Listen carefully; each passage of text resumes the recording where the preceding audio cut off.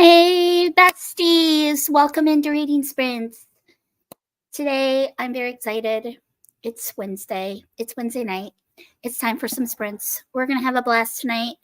I am going to be answering some, not all, some of the questions that y'all have asked me from my Q&A posts, like literally forever ago. I will make sure to tag whoever's questions I get to tonight in the what is it? Is it the live stream post, like after it's recorded, the recorded version? That is what I meant to say. The recorded version. I'll make sure to tag people with the timestamps of what time I answer their questions. So I thought that this would be kind of a fun way for me to tackle those questions and maybe spread it out over the course of a few different sprints, if you will. Y'all, I've had the day off today. It's been a very fun fall day with the hubby. And yeah, we're just he's at church tonight. The Huskies are with James. So I've got the night to myself and to spend with y'all. So Lord, just be with us tonight. I dedicate this night to you. I ask you just to be in the forefront of our minds and our hearts. And Jesus, just bless this time. May everything we say and do honor you, and may lives be saved because of tonight. We thank you so much, and we love you in Jesus' name. All right, so I think that I'm going to go ahead and we're going to do a sprint just to get everything kind of settled, because still trying to figure things out here. So I'm thinking we're just going to right into a sprint. I have to grab an ambiance quick here, so don't mind me, and hopefully I choose one that is not full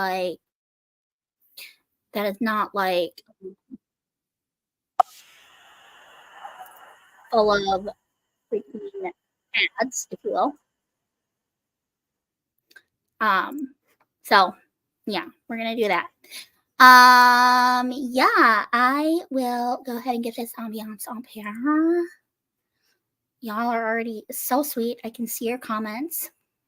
Thank you. Thank you to everyone who's complimenting me. I really appreciate it. Let's get this ambiance up. Let's go right into a sprint. Let's have a blast tonight, okay, friends? Let's have a blast and let's get some reading done. I love you all. Bless your reading. I'll see you in 20 minutes.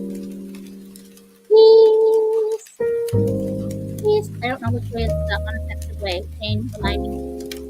Which way? No, you're not. Okay, you're Canada. Does anybody know which way the left of okay? I can't remember.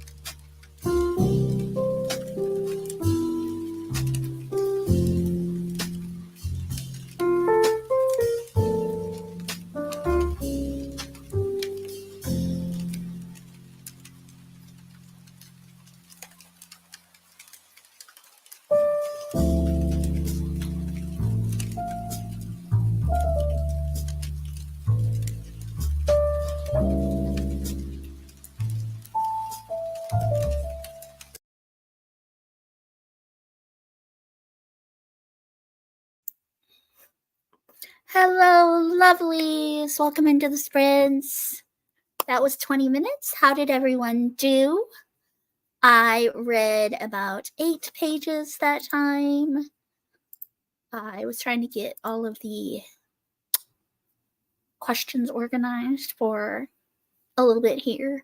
Let's hit these comments. Let me know who's here. Let me know what you're reading. Let me know how you did that sprint, if you did. So, Reese is here. Hey, girl. Thank you so much for stopping. Tori's here.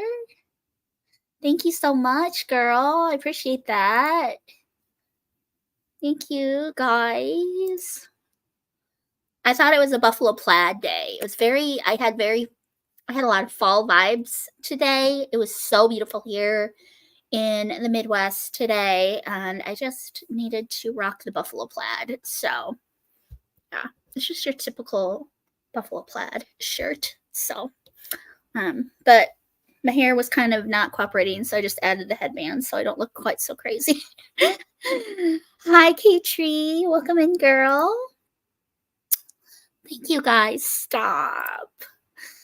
Watching a movie with my mom, but when the movie is over, I'll be back. Okay, Cece, let me know when you're back so that I can make sure to wait to answer your questions, because I know I have a couple questions left from you, and I'm going to kind of do them in order, the order they were asked, just so I don't forget any.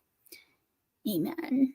We did pray at the beginning of the sprints. For anyone who missed it, you can go back to the beginning and watch that if you'd like. Hello, Jeanette. Welcome in. Thank you so much for being here. Hannah Beth is here. Hi, girl. Reading the Knitting Diaries, an anthology, and listening to Brave by Misu Andrews for the Journey Through the Bible Readathon buddy read. I love that. I didn't do any of the group reads for the readathons that I participated in, because I believe for Middle Earth we were supposed to read The Hobbit, and for Journey Through the Bible we were supposed to read Brave, and I didn't read either one of them. I don't know if there were any buddy reads for Antober, but if you missed it, I completed the bingo board for Antober. I'm so proud of myself. I've never finished that early before. It's been a long, I don't think I've finished that early before. I finished early, but just not that early, if you will. Kristi, hey girl. You're reading The Naturals. I have that book. And I think I was hoping to read it this month. I don't think I'm going to get to it, but I was hoping to read it this month. My lighting is all wonky here tonight, y'all, so I'm sorry. Let me see if I can get my ring light to cooperate here. Is that a little better? I feel like that's a little better. Okay. And Christina's here. Hey, girl. Hey, girl. Hey. Beth is here. Girl, I haven't seen you forever. Where you been? You doing okay? Everything good with you? Just keep missing ya. Christina finished Lone Star Sanctuary by Colleen Coble. 4 out of 5 stars. Awesome. Glad you enjoyed it. Still haven't read that author. Cece's back. Working on a thumbnail. Might start a book after. Yay. Let us know what you all... Let me know if you decide to read and what you do decide to read. If you do decide to read. Wow, how many times could I say decide to read in a sentence? Reese listened to Kiss of Deception by Mary E. Peterson. It did some YouTube work. Love that. Celestria, did you finish Silent Kingdom? Amanda's here. She's playing Zelda Echoes of Wisdom. Girl, I'm so excited for our sprints on Saturday. It's going to be such a blast. I cannot wait. Chrissy read 8 pages. I love that. We're about 2 pages done in this time tomorrow. Is that who's the author on that? Jeanette's reading Big Apple Atonement by Carolyn Miller. Got a chapter, read that sprint. Awesome. Awesome, awesome. Crocheting a holder for my headphones. Listening to Yours is the Night by Amanda Dykes. Another awesome. I have not. Another awesome. Another author I have not read yet. I have so many authors I need to check out, you guys. So many newbie booktuber here. So excited to be a part of the community. Amazing. What would you like us to call you? Is there a name you'd like to go by? Because I can call you Beautiful. I don't mind that, but if there's something you'd rather me call you, I would love to know that, because I want to call you what you want to be called.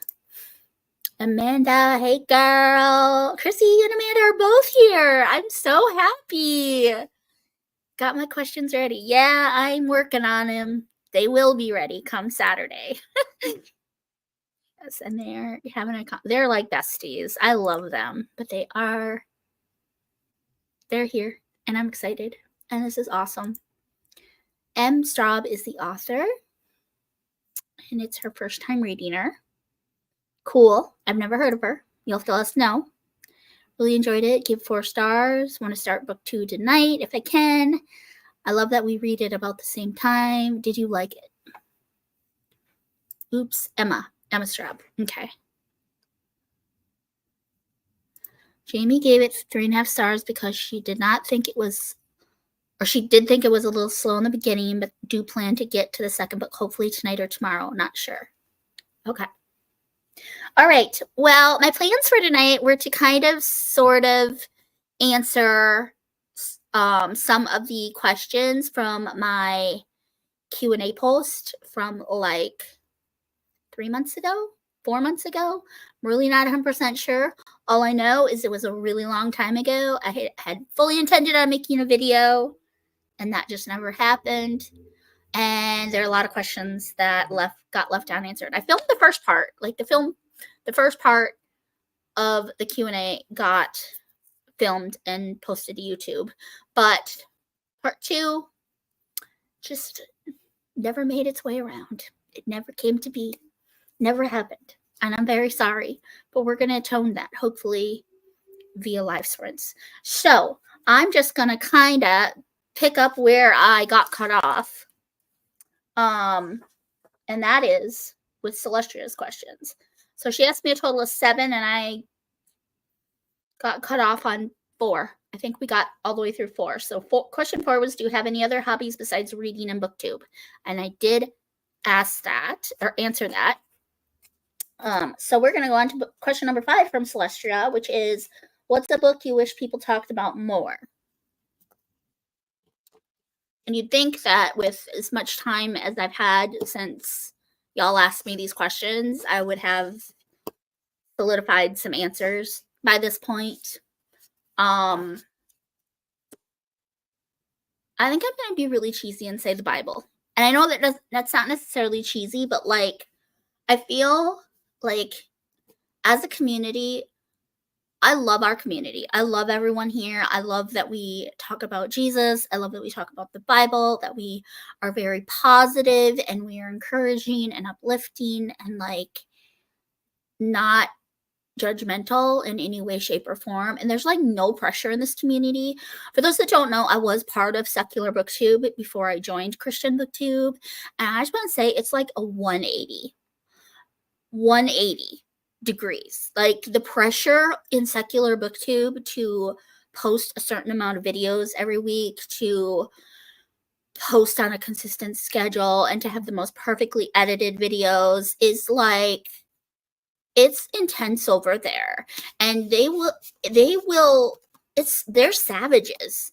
Like if you do not meet their standards, it's cliquey. That's the best word for it, is they are very cliquey over there. And I never felt connected. I never felt accepted. And I felt very pressured. And it was very stressful to be part of that community. Here in Christian Booktube, it's like the opposite. I love y'all so much. But I feel like we talk so much about books, but I feel like we could talk more about the book. Do you know what I'm saying? Like, I would love to see more buddy reads of the Bible. I'd love to see people doing more buddy reads in the Bible and doing live sprints and talking about the Bible and discussions about the Bible. And I'm preaching the choir here, y'all. I want you to know I'm preaching the choir. I'm not like trying to like call anyone out or like accuse anyone. I'm preaching the choir here because I'm going to confess to y'all. Picking up the Bible for me is a daily struggle. I have to consciously make an effort to do it. And it doesn't happen every day for me. It's something I struggle with. It's something I've struggled with my whole life because I'd rather read fiction. I'm going to be honest with y'all. But I think that as a community, I would love it if we could come together and encourage it more. Encourage one another to be in the Bible more, I guess. So that's my answer. I hope that suffices, Celestria. I don't really have a fiction book that I wish people would talk about more because I feel like all the books that y'all talk about, I either don't like or I haven't read or I don't care to read, or I don't know. That's a real big generalization, but for the most part, I'm the unpopular opinion. Y'all know this. But that would be the answer to that one. Okay. Next question from Celestria. Favorite Harry Potter book and why? And what did you think of the movies? I think it's really interesting because, like, I just started rereading all of the Harry Potter books, like, when we launched the Back to Hogwarts readathon last month. And they are reading so differently because I never really knew that there was allegory in Harry Potter. I don't know why. I've been a huge Harry Potter fan for like at least a decade. I've been a Harry Potter fan for a long time. But like I don't think I ever realized that A, they're based on scripture, and B, there's allegory in there. And so reading them this time around has been a completely different experience for me because I've actually been looking for the allegory this time around. And so it's affected me a lot differently. The first time I read them, hands down, I would have said The Goblet of Fire is my favorite book. It still probably is. But if we're talking in terms of the ones that I've reread recently and like how the allegories affected me, and like just like as a 46-year-old rereading them. Number 3 might be my favorite at this point. It's so good. It is so good. I'm not going to spoil anything. I don't want to ruin anything. If you're not a Harry Potter lover, you're not a Harry Potter lover. That's fine. I'm not going to sit here and bore those of you who aren't. But The Prisoner of Azkaban is it's so good. It's so good. That's all I'm going to say. And the movies, I love the movies. They're not as good as the books. I rarely am of the opinion that the movie is better than the book. Almost always the book is better than the movie, but the movies were actually, they weren't terrible. That's all I'm going to say on that. So, okay. And then the last question from Cece is, what have you been reading in the Bible lately? I think that's such interesting timing. So this month, the Christian book club of the month or whatever, the genre is the Bible. And so I was originally going to read James because it's like my absolute favorite book in the Bible. I love James so much. But I actually changed my mind and I decided to read Hosea because I've been struggling so much with Redeeming Love by Francine Rivers. I wanted to hear the story. But I wanted to go back to the word. And so I'm currently in Hosea. That was a really long roundabout way of answering that question. I'm sorry, y'all. I'm behind on comments. I'm sorry, you guys. Once I start talking, I just don't shut up. I'm really sorry. That's the beginning was full of excitement. Okay, Cece and Jamie are having a little combo here. Kind of bored. Yes, girl, Amanda says. Bible isn't a cheesy answer, so true. Okay, good. I mean, I know the Bible isn't cheesy, but I was just like, I don't know what I was thinking. Sorry. Secular booktube seems very cliquish. Yes, they are very clicky over there. Very clicky. God bless them. Please don't see this as me like roasting secular booktube. I don't want that to be the point I'm trying to get across. I love them people over there and I pray for them every day, but very clicky. Very clicky. Amen, Christina. Leave the drama in high school. Savages. Yeah, I mean, honestly. Community is best. Everyone's so encouraging and positive. The positivity here is what just drew me in and has impacted me the most. Buddy reading with Bible. I love reading it with someone else. Yay! See, I agree. Awesome. I'm glad I'm not the only one. Bible reading and study. Yes, it's a struggle. Yeah, I think so. Cece, you're the one that did a vlog where you read the Bible for a week, like you just read the Bible for a week, and I feel like that would be so good for me. I feel like it would be so good for me. So I think that is going to be one of my many New Year's resolutions, to at least have 1 week of just reading the Bible a month or something like that. Maybe not every month, but like, you know what I'm saying. But doing the vlog like that would be so good. Or even just a challenge of only reading the Bible for a week. I think that would be really good for me. So my name is Mercedes, wife and mother of 4, love all genres, really Lucy, genres, love all genres. My preference is Christian fiction, but no spice, no excessive profanity. My husband and children ears need a break from book talk. I need friends. Well, welcome in, Mercedes. It's lovely to meet you. You've come to the right place if you love Christian fiction and clean secular. This is the community. Welcome. It's so good to have you here. And everyone is saying hi. Everyone is saying hi. Love it. Love to see it.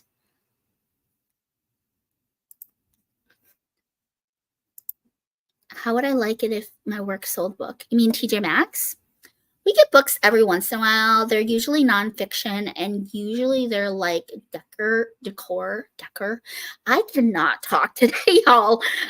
Usually they're like decorating books. Like we've had like Magnolia Table come in a couple of times.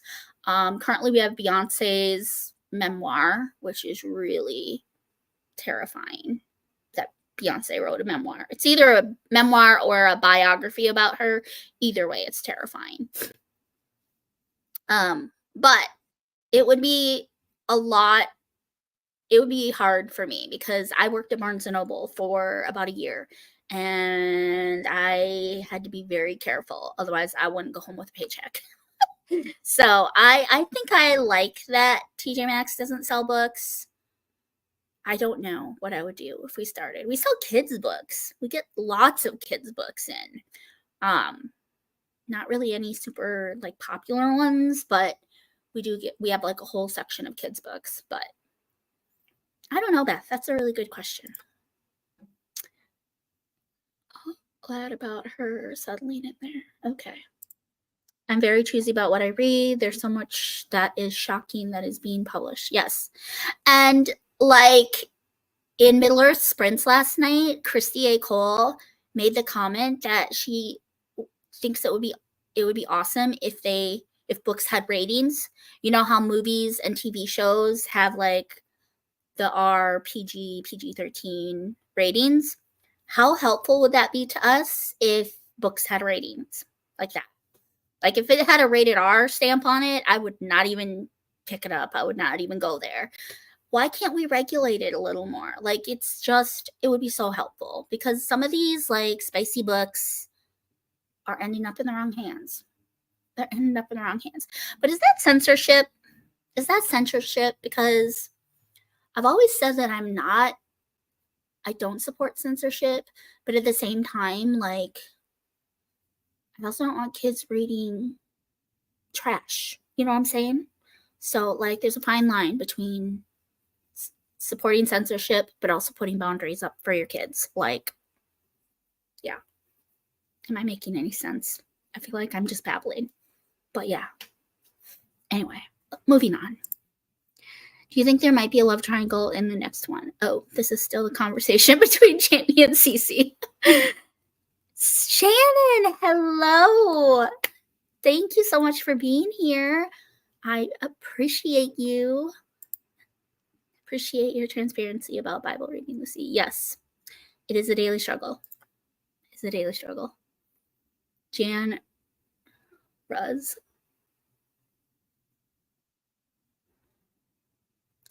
Did I miss something, Beth? I'm sorry.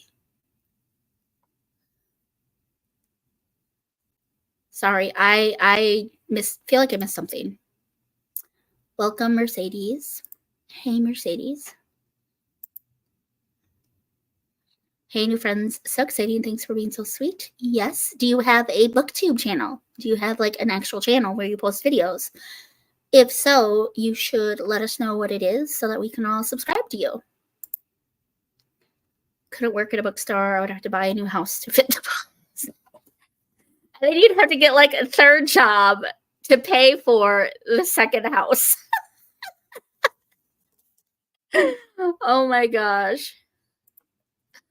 Trouble working retail for that raise into. Like I have a line in my budget specific to TJ Maxx. This is how much I get to take out of every paycheck. That is it. Once I hit that quota, I'm done. So something that I don't know if all retail stores do this, but at TJ Maxx anyway, we're allowed to put things on hold. And so we have this shelf towards the front where the associates can like put their piles of stuff to hold. And you guys, my pile is so out of control right now. It's ridiculous. Candles, shoes, clothes. Yeah. Kitchen gadgets. Stationery. Oh my gosh, our stationery aisle. Pet stuff. It's bad. Also thought the same as Kristi, the ratings. Yeah, I think it would be so helpful. It would just take the guesswork out. They 100% need ratings, especially with all these YA books now having sex scenes in them. Like, seriously. 100% agree. It's hard as a parent when the trend is trash. Don't even get me started. I'm not a parent. I'm an auntie. I'm a very, very closely involved in my nieces and nephews' lives auntie.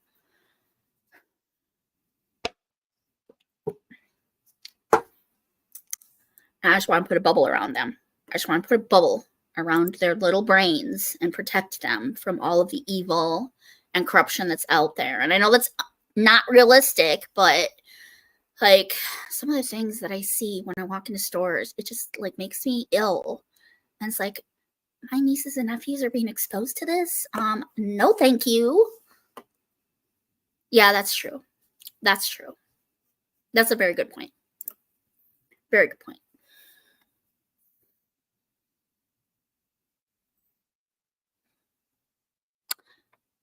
How? So you can do it on movies and TV shows, but you can't do it for books? Like the publishers, they should be the ones doing it, in my opinion. Irritating. I am too. Yes. Cece and Jamie, I hope you aren't offended, but I'm going to skip over your little conversation here. I don't see how it's that hard. Movies are able to do it, so why not books? Certain sexual content, an amount of certain cuss words or gore up ratings with movies. Yeah. I agree with K-Tree. I had read a lot of articles on it and why they don't do it, but I wish they did. Some shorts will be posting long format soon, learning the ropes. Cool. We will subscribe.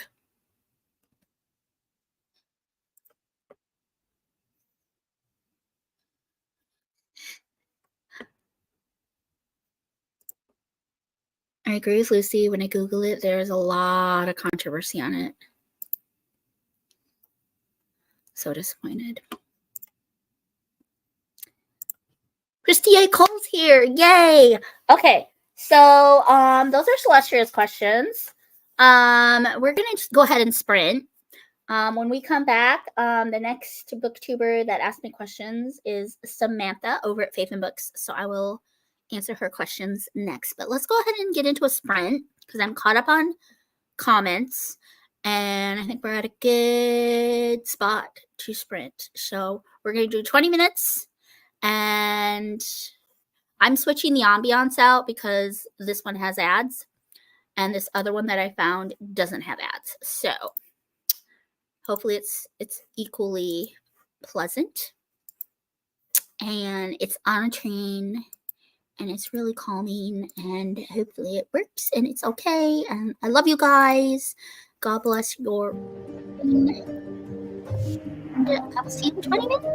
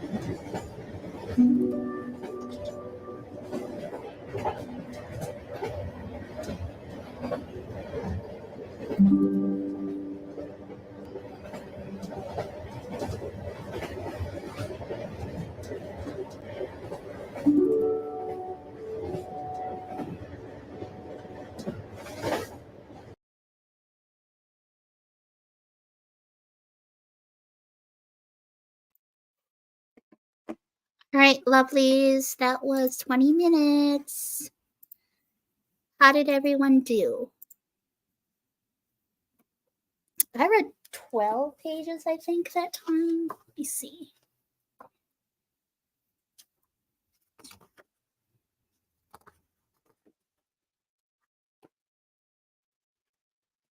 $11 pages, sorry. 11 pages. Also, I'm reading To Kill a Mockingbird by Harper Lee. This is a reread for me. I read this almost every year. It's so good. It's my favorite book of all time. I just love it. I love it. And this is going to finish the bingo board for Middle Earth for me. I only have the My Precious square left to fill. And so once I finish this, which I have every intention of doing, because I'm going to read like a crazy lady this last week of October, I will fulfill the Middle Earth readathon, and I'm so excited. I'm so happy. I'm so proud of that. But yeah, let me know how you did. Let me know if you're participating in Middle Earth. A lot of my friends are co-hosts for that, or hosts for that. And so, yes, I am supporting.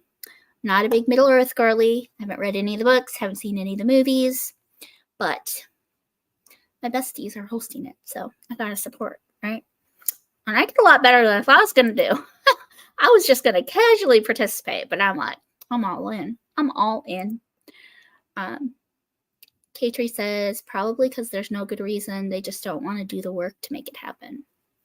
Probably right. Reese says hi to Kristi. It's not my channel. Girl, you've already done more reviews than I've done on my channel. It's one thing I struggle with. I struggle with book reviews, guys. I struggle with getting videos on my channel, period. But I have yet to do a book review. Definitely subscribe back. Love the support. So thankful for my friends. Have a great night, everybody. And toddler is on attack mode because it's bedtime. Good evening, all. Love the bow, Lucy. Great train ambiance. Thank you, Grandma Susan. It's nice to see you. Welcome in. Good night, Mercedes. Thank you for stopping in. And Chrissy's saying hi to Kristi.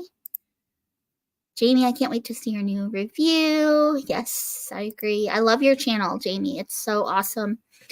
Paige over at God's Brown Eyed Girl. Her channel is brand new as well. And Tori just posted her newbie tag video. And so lots and lots of fun new channels here in Christian BookTube. As book lover Amanda says, we love to see it. We love to see it. If enough of us do it, it will start to catch on. Oh, Kristi says, thinking of putting a rating on my books, even if it's just in the description. I'm thinking if ratings are going to take off anywhere, it will be with the indie authors. I agree. Start to catch on. Yeah. Hi, Jess. Welcome in, girl.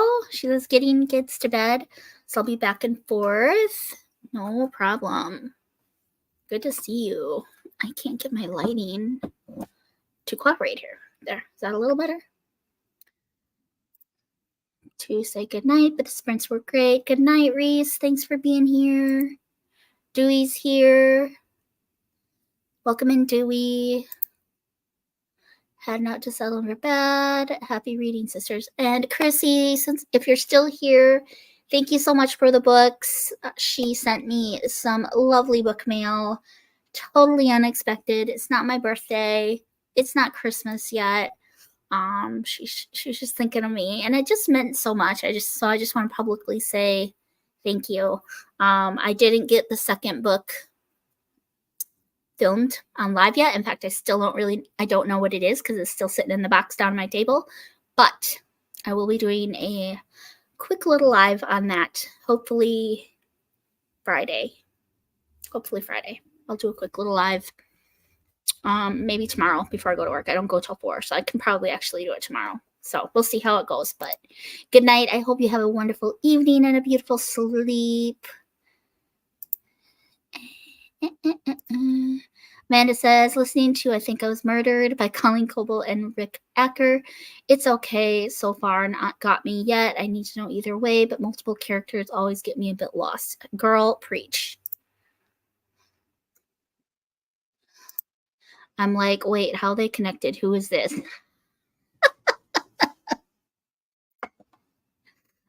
Daily Bible reading is a struggle for me too, Lucy, and it isn't because I don't have time, even though I have a baby and she does take up a lot of time.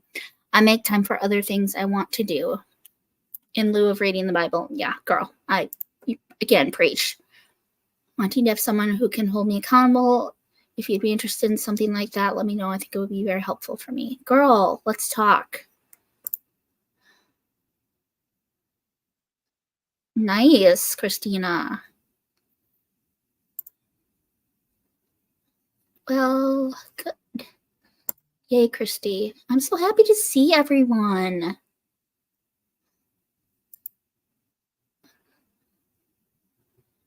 Yay.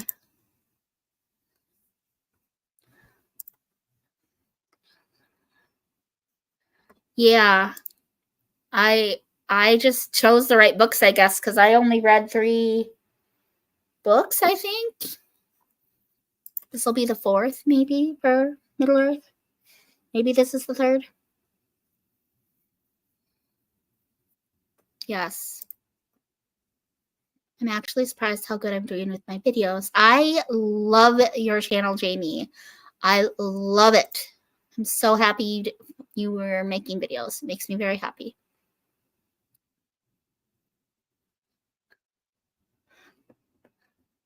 Hi, Christine.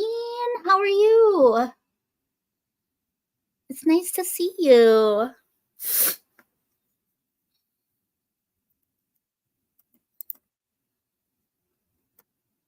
Thank you, Shannon. You are so, so sweet. As I was saying earlier, I'm rocking the buffalo plaid today because it was beautiful here in Minnesota. It was so very fall. It was very autumnal outside. All of the leaves are turning.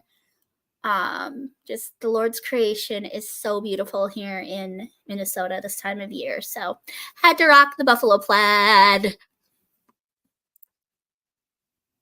Love seeing so many join the yes, like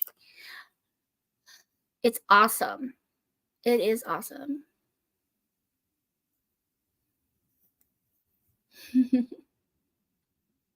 We love to see it. Worked on lots of book reviews during sprint. I'm so behind. I'm definitely doing Middle Earth readathon. I'm so happy you're here, Christine. Thanks for stopping in. Are you going to read with us for a little bit? What's going on? I see you have sprint scheduled for tomorrow. We might be overlapping on Sunday because I do have sprints lined up with Celestria and Micah on Sunday. Steve and I are going to be sprinting with them in the evening, so there might be a little overlap, just so you're aware, but I'll definitely make sure people are kind of hopping back and forth and saying hi to you too. So it's so good to see you, and I hope that you are feeling a little better. I hope everything's going okay, that things are settling down, and we missed your sprints Monday. That was very it was very sad. Yes, it was very sad, but yeah, definitely picked up now. Yes. Is that in reference to Christian BookTube? What are you? Oh, listening to the audiobook. It's picking up now, and she's reading I Think I Was Murdered. Got you. Chapter 13. That is because I have not uploaded it yet, Christine. Celestria is making the thumbnail, and the four of us haven't cemented a specific time. I know it's going to be in the evening because Sunday is all of our family days, so it probably will be after supper. But like I said, I will direct people to you too, so hopefully I don't detract or deflect from your sprints. And no hard feelings. You didn't know, not a big deal. And I've said this so many times, y'all. There are so many people doing sprints now and not enough days in the week. So overlaps are bound to happen, intentional or unintentional. And we just need to, I think, especially, I'm preaching to myself, we need to have a little grace with each other. So if someone sprints the same night that you do, or if someone's sprinting the same night that I'm sprinting, I'm really not going to get super bent out of shape about it, because again, there really aren't enough days to go around, and I want to share the time. I want to share the screen. I want to share the space and encourage one another. So yeah, Sunday night, I will make sure to tell people to come say hi to you too, Christine. And you and I need to sprint together soon, because it has been a long time since we sprinted. So yeah, but I think it's just important to remember that there's only so many days in a week and only so many hours in a day, and just to be mindful and to have grace with one another, and to, yeah, just encourage. Yeah, that's all I'm going to say. Okay. Love you guys. You're so welcome. I'm so happy to see you, girl. And I really hope that you're doing better and that you're feeling okay. So I know you've been stressed, and I've been praying for you, sweetheart.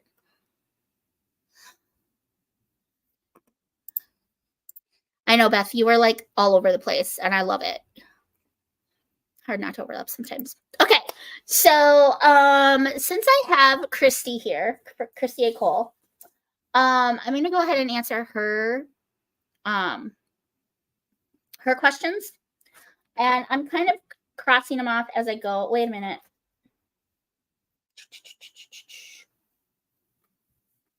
They're on my phone.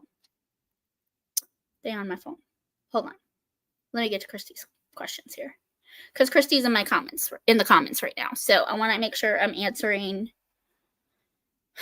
the questions from people who are in the comments. I'll answer the others too, don't worry, but I just want to make sure I'm like, yeah, at taking advantage of my audience. So, Kristi and Cole asked, would you ever want to become an author? I actually have dabbled in writing. I don't know that I've ever actually like aspired to be a published novelist. I have had so many ideas for so many little like short stories / novels, mostly little contemporary, like new adult, so like college age kids. I don't know if I've talked about this before, but like at my mom's house, she has a dinosaur computer sitting on the desk where my dad used to be up late at night playing Spider Solitaire.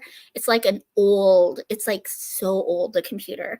And back before Steve was a thing, like Steve and I were a thing, I would sit and type little like things on his computer, and I'd save them and lock them so that he couldn't go in and so that no one could go in.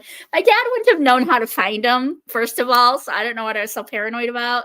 But like, I bet that they are cringy. Some of them were like during my rebellious times. I think some of them might have had some swearing and maybe a little smut. But then there was others that were like very blatantly Christian. And like, I think it would be really interesting to go and try to retrieve all those files. I wouldn't even know how to attempt to get them off of the computer because it's like one of those floppy disk computers. So like, it's almost like I'd have to pull it up on the screen and take like pictures of the screen and then like handwrite it or type it. Do you know what I'm saying? But like, obviously I would take all the smut out and I would take all the swearing out and I would make it all Christian. But like I said, I don't know if I've never aspired to be a published author, but I think it would be fun to go back to dabbling a little bit, just as like a hobby. But I'm sure that they're all very cringy because that was back when I was like really young and naive and very rebellious.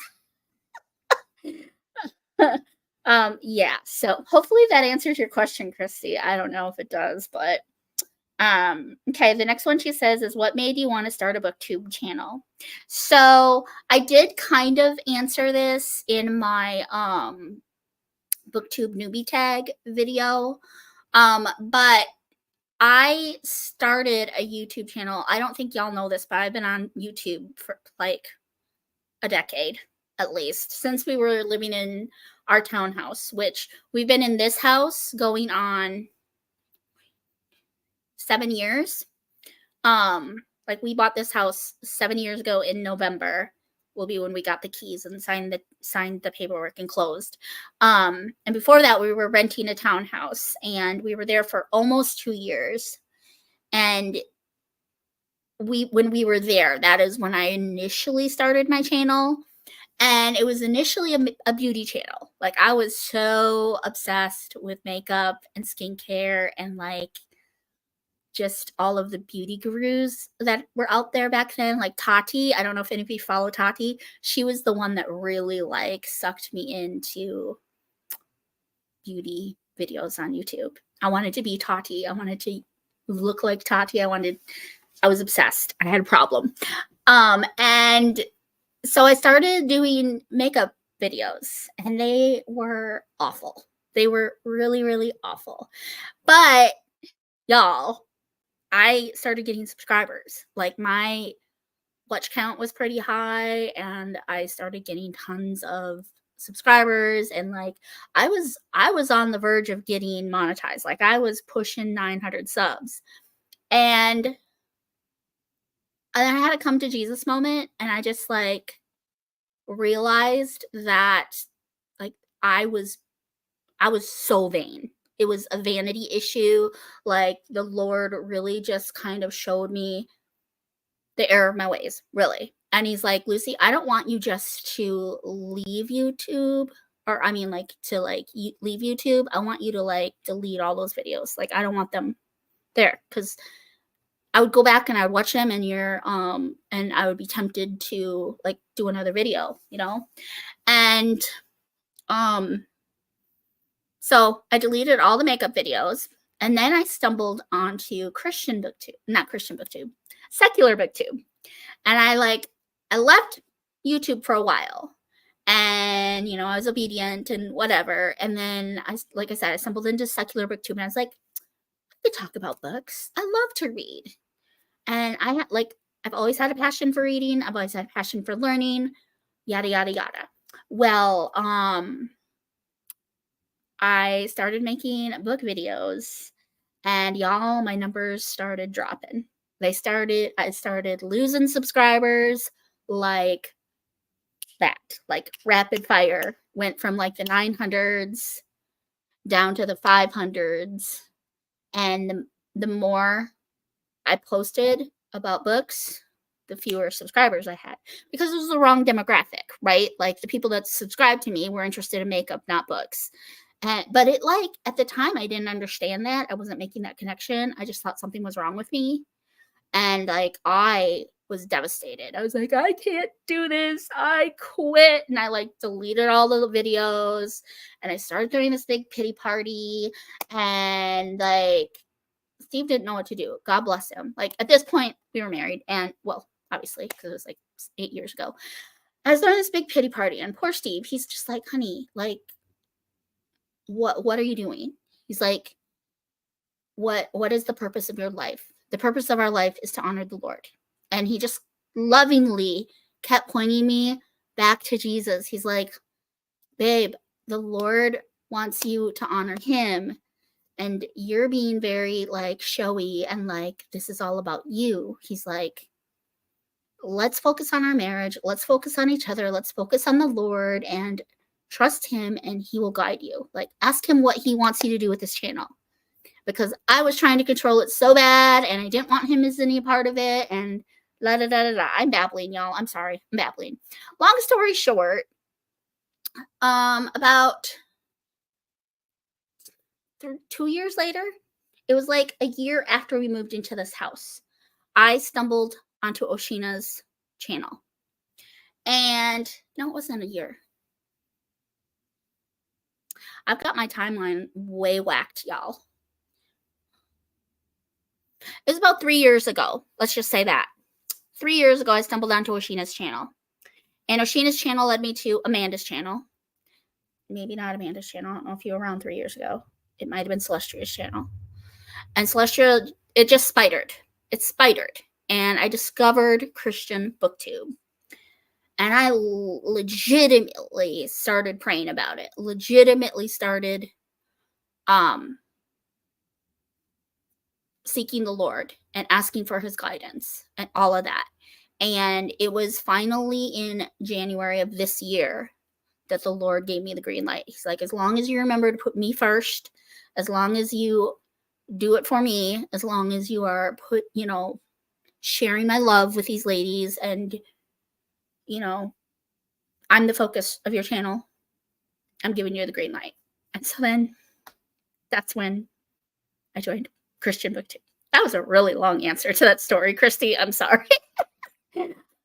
Y'all, I don't know how to shut up. I don't know how to tell a concise story.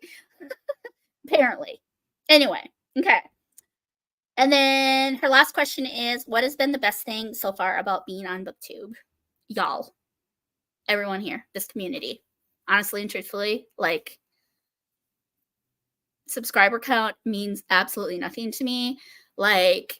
Getting monetized means nothing to me. I don't want to say nothing, because obviously 1K subs, that's the goal. That's everyone's goal when they start a channel. It would be amazing. It would be awesome. But more than anything, this to me feels more like a ministry, if you will. It's kind of like my outreach, kind of like my heart cry.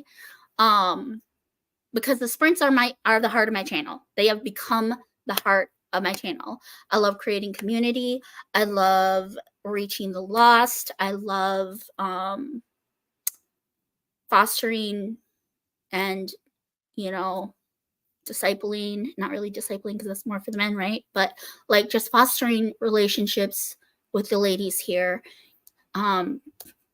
connecting with those that are struggling, and just, serving the Lord and sharing the Lord with this community has been the biggest blessing to me. So, yeah, 100%, y'all. You've been the best thing about this channel, about being on BookTube. So I'm hiding comments because I've been jibber jabbering. And it wasn't eloquent at all. I'm sorry. I go off on tangents. It's the ADHD. I'm not medicated. I want y'all to know that it is an official diagnosis, but I'm not actually medicated. So you watch me at your own risk, y'all. So Cece says, the Sunday Sprints thumbnail is the one I was working on. I'm done. Yay, I can't wait to see it. Can't wait to see it. Did you send it? Did you send it? Did you send it to me yet, Cece? Oh, it's so cute. It's so cute, y'all. Cece, can I show them? Is it okay if I show them? I'm going to show them. Look how cute the thumbnail is. It's absolutely adorable. Yeah, she definitely has the artistic, like, graphic design touch more than I do. I do most of my own thumbnails, but if Cece's part of it, ask her to do them because hers are so good. They're just so beautiful. I love them. I watch sprints in replay sometimes too, especially when someone has an ambiance in the background. Those are my favorite. I reread some of my novel from years back and it's a bit cringy. Yeah, I want to so badly. I don't even know if I'll be able to get that dinosaur computer turned on because it's so old. Like, it's 6 years since my dad passed away, and that computer has sat off. Like, we haven't turned it on or anything since he passed. And it was even off before then because he battled lung cancer for the last, like, 6 months of his life. I think he had it longer. He just wasn't symptomatic and he didn't go in because he never complained. But I think it was off even longer than that when he wasn't feeling well. So probably close to 7 or 8 years that computer's been off. So, like, would I even be able to get it to turn on? That's the question. That's the question at hand. Makeup is overrated. I haven't worn makeup since 2014. I still love makeup. I still will wear it. I still dabble in it. I probably have more than I should for someone who doesn't wear it every day, but, like, I don't hate it, but I understand it's not for everyone. Thank you, Amanda. You would think with how often I tell it, I'd tell it a little bit more eloquently, but I think being live is a little intimidating for me. So, yeah. Anyway, I wear makeup, but not as much as I used to. Yeah, I'm the same. And it's not good for your skin to pile a bunch of makeup onto it. Like, I'm really more into skincare than into the makeup part of it. Because if you don't have good skin, it doesn't matter how much makeup you pile onto it, the makeup's not gonna look good. Do you know what I'm saying? A dermatologist told me that. So, I stumbled on Oshina first. Seeing her in the community 3 years ago encouraged me to start mine. I'm just so encouraged by y'all and just this community, like I said. Yeah. Celestria, Amanda, and Oshina, I feel like they're the OGs. And Chantel. Chantel's been here a while too, hasn't she? 3 years. Thank you. It's my outreach too. Yeah. Thanks, Jess. I love sharing it. Lindsay's been here a while too. Yeah, she's been here. She's been around.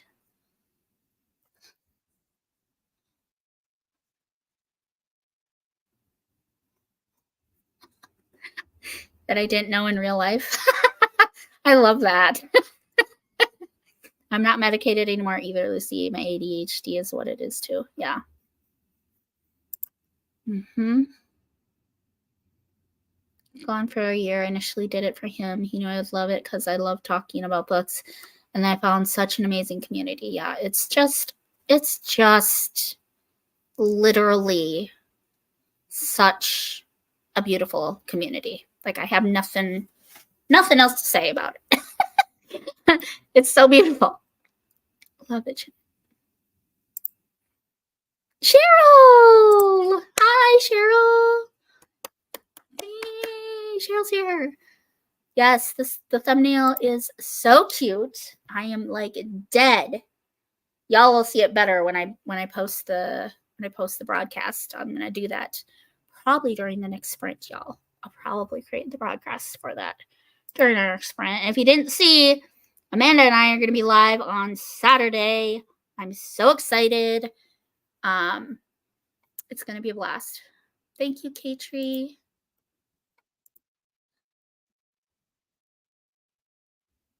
That does not surprise me. I've heard about that. Mm-hmm.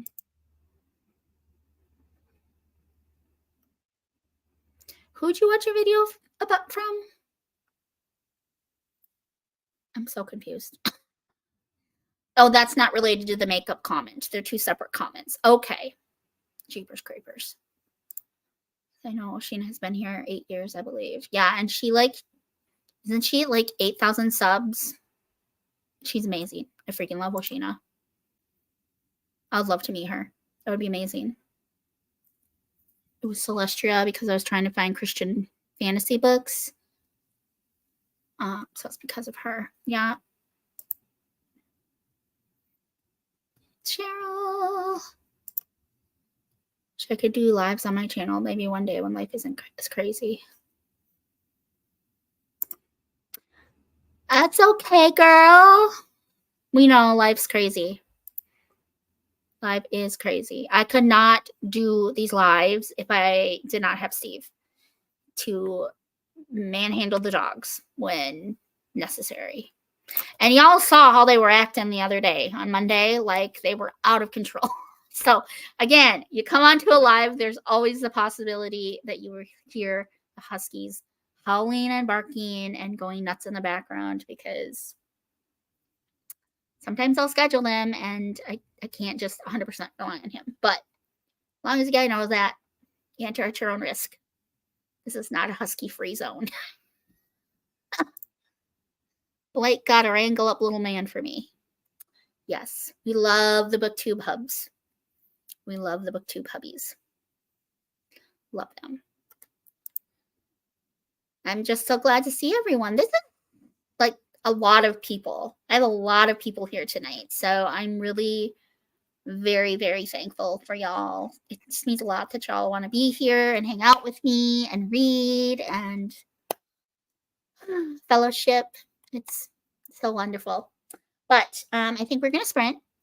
It's about a quarter after. So we will go till 40. Does that sound okay? Wait a minute. 26, 36. So should I round up to 40? Round up to 40. Yeah, we'll round up to 40. Which means we've been chatting for almost an hour, which always happens. No big deal. No big deal. I am going to put the train ambiance back on because y'all seemed to like it. And happy reading. I love you all. Thank you for being here. See you back in. Happy reading.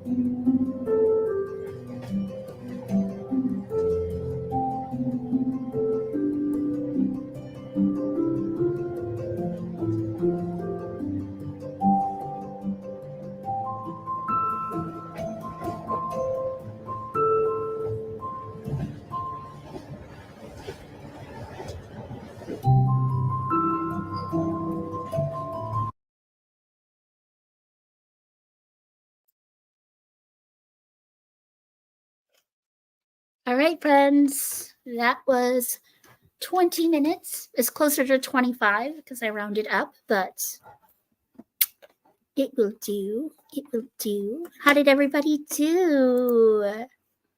I am lost. Okay, let's go to comments. I read, how many pages did I read that time?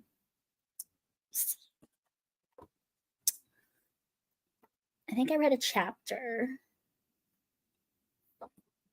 2, 4, 6.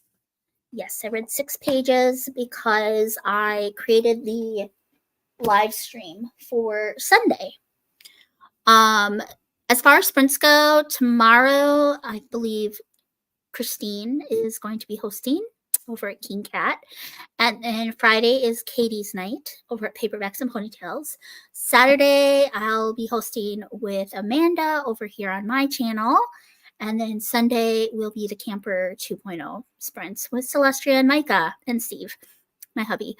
And it's going to be a blast. It's going to be so fun. And I'm super excited.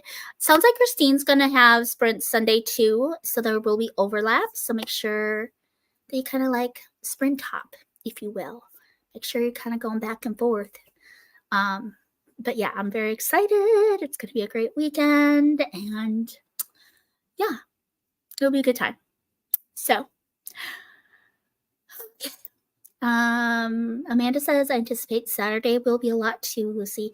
Yeah, we'll probably have a lot of viewers, and I'll probably like not be able to keep up with all the comments. So we'll see how I do, because Amanda's going to be bringing lots of peeps with her, because she's kind of a big deal, y'all. I don't know if you know this. I'm sure y'all do. This is not news to any of you. But yeah, Amanda's kind of a big deal.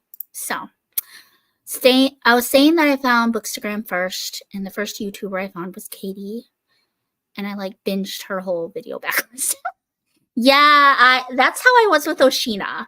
Like when I discovered Oshina, I was like just binging them, because I was literally like reading Spice up until probably January of this year. And I don't think I was necessarily addicted to it because I haven't been tempted to like read it again. Like I just didn't know that there was anything else out there outside of Amish fiction and Karen Kingsbury. And so like when I discovered Oshina's channel, it was like life-changing for me, because I wasn't really reading much up until that point, because when I quit my secular booktube channel, I basically was convicted that I wasn't, not only was I doing YouTube wrong, but like the things that I was taking in wasn't honoring the Lord. And so I basically quit reading. Like for probably close to 2 years, I quit reading. And literally discovering Oshina's channel was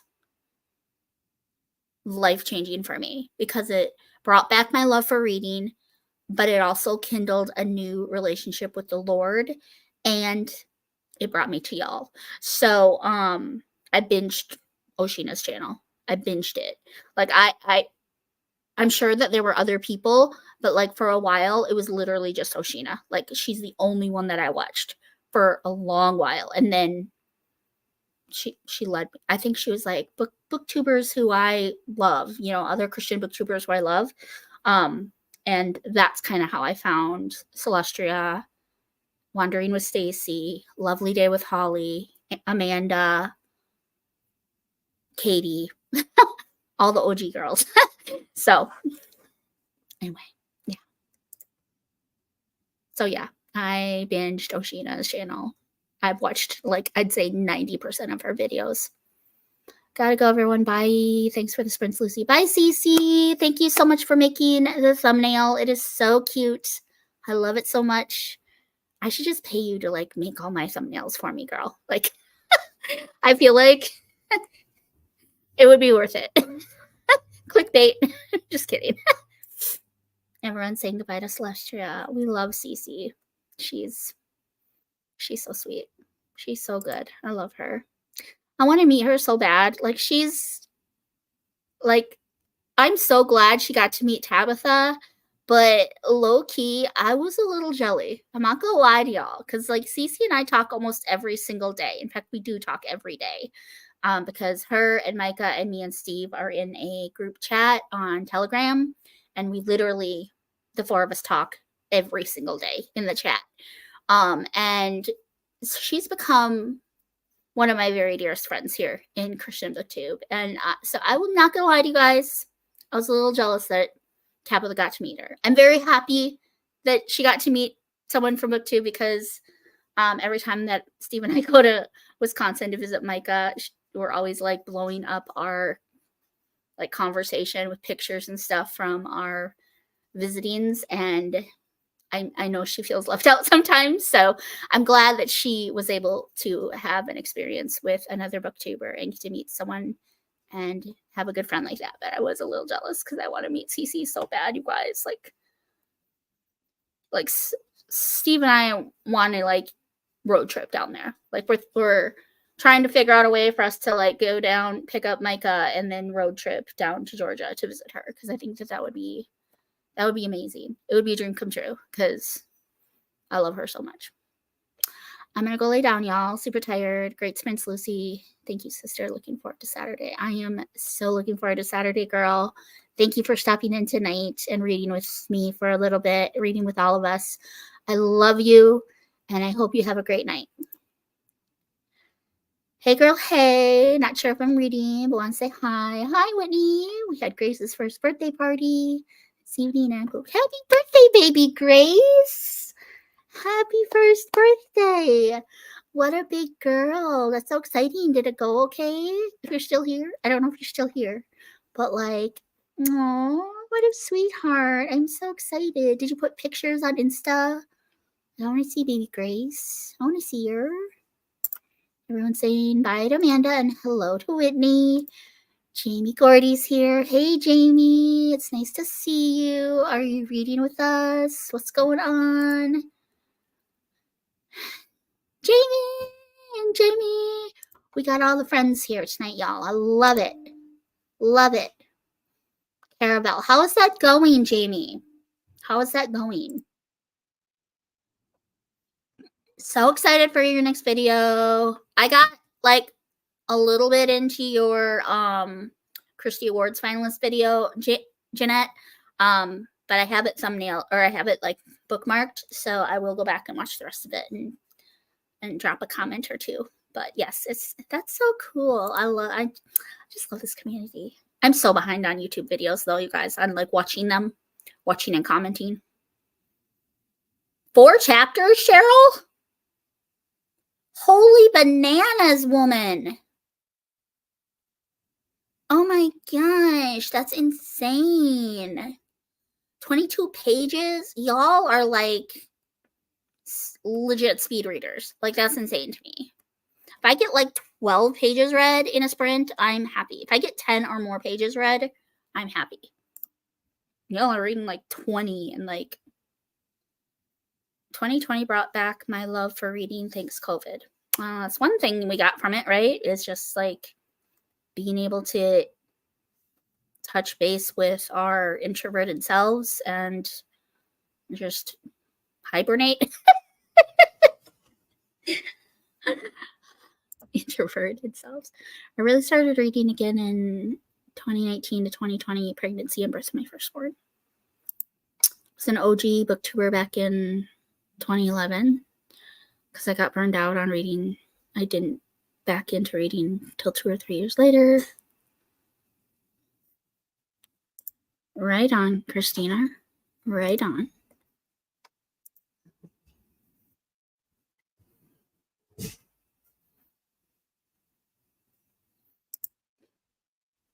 Shannon, I have heard about it, and you will be very proud of me, Shannon. I don't think Morgan or Anne are here tonight, but Shannon, I'm going to show you. I'm going to show you, Shannon girl. I've started selecting my TBR for the bingo board. You want to see it? Shannon, do you want to see it? Maybe. There it is.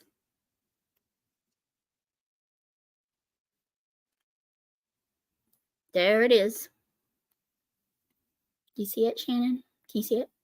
I'm going to hide this.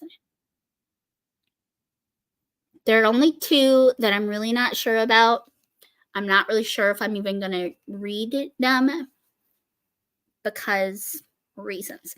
But I'm so excited. Some of the books that I've already selected to read in November fulfill some of the prompts. So very excited. I'm very excited, Shannon. I'm beyond excited. So, yes.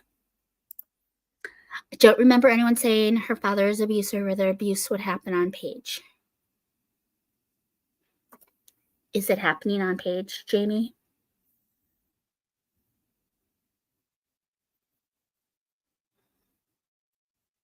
Sorry, girl. Short chapters.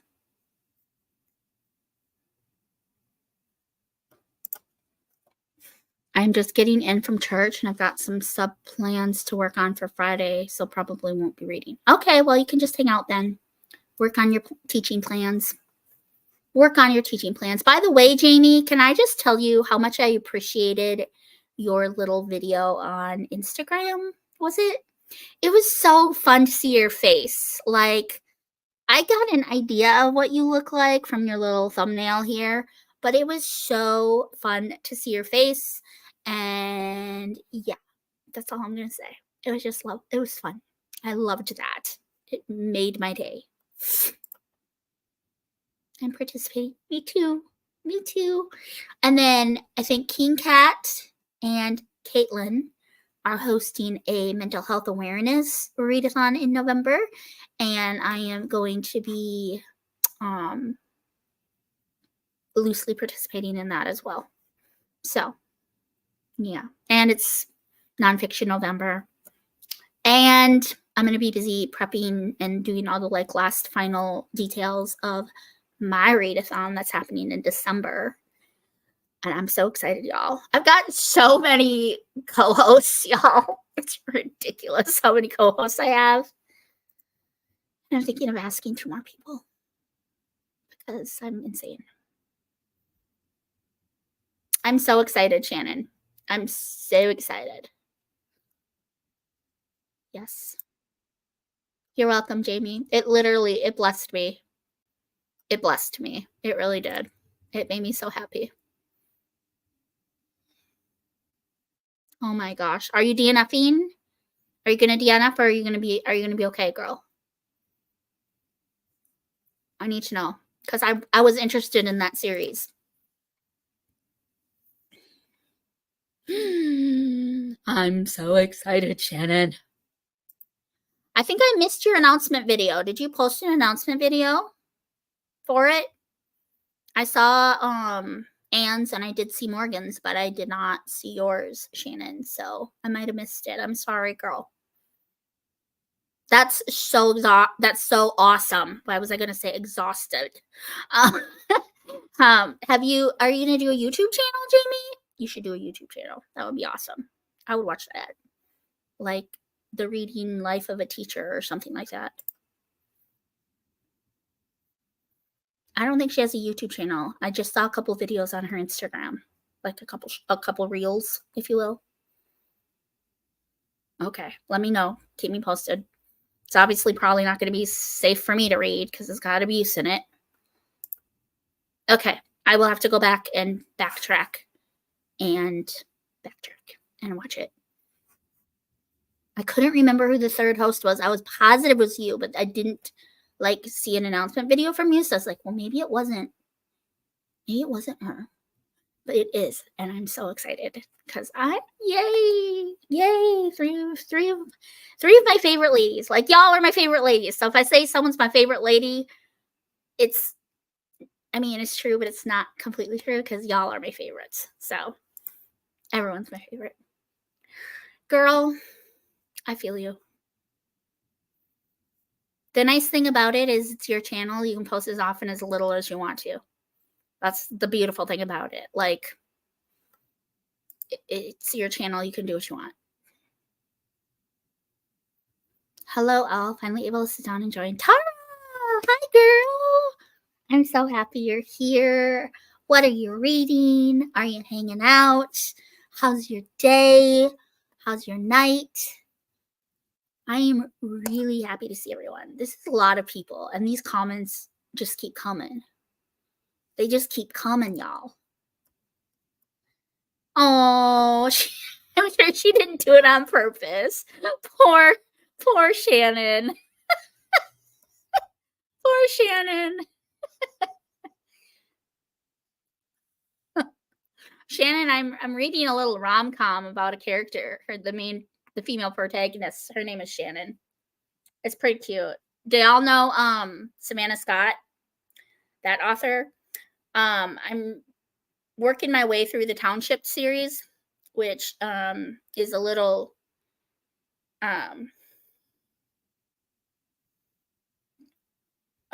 rom-com, contemporary rom-com. And I'm in the 4th book called, I believe it's Townshipped. Is that the one I'm on now? No, I'm on, it's Censorshiped. And it's about a girl and a guy, obviously. It's about a girl named Shannon, and I put it down because it really didn't fulfill any of the prompts on any of the bingo boards, so I had to put it down. But you guys, I'm crazy. I'm all over the place. Censorshiped. It is about Duke and Shannon. And so the Getting Ship series is about this circle of friends living in this small town called Bordox, Ohio. And the first book was about Trevor and Lexi, and it was like a best friends to more. The second book was about Trevor's bestie and Lexi's roomie, Rob and Laura, and that was a like second chance, enemies to best friends to more. Wasn't my favorite in the series, but I don't really like second chance. The third book was about Trevor's brother Aiden and this chick that like plows into his house, and it's the amnesia trope, which I love the amnesia trope. It's like one of my favorites. And that book was probably my favorite in the series thus far. And this one is about Shannon and Duke. And I think it's a best friend's brother trope. Best friend's brother and like childhood friends some more. That thing. But it has Friends vibes to it. This series does, but a lot cleaner Friends vibes. It's very exciting and it's very cute, and it's just cheesy enough to suit me, if you will. So, but that one's on pause briefly. I've also paused in this moment because I'm kind of bored. Not gonna lie to y'all, kind of bored with it. It's just really slow going for me, and it also does not fulfill any of the prompts that I have left for the readathons that I'm participating in. So To Kill a Mockingbird is what I'm doing right now in lieu of everything, because this is going to finish the Middle Earth bingo board, and it's going to fulfill a prompt on Katie's bingo board so that I can move on. And I think if I can like get through this, the rest of Katie's will be a breeze. Like, but I only have a week, you guys. How am I going to do this in like a week? A week in like 3 days. That's 10 days. Yeah. Not. This is the second book. This is the second book. Y'all, I did not pause the second book. I paused the third book. There it is. Sorry, I had the wrong one sitting next to me. I had the wrong one sitting next to me. Sitting next to me. I'm on the struggle bus, y'all. I've had a lot of caffeine today. Does this bug anyone else? The fact that they're all not the same size. Does this bug anyone else? That they're not all the same size. Well, this is the only copy I own. This second book is actually the church libraries, and then this one's actually from my public library. But it bugs me that the third one doesn't match, or it's not the same height, if you will. I'm probably still gonna end up buying books 2 and 3, but yeah. Anyway, sorry about that miscommunication there. Anyway, I'm hopping off. I will keep you posted on Caraval, Lucy. Good night, everyone. Good night, Jamie. Thanks for supporting my sprints. I appreciate you. But I'll probably finish my audiobook tonight of Chromatic. I need to read that series, and I need to read Agatha Christie. Please don't come at me. I haven't read Agatha Christie yet. Don't come for me, y'all. To get a snack, I'm also hosting my first readathon in November. Yes, I just announced that, Kat. I shared that with people. Not announced it, because that's your job, but I lovingly directed them to go check your readathon out. We'll be participating in that, King Cat. I'm going to be very loosely participating. Readathons. Thank you for pointing that out, Christina. Yeah, I don't know if I'm going to finish Katie's readathon. I feel like I'm probably not. If I get through this, then I'm going to try to pound out, what is it?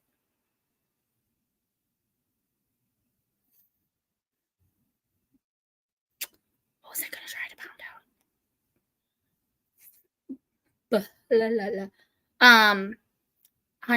Hunted by Megan Spooner.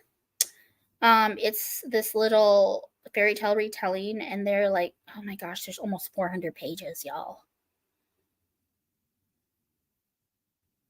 It's almost 400 pages. Is there something I could read that's a little shorter? Because I need to fulfill. I know I'm supposed to be answering questions, not talking about the readathons. I'm sorry, y'all. I knew I wasn't gonna answer all the questions tonight, y'all. But moving forward on these impromptu sprints, if I don't have a co-host lined up, I'm planning to keep plugging away at these questions from that Q&A. That was forever ago. So, yeah. But for Katie's, I still need to read. I need my cheaters because I'm old. So To Kill a Mockingbird will fulfill the murder prompt. So Tomb Raiders in the Who Are You Going to Meet? Because I've read Where Are You Going? I read a wartime era book, which would be Jerusalem. I read In This Moment by Gabriel Meyer. What Are You Hunting For? Precious Rubies, A Beautiful Cover. I'm so confused, y'all. What am I doing with my life here? Hold on. Hold the front door. Hold the front door. Hold it.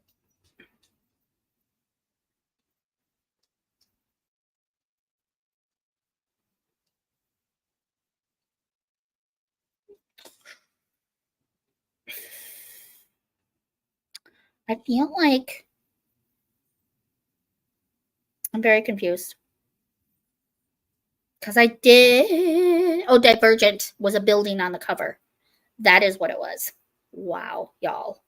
So Divergent fulfilled the Temple of Jerusalem, which is what I was hunting for. It has a building on the cover. And then Who Are You Going to Meet? It's going to be a Tomb Raider because this has murder in it.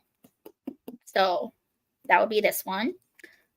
Booby Traps, a book you can finish in a day. And then How Do You Escape? A book you read by light. Or Snag a Popular New Release. Yeah, I don't know if I'm going to finish hers. If I get this done, then I'll find a little short, easy read on my Kindle Unlimited. like under 200 pages, if I can find one. She said we don't have to read them in order, but I'm kind of a rule follower in that regard. So I don't really have an excuse because I started on time too. But with Jeanette's, I cheated a little because I came in the middle of like July. I joined her readathon in July, or her reading challenge, her yearly one. Anyway, my library will let me renew a book 4 times if no one else is asking for it. Nice, Beth. That's awesome. No judgment from you. Okay, good. It's a judge-free zone, right, friends? Judgment-free zone. I finished a great book today, Winter's Maiden by Morgan L. Bussey, one for you fantasy lovers. I feel like Cece said she didn't like that one. I could be wrong, but I thought she said she didn't like it. Thought Death on the Nile was really violent, but it's very popular. I think the first one I read of hers is going to be Murder on the Orient Express, just because I know the most about it, and I feel like it's one of her most popular ones. Okay, Shannon. Is she really gruesome? Because when I think gruesome, I think like Stephen King. Like, that's gruesome. But like, is Agatha Christie really gruesome too?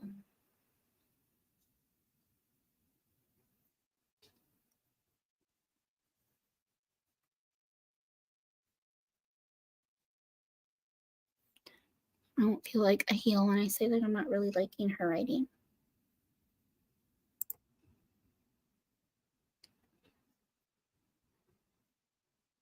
Yeah, and to be fair, it's a really old book. It's a classic. I mean, sorry. I'm sorry if you feel like I spoiled it. I'm sorry. That's all I'm going to say. I didn't mean to spoil.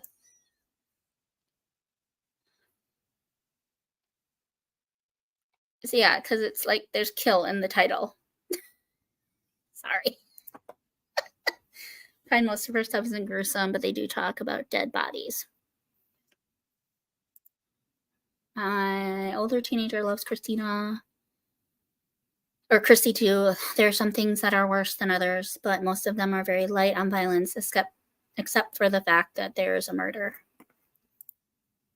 I've never thought of Agatha as gruesome. Some are creepy, which I love, but then some are more cozy mysteries like the Miss Marple. Yeah.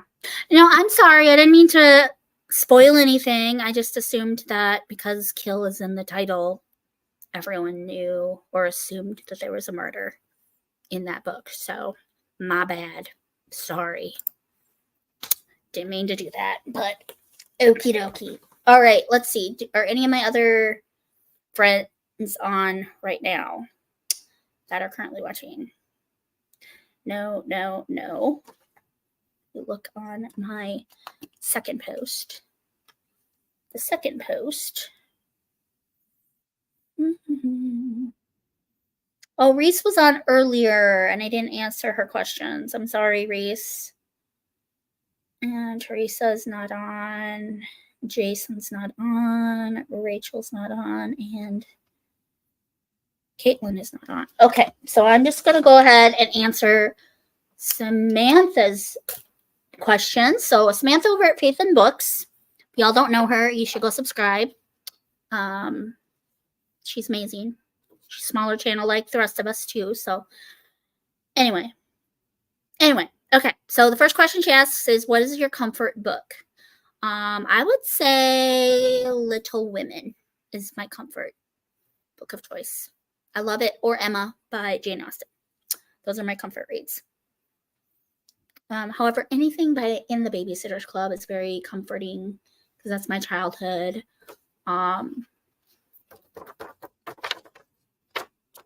Jeanette Oakey is very comforting, I would say. But Little Women and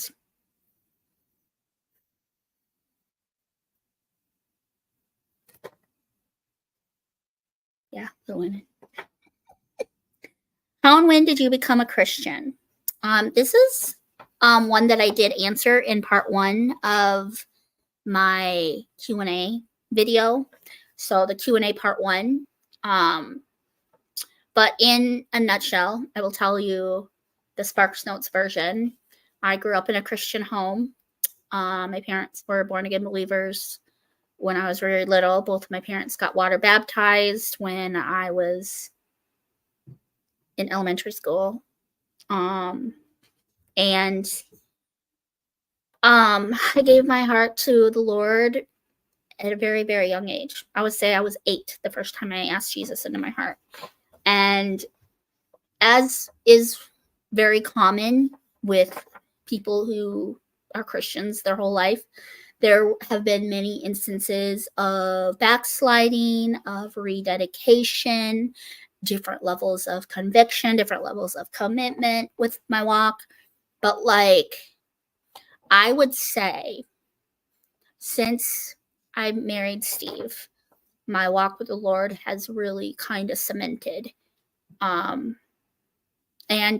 finding Christian BookTube has really cemented my relationship with the Lord. Because even in my marriage, I had some backsliding times, y'all. Even in the last 11, going on 12 years that I've been married, there have been times when I have reverted back to my selfish, sinful ways and, said, yeah, I don't want to go to church. Or I haven't actually, I don't know if it's as much as backsliding as just like going very lukewarm, which is just as bad. Let's be real.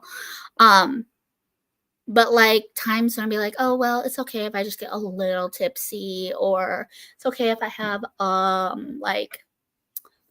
I just get drunk this one night, or it's okay if I just read this one book or whatever, like just compromising. That's the best word. Not so much backsliding, because I've always had that faith. I've always had that relationship. I've always had that personal relationship with Jesus, but like compromising. I feel like that's the best word to describe it. That's the best adjective. Obviously my 20s, before I met Steve, lots of backsliding, lots of rebellion in my teens, in my 20s, in college, all of that. And even then, I may have said, like, I don't know if I believe in God. I don't know if I love Jesus, blah, blah, blah. But I think in the back of my head and in my heart, I knew the truth, right? But like, I would say in my adult life, since I've married Steve, it's more been like, up until meeting y'all, up until discovering this community here, it's been more of a like compromising, letting myself give into the flesh and compromise. And I'm so thankful for this community because it really has held me accountable to truth. It's held me accountable to walking in life and in love, in freedom, and in grace, because I would constantly get so mad at myself for my compromises, if you will, and my backslides and like my screw ups, if you will, and be like, oh, I'm such a bad Christian. Oh my gosh, I'm such a bad Christian. You know what? There's no such thing as being a good Christian. Like, I feel like it's such a controversial topic, but honestly, it just boils down to there is nothing that we can do that can make God love us more, and nothing that we can do that can make him love us less. And he puts the ball like in our court. Like, it's up to us what we do with that grace. It's up to us what we do with that love and that gift that he's given us. Do we accept it? Do we live freely in it? Or are we going to constantly just be like, well, yes, but no, but yes. So, a Christian my whole life, gave my heart to the Lord. I've known Jesus my whole life. But like I said, lots of compromising and rededication. Compromising, rededication. So, hope that makes sense. Samantha, if you're watching, which she's not, but maybe she'll watch the back play. I don't know. Favorite ice cream flavor, 100% cookies and cream. I am allergic to dairy. I have a pretty severe dairy allergy. I have to take a pretty expensive prescription strength probiotic if I'm going to ingest any kind of dairy. Otherwise, I get terrible migraines. I break out in hives all over. in addition to the digestion issues. So they're like $5 a spot, $5 a pop. Like the pills are so expensive, it's ridiculous. Like probiotics over the counter are not cheap. So like just imagine how much it costs. And my insurance doesn't cover it, which is ridiculous because I have Blue Cross Blue Shield. So you'd think that they would at least do something, but they don't. So I have to be really careful. So every once in a while I can treat myself to like a piece of pizza or to some ice cream, like real ice cream, or a bowl of mac and cheese, or cheesecake, or a pastry. But I have to like be very stingy and be very selective with how often I do, because those pills are expensive. Like luckily a pill is supposed to last an entire 24 hours. So like if I take one in the morning, like I have the whole day to basically cheat. But $150 for a month supply, y'all. $150 for 30 pills. It's not cheap. So I got to be very careful that I don't like go crazy, because I can't afford to replace those every month. So, but cookies and cream, hands down. Sometimes though, I will say orange sherbet is so comforting. And a scoop of vanilla ice cream with just like some caramel or chocolate drizzle on top. Chef's kiss. I almost said French kiss. Chef's kiss. Anyway, go-to snack. Lately, I've really been loving Gardettos. I don't know if y'all know what those are. It may just be a Midwest thing, because I think Cece said she didn't know what Gardettos were. But essentially, it's like a Midwest Chex Mix. So they've got these like little rye chips and like these little like teeny tiny like baguette breads and like pretzels, and the seasoning, I swear, it's probably in the MSG, but I swear they put like crack in the seasoning because it's so addicting, but it's so good. And I've been obsessed lately, and I like to dip it in fake cheese. And once in a while, if I've taken a pill that day, I'll dip it in real queso. So good. Oh, the pretzels especially. Oh my gosh. Favorite holiday? Christmas. Hands down. 100%. It's Christmas. Love it so much. Like celebrating the birth of our Savior and the gift that he is to all of us. It's just, nothing's better. I love the lights. I love the snow. I love the spirit of giving. I just love the music. Yeah, I love Christmas. I love winter. It's my favorite season. I don't know if anyone's asked me that, but question number 6, beach or mountains? Definitely the mountains. I think I did address this in my first Q&A video, but I've been to Hawaii, and specifically Waikiki Beach, and I got all the way up to here, and I could still see my feet. Like, that's how crystal clear the water is there. Hawaii is like, it's its own experience. Like, there's nothing to explain the wonder that is there. It's so beautiful. The sand is so buttery. Like, I've been to both coasts. I've been to the beach over on the East Coast, but I've also been to the beach over off of Hawaii. And it's not the same thing, y'all. It's not the same thing. Like, the sand is buttery. The water is so crystal clear.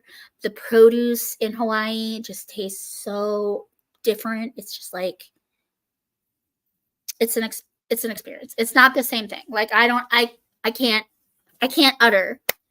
put into words what an experience it is to be in Hawaii. But despite that, I think I'm going to say mountains, because I do not do well with the heat. I have the worst allergies in the world. Like, I'm literally allergic to everything outside. So if I haven't taken 2 Benadryls, or not 2 Benadryls, I would be dead if I take 2 Benadryls. If I haven't taken like 2 Claritins, plus my prescription allergy medication, plus all my asthma medications, I'm not going outside. I'm not going outside. I'm allergic to everything out there. So the mountains, I feel, would be cooler. and safer for all of this stuff. And I think the huskies would enjoy the mountains more too. So I'm going to go with mountains. That was a really long answer.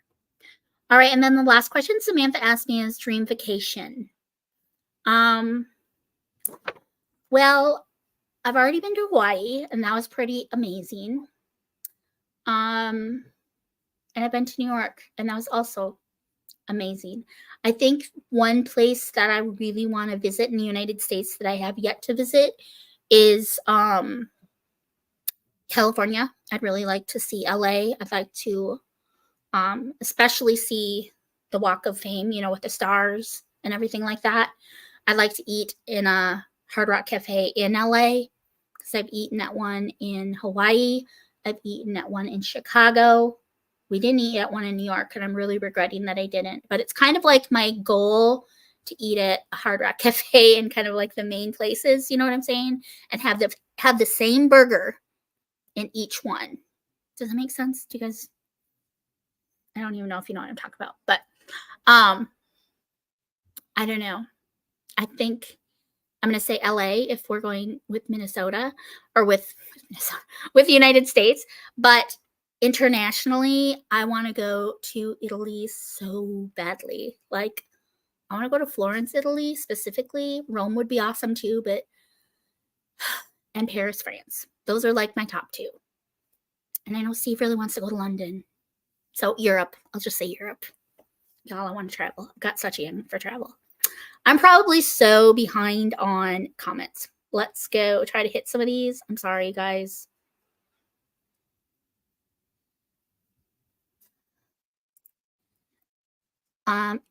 Shannon's not on Instagram. That's sad. And forgot to mention, yeah, we did read that. Hopping off. Okay, Agatha Christie. I need to get down to where. Okay.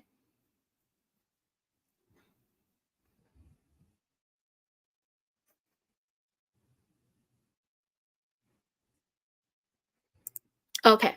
Christine says, no, I'm joking. I was just planning on reading it soon. Okay, well, I am sorry. I didn't mean to spoil it. So if I did, my bad. I'm sorry, girl. It's very enjoyable, King Cat. To Kill a Mockingbird? Yes, it is. It's my favorite book of all time. Everybody needs to read it. It's so good. The writing is beautiful. The characters are amazing. The imagery is so good. And it's just, yeah, it's beautiful.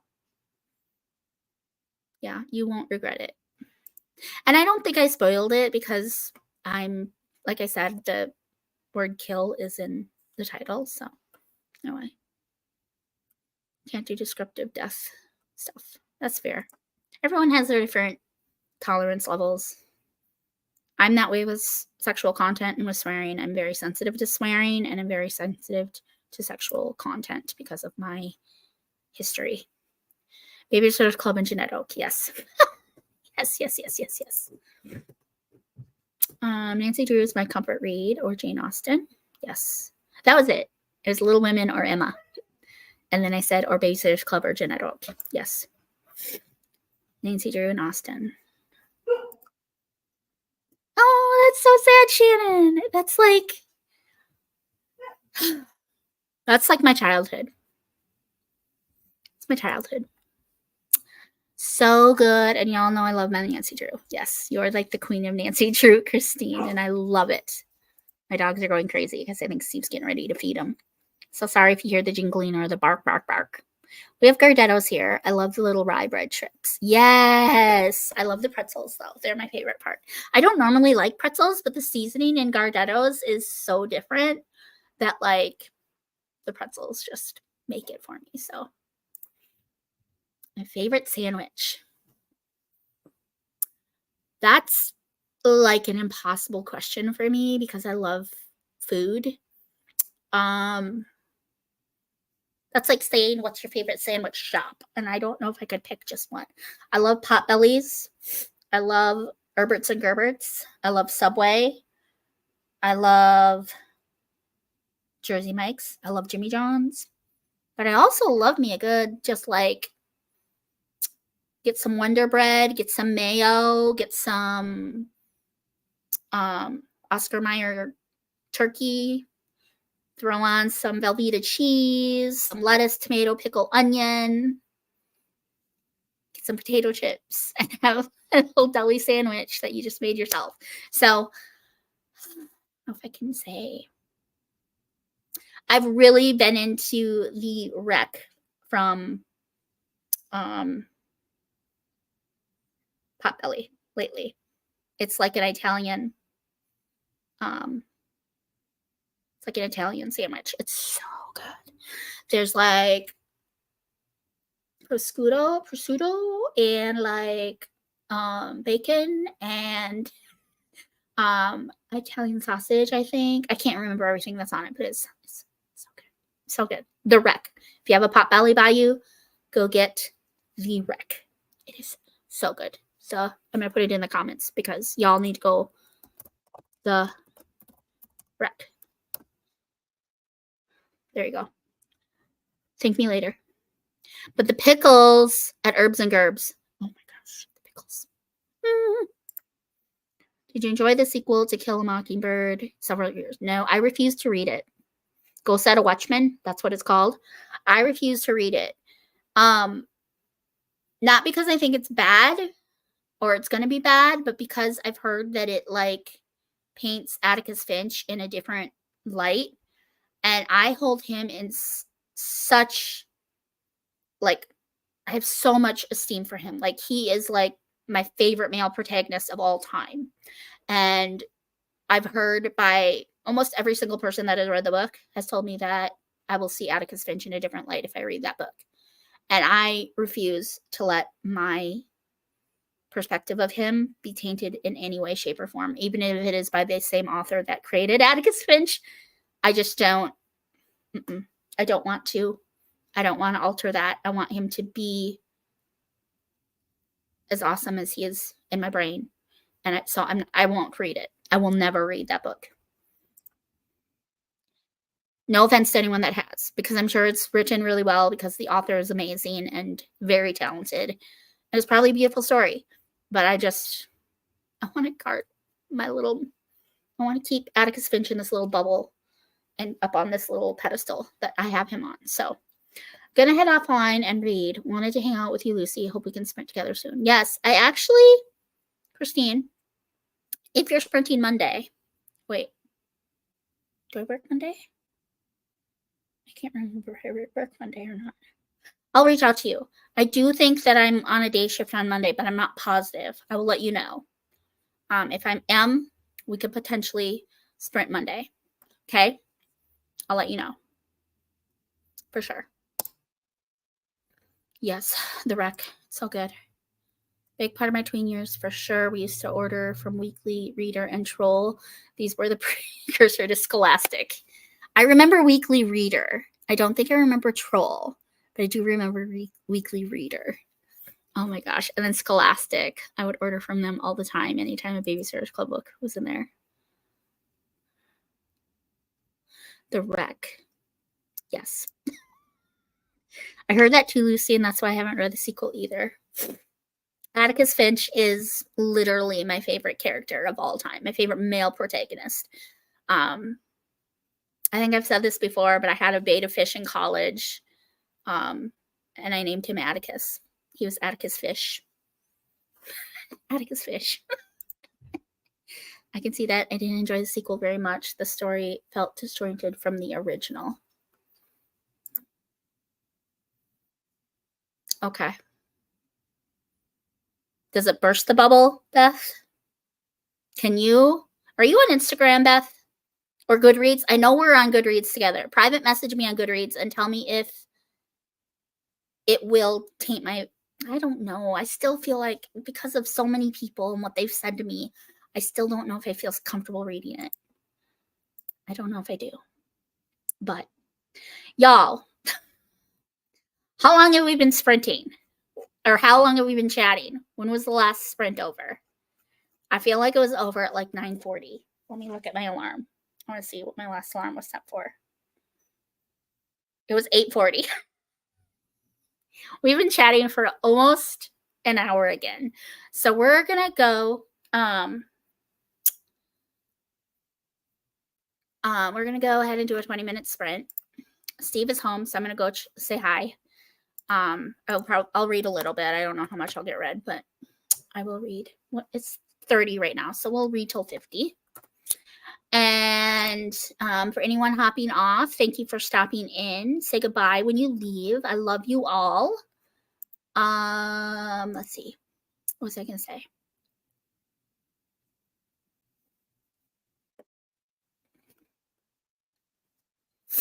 I think that's all I was going to say. I think that's all. I love you all. God bless your reading. Hope you're enjoying the ambience. I think the train is absolutely gorgeous. I love it, and the music is beautiful. So I hope that everyone's enjoying it. God bless your reading. I will see you in 20 minutes.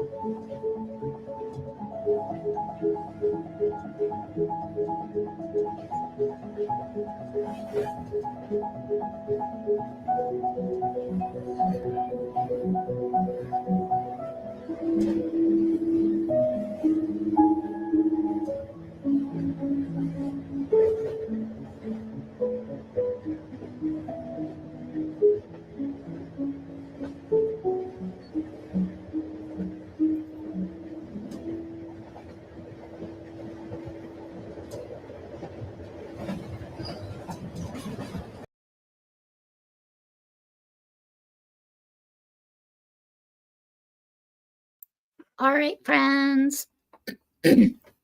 That was 20 minutes. How'd everyone do?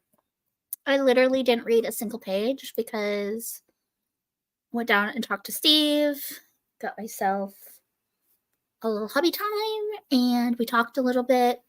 And you guys, I'm so excited. My apple syrup from Tarani came in today. And so I'm going to be using this with the brown sugar cinnamon syrup by the same brand. I already have it, to make some homemade apple crisp macchiatos. I'm so excited. I'll let you guys know how they turn out, but I'm very excited. I used to be a barista at a Starbucks, so I know like all the proportions and everything. Like I know the science behind lattes, cappuccinos, all that. So I'm very excited. So all I had to do is research like what syrups they use, and I think I'm going to be able to recreate it. So I'm very excited. Y'all, I'm so excited. Anyway, how did you guys do? How'd you read? How did the reading go?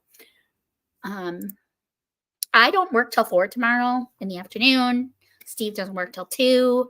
So, husband, sweetheart, could you bring me the brown sugar cinnamon? I want to show my friends. Please and thanks. So I can sprint relatively longer tonight than I normally would. I'm not tired at all. I have some reading to do anyway. And like I said, I do not work in the morning. And Steve doesn't work in the morning. Normally he has to work at like 5 in the morning on Thursdays, and I have to take him. But he ended up switching with one of his coworkers to the night shift. So he'll be going in at 2 or 1. It might be 1, but either way, afternoon. So we can sample a little later than normal tonight. So, yeah. I started to go set a Watchmen, but never finished it. I wish I could teach To Kill a Mockingbird to my freshmen. Instead, we read a similar story called A Lesson Before Dying. Not as good as To Kill a Mockingbird. Not much is as good as To Kill a Mockingbird, Jamie. Let's be real. The Bubble is exactly what Watchmen is about. I don't even know if I've read the synopses, so I think I was just so off-put by what everyone was telling me about Atticus. So, I don't know, y'all. I don't know if I'll read it. Yes, it will, but it's supposed to, and just don't read it because you love Atticus.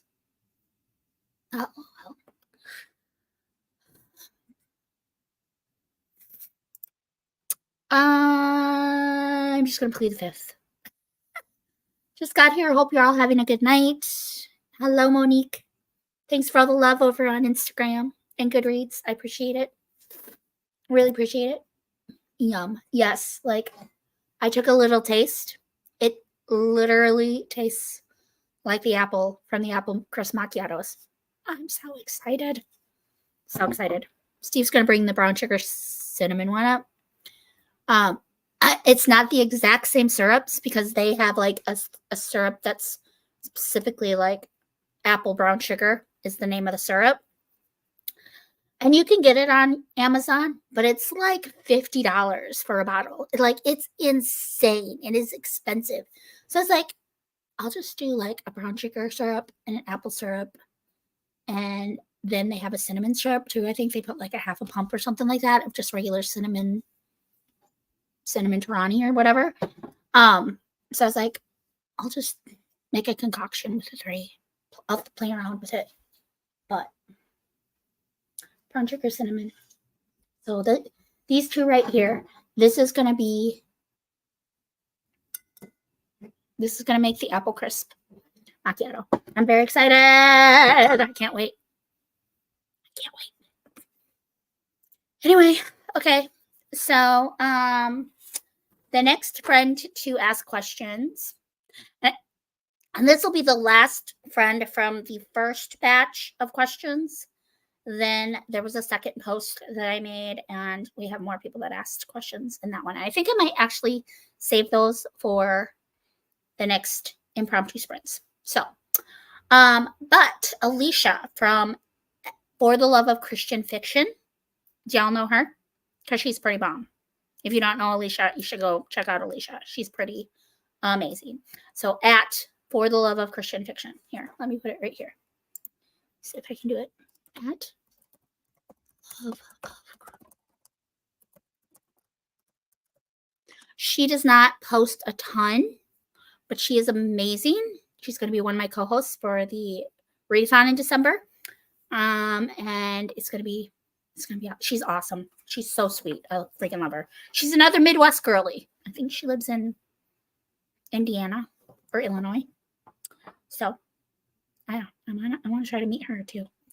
Anyway, her first question is, what is your dream career?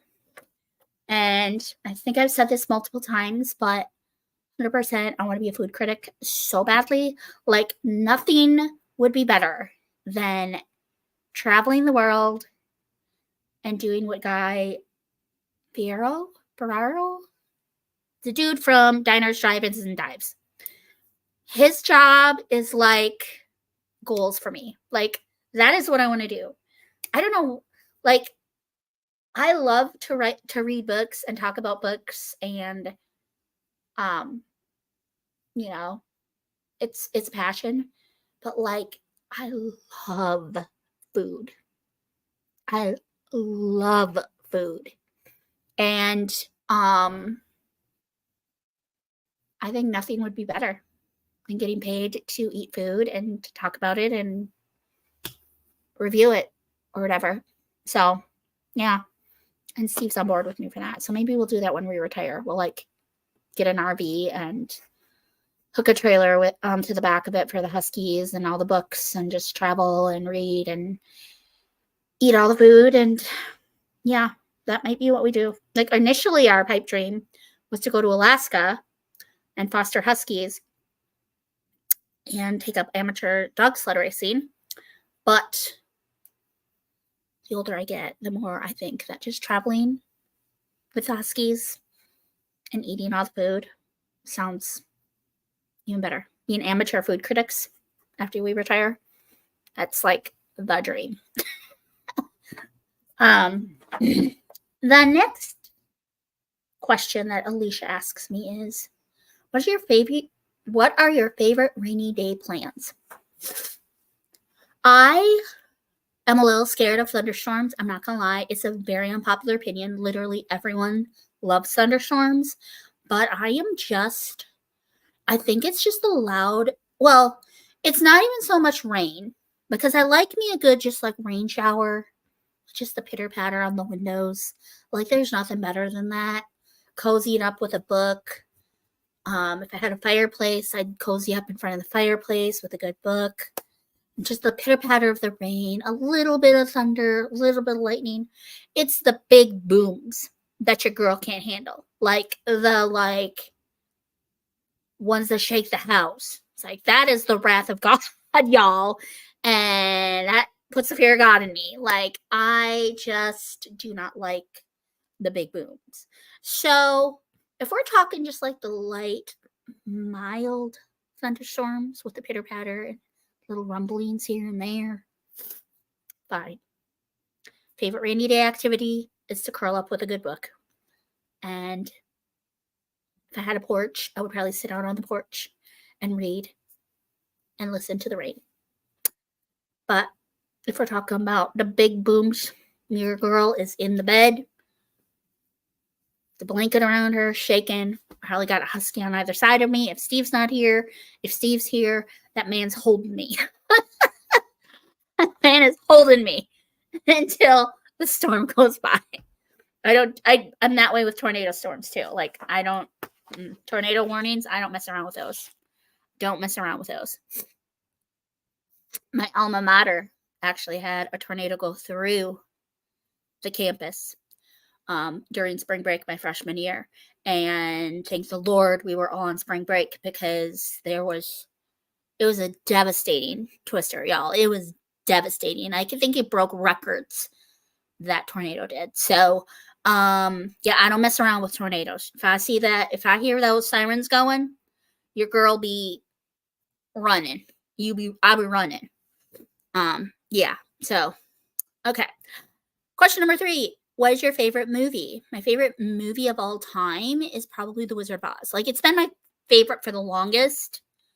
Ever since I was a little kid, I've loved The Wizard of Oz. Hook is a very close second for one of my favorite movies as a child. But if we're talking more like modern, like as an adult, I love The Shawshank Redemption so much. Oh my gosh, that movie is so good.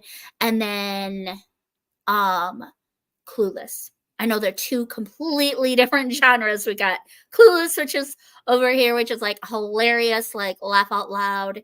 Like it's a satire kind of like parody of Emma from Jane Austen.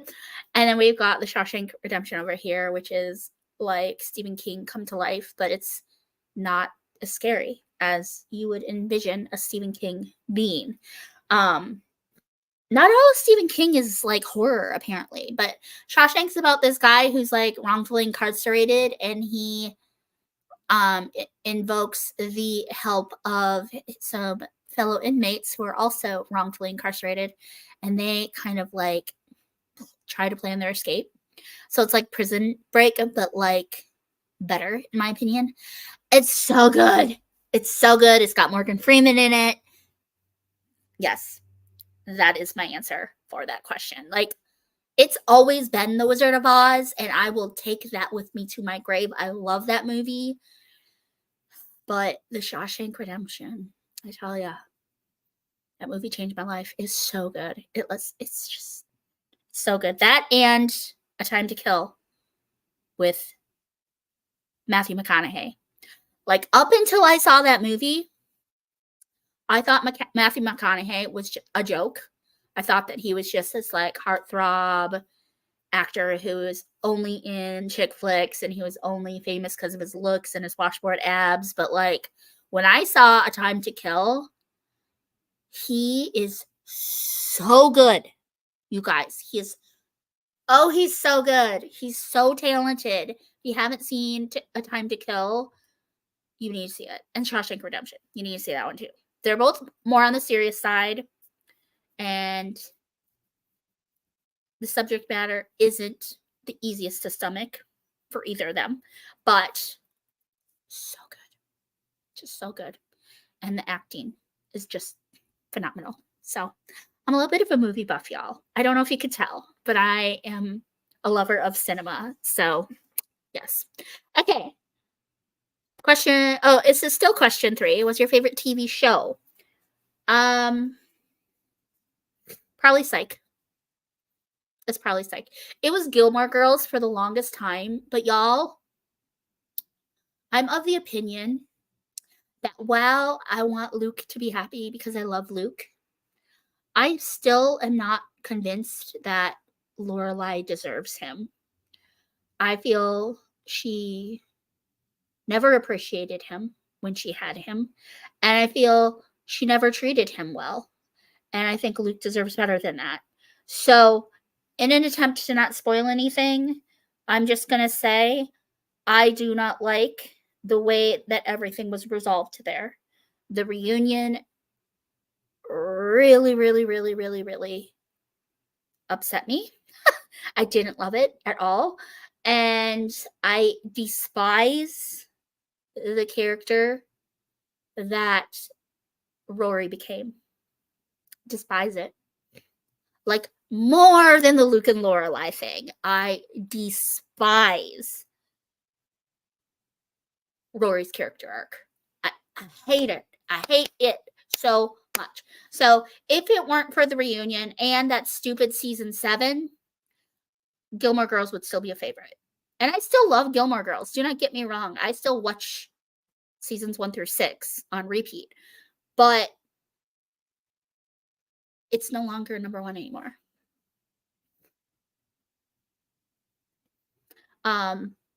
But Psych is hands down. I love that show. I also really, really love Reba. Do y'all know Reba? I love Reba. That show is so cute. Yeah, I don't think many people know Reba, and it makes me sad because Reba's awesome. Okay, continuing with question 3. What's your favorite childhood movie? That would be The Wizard of Oz. That would be 100%. It would be The Wizard of Oz. I loved that movie growing up. I had it memorized verbatim. Me and the neighborhood kids, I would get us all together and we'd put on a little like play of The Wizard of Oz.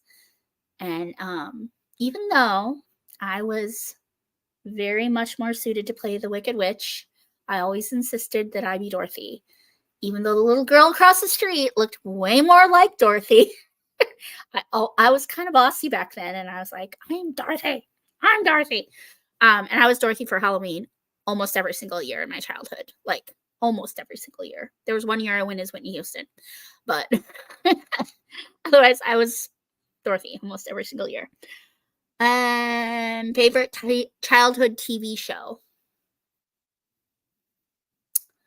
I watched a lot of TGIF and Nick at Night and Nick Jr. and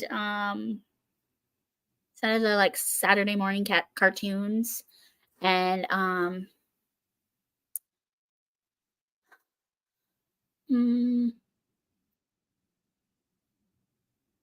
don't know if I had a favorite as a child. I watched a lot of Reading Rainbow and Mr. Rogers. And I mean, I kind of watched some Sesame Street. My sister was more into Sesame Street. I watched a lot of game shows too as a kid, like Price is Right and Wheel of Fortune. And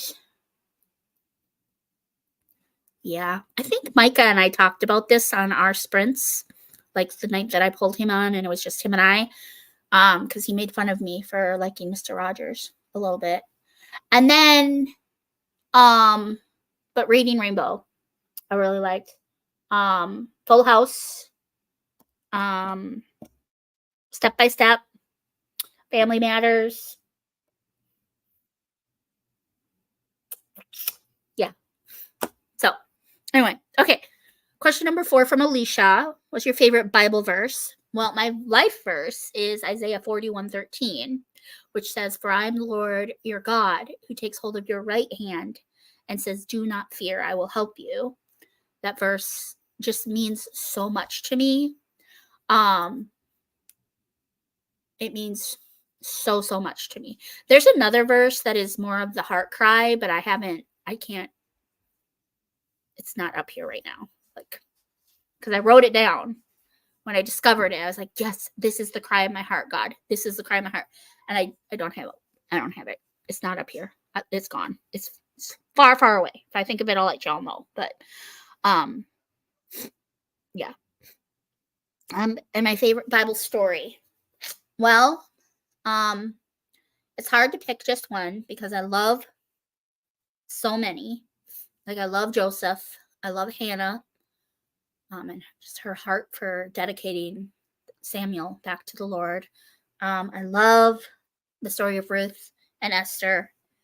All of these strong women in the Bible. I love their stories. But I would have to say that my favorite story in the Bible, my favorite female, is probably Rahab. I had to rethink this, you all, because like normally I say Esther and Hannah, and I love them. And Joseph is one of my favorite males. But Rahab is such a powerful story. And then Hosea. And I know this is saying a lot because both of the stories have to do with prostitutes. What does that say about me? But Hosea is probably my favorite book in the Bible. In the Old Testament anyway. But yeah, so I'm going to say Rahab and Hosea because, yeah, that's all I'm going to say. Oh, y'all. Oh, y'all. Okay. Are you a sports fan?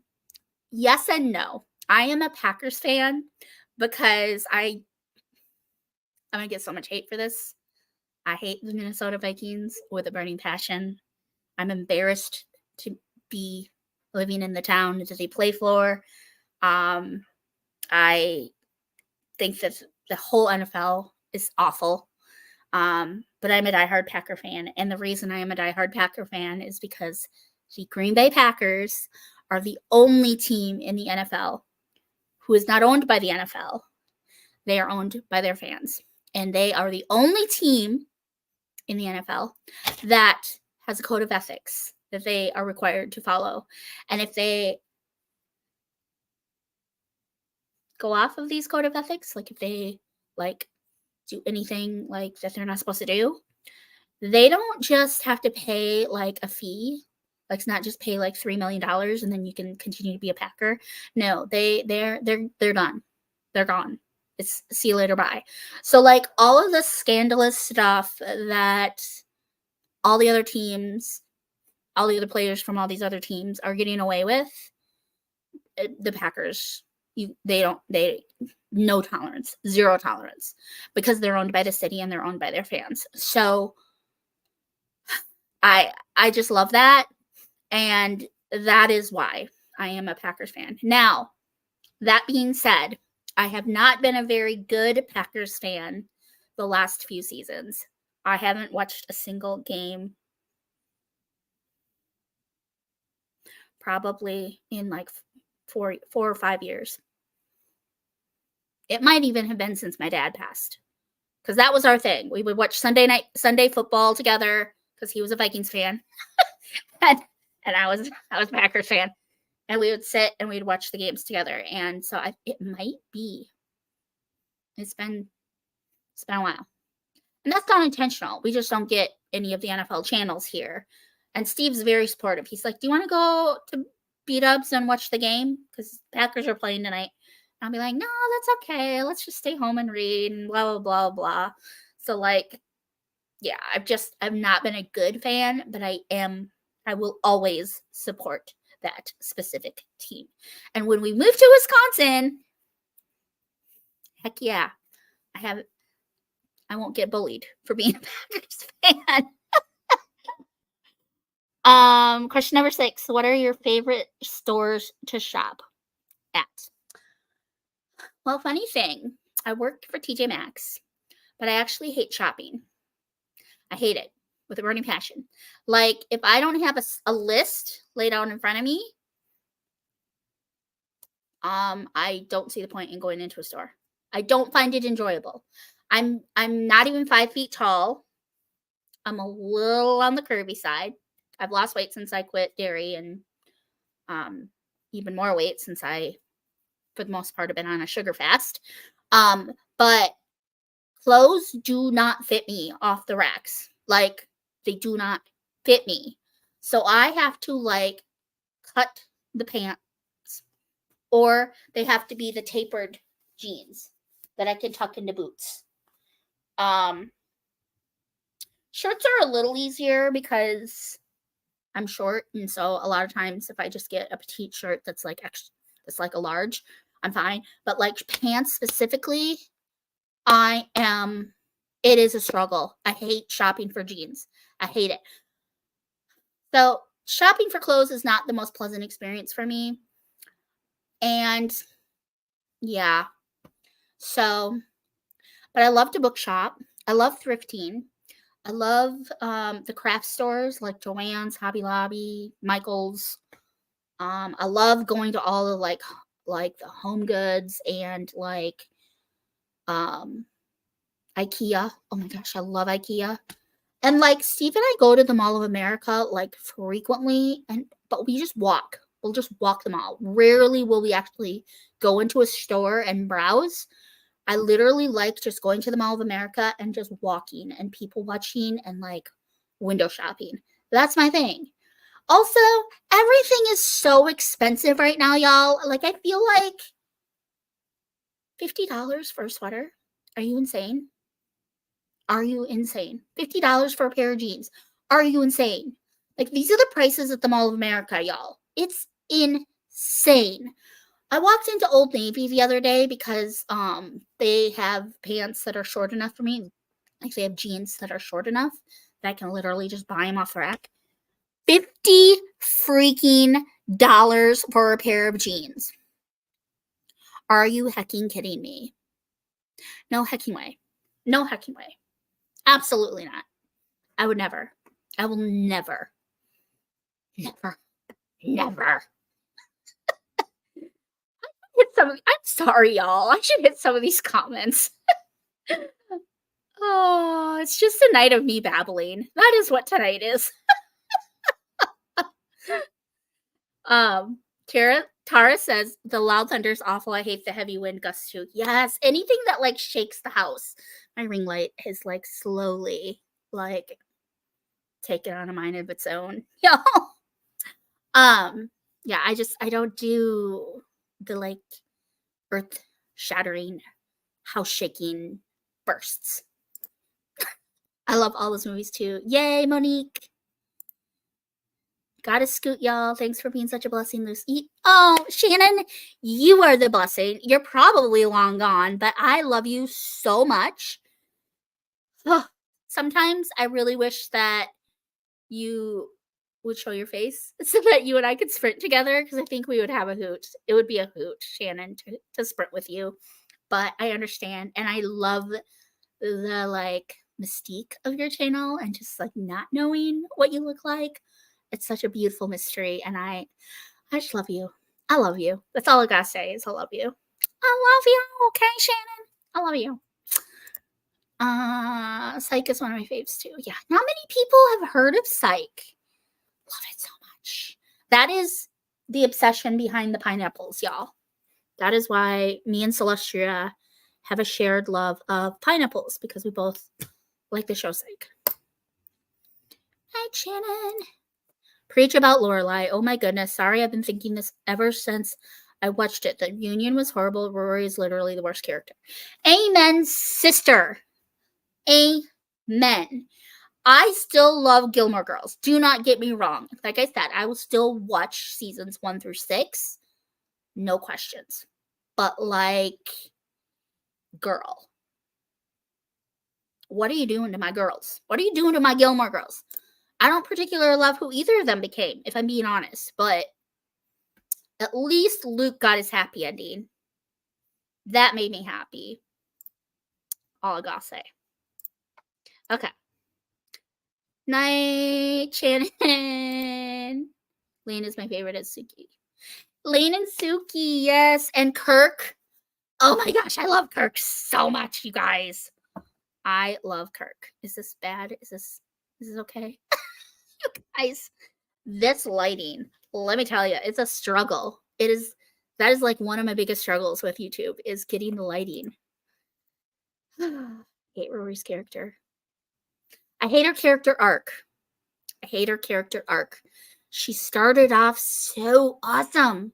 Like in the first 3 seasons, like the first half of the show, up until season 4 when she did that stupid thing. I freaking loved her. And then she just became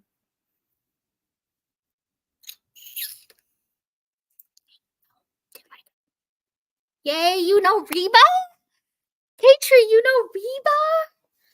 Oh my gosh, Cheyenne is like my favorite, but Van is hands down my favorite character in that show. I love Van. He's so stupid, but I love him. I'm gonna move this way. Let's see if this will. Y'all, I'm so paranoid about my lighting. It's so dark in here right now. Oh my gosh. Oh my gosh. Okay. I hope that's okay. I totally missed that sprint. Doug and I were touching up stains on shelves in my new library. Are you going to do a tour? Cheryl, are you going to do a tour? Tell me you're going to do a tour, girl. I want to see a tour of your new library. New library, girl.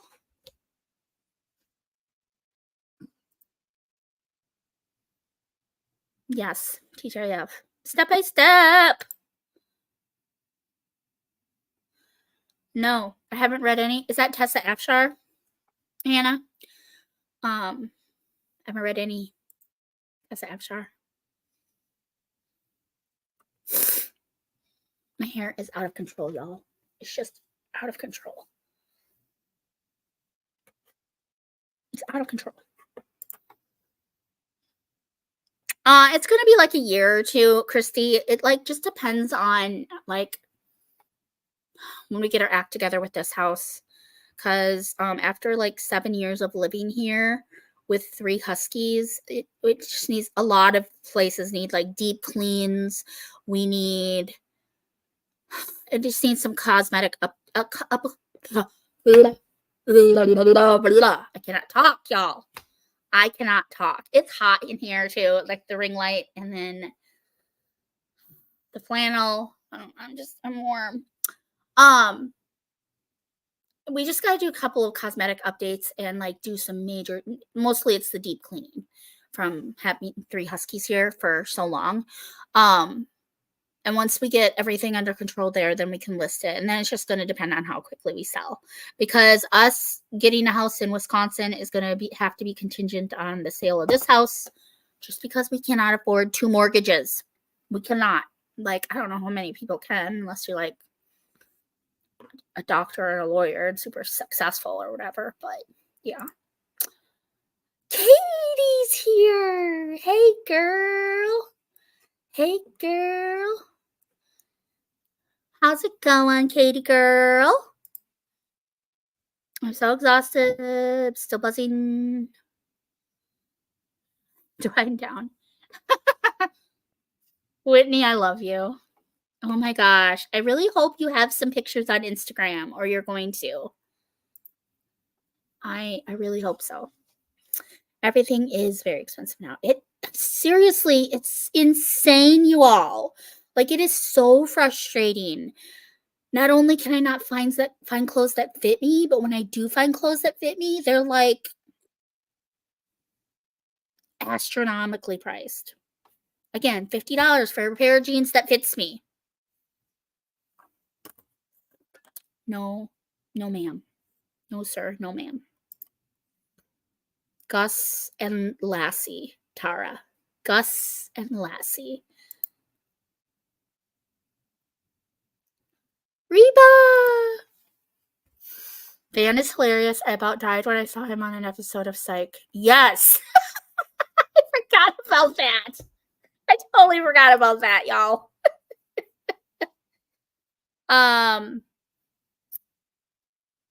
What do you do on your days off? Okay. So on my days off, I am probably the most lazy person on the planet. Like, a lot of this, a lot of this, and a lot of this. That's what I do on my days off, y'all.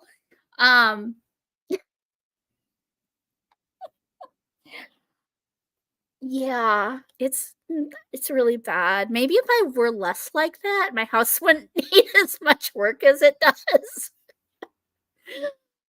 Oh, I've lacked so much motivation lately, you guys. If Steve and I have a day off together, I'm a lot more productive. We kind of motivate each other.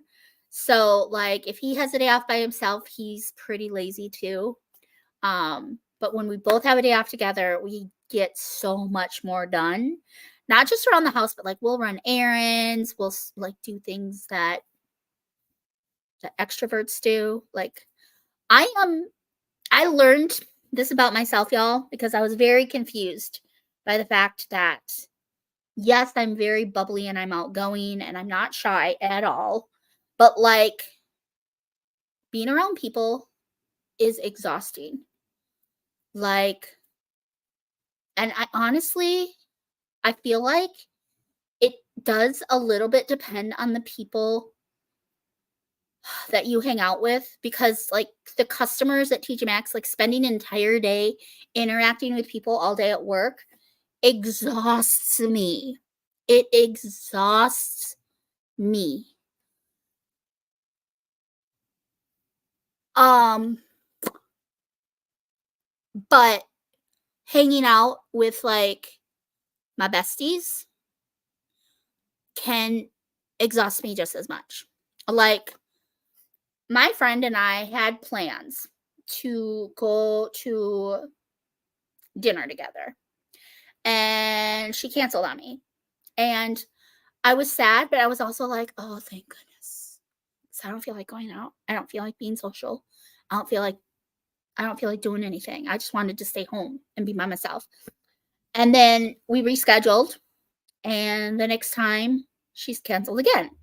And I was like, okay, I should be sad, but I'm actually really relieved because it was a crazy day at work again.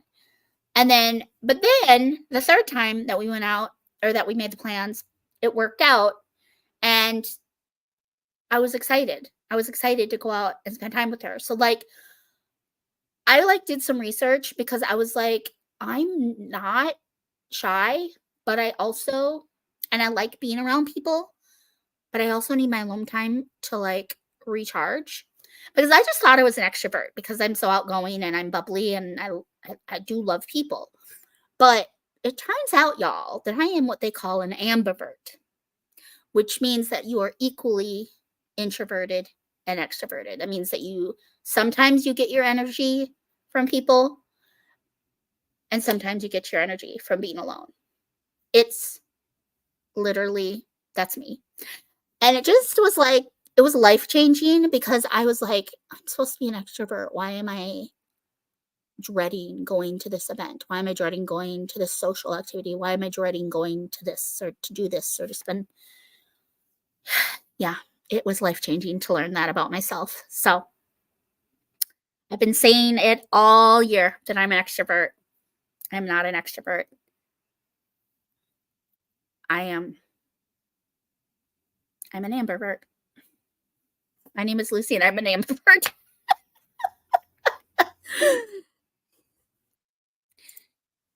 Whitney said, I watched your little free library video earlier today and the hubs was walking in and out of the room. 1 minute it was you and Steve and the next just you.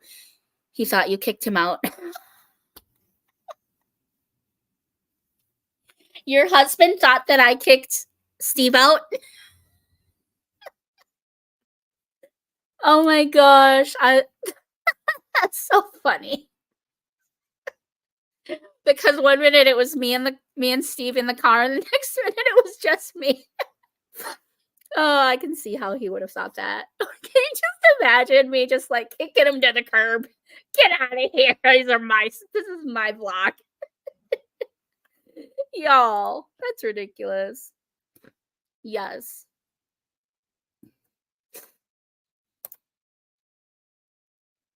It's okay to be honest with your people. That's what I've learned. Say no self-care. Hi, Lily. Welcome in, girl. I'm also ambivert. Gotcha. Yeah, K-Tree, you should look into it because, like,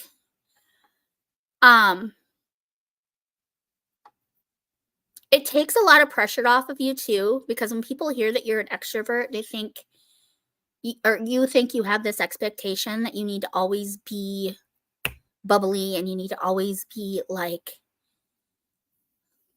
yay, people, yay, like going. And so like learning this about myself was so refreshing because it just gave me, it was like giving me permission to just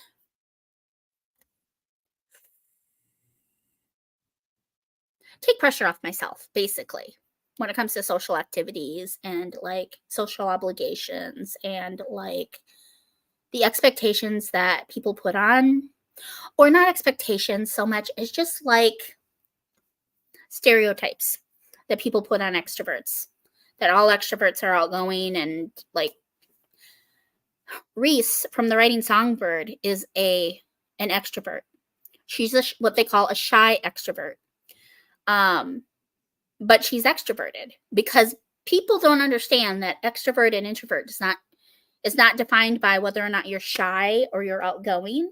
It's actually defined by how you get your energy. And Reese, while she is very shy and she's very quiet, she does get her energy from people. And so that is what defines an extrovert. I get my energy from both. Sometimes I'm charged by being around people. Sometimes I'm recharged by being by myself. So, yeah, do your research, K-Tree, because I think you would surprise yourself. Yeah. Mm-hmm.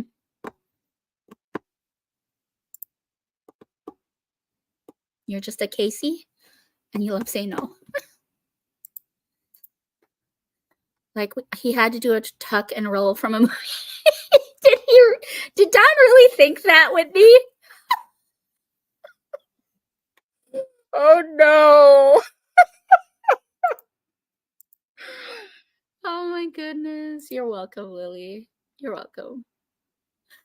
I am on chapter 8, which is page 68. So here I am. I don't know. You can see. And there's some really nice illustrations in this, you guys. Like, oh my gosh.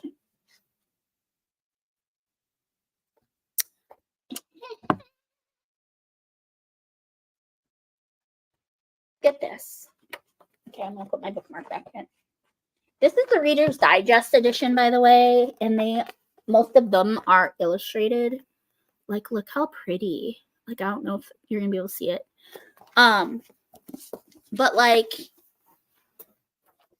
the Reader's Digest editions also come with these like little brochures that give like a blurb of what the book is about, like a synopsis of the story, but also like the history of the story, and then the writer's like inspiration, and also a little bit about the author. It's so I love it. I'm so obsessed. This is my favorite book of all time. I think I've said that, but look at this beautiful edition. Isn't it gorgeous with the gold and the gold? It's so pretty. I love it. Thank you for asking, Katie. Sorry, I oftentimes get carried away and forget that this is readings. These are readings, friends. Okay. Alysha's last question is, what's your favorite dessert? What's your favorite food? And what's your favorite snack? So my favorite dessert is cheesecake. I love cheesecake so much. Like that is probably one thing I miss the most since having to give up dairy. And the one thing that I will let myself cheat on occasionally. I like plain cheesecake with caramel drizzle and a little bit of Cool Whip or whipped cream. So good. Favorite food? I can't really narrow it down to one specific food. But my favorite cuisines are Mexican and Italian. I just love food. And then I already answered the snack question because Samantha asked that as well. So I think that's all I'm gonna do for the Q&A for tonight. Because I want to stretch it out, That's my thing with the Q&A. Just keep it as elusive and mysterious as I possibly can. And that was redundant. I'm sorry. Yeah. So, how's everybody doing? Who's all still here? I've still got 12 people watching. And as long as I have people here, and as long as y'all are interested, I will keep sprinting because like I said, I don't work till 4 tomorrow. Steve doesn't have to go until 1. I can go hang out with him during sprints. If you guys want to read, I should read, but I'm also hungry, so I might go eat during this next sprint. But let me know what you guys are doing this week. Like, do you have plans for the weekend? Do any of you guys do anything for Halloween? Because I know that's coming up. And like, did you dress up as kids? Are your kids allowed to dress up? Like, I know that's kind of controversial. When I was growing up, we were allowed to dress up, but we couldn't be like anything evil. Like, we couldn't be a ghost or a witch or a like goblin or anything scary like that. And our church always had like a harvest party on Halloween. And so it would be like the standard, like bobbing for apples, making the popcorn balls, doing crafts and playing games and things like that. But like, you could come dressed up as a Bible character or something that wasn't scary. Again, it was kind of that same rule that you could come in costume as long as it wasn't anything evil.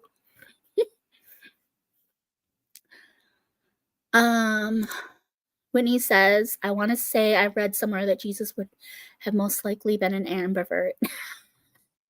That would make sense because he needed his alone time, but he also liked to be with his disciples and to be out interacting. But I want to stay longer, but I've got to go to bed. Okay, Cheryl, good night, love.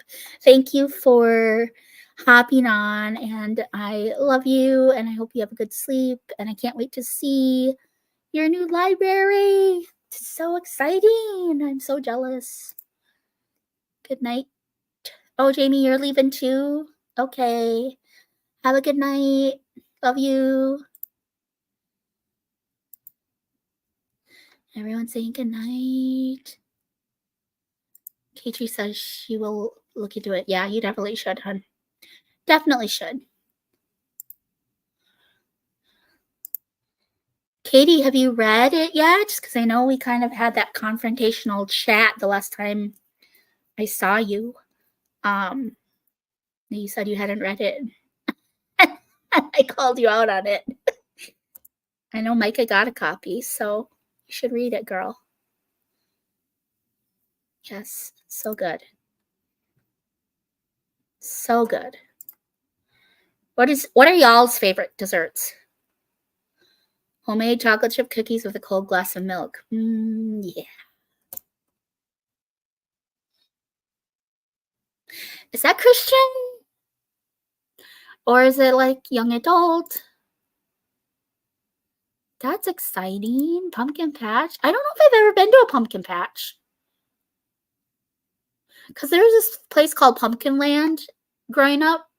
And I don't know if my parents ever took us. I think my sister might have gone with some friends once, but I don't think I ever went to Pumpkin Land. Hoping to film, edit, and upload a bookish birthday vlog this weekend. Yay! I'm so excited. So excited. Oh, I just want to dress up, but I never do. Last year, apple pie, yummy.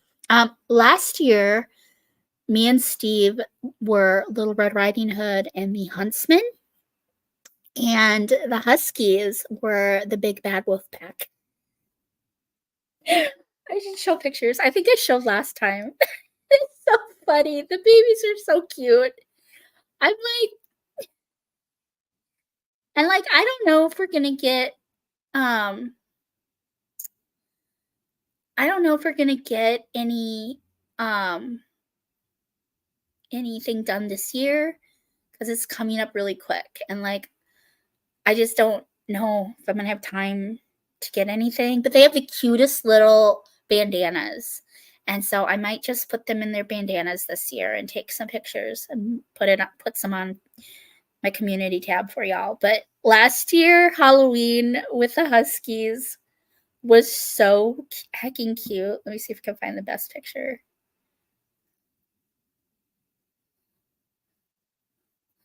It was hard. Look at Titus with his tongue out. He's so cute. Look at Titus with his tongue out. But there's me as Little Red Riding Hood. There's a decent picture of all of us. But that was fun. That was so fun. Yeah. So but this year I wanted to, like, even last year I started talking about it right away. I wanted to like restage that scene in Beauty and the Beast where the Beast is getting like Belle is like riding on Philippe, and she like runs into the wolf pack. Do you guys remember this? And then the Beast comes and like tries to fight off all the wolves to save Belle, and he gets bit really bad in the arm. And I wanted to try to restage that scene with Titus as Philippe and me riding in on him, and Steve's the Beast. Maggie and Bella are the evil Huskies, or the evil wolves attacking him. But like, I had a whole year to get it ready, and it's like a week away, and I still haven't gotten anything for that. I don't know how I would go about doing it. It was so funny. That would be so funny if I could figure that out. Maybe next year. We'll try to do that next year. Now that I've told y'all about it, you need to hold me accountable so that we can figure it out to do it next year. It's so funny me riding in on Titus. Kristi's still here. Yay! Yay! Yay! What's Baby Ryder going to be for Halloween, Kristi? Are you going to dress him up? I want to know.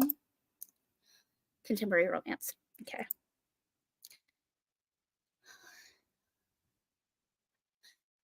Oh my gosh. I don't even know. I don't even know how to explain it. Like, I don't even know how to, I don't want to say anything about it because you should go in blindly. Yeah. It's so good.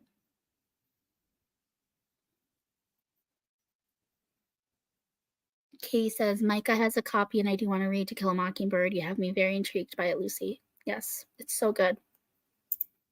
It's so good. Here, I'm going to pull up the synopsis on Goodreads because I really don't know how to explain it well. I'm not good at explaining things, which is why my video is always like 30 minutes long, if not longer. So, To Kill a Mockingbird. Okay. Okay. The unforgettable novel of a childhood in a sleepy southern town and the crisis of conscience that rocked it. To Kill a Mockingbird became both an instant bestseller and a critical success when it was first published in 1960. It went on to win the Pulitzer Prize in 1961 and was later made into an Academy Award-winning film, also a classic. Compassionate, dramatic, and deeply moving, To Kill a Mockingbird takes readers to the roots of human behavior, to innocence and experience, kindness and cruelty, love and hatred, humor, and pathos. Now, with over 18 million copies in print and translated into 40 languages, this regional story by a young Alabama woman claims universal appeal. Harper Lee always considered her book to be a simple love story. Today, it is regarded as a masterpiece of American literature. Okay, that's not a synopsis. I need a synopsis, people. Can you get me a synopsis? That isn't spoilery.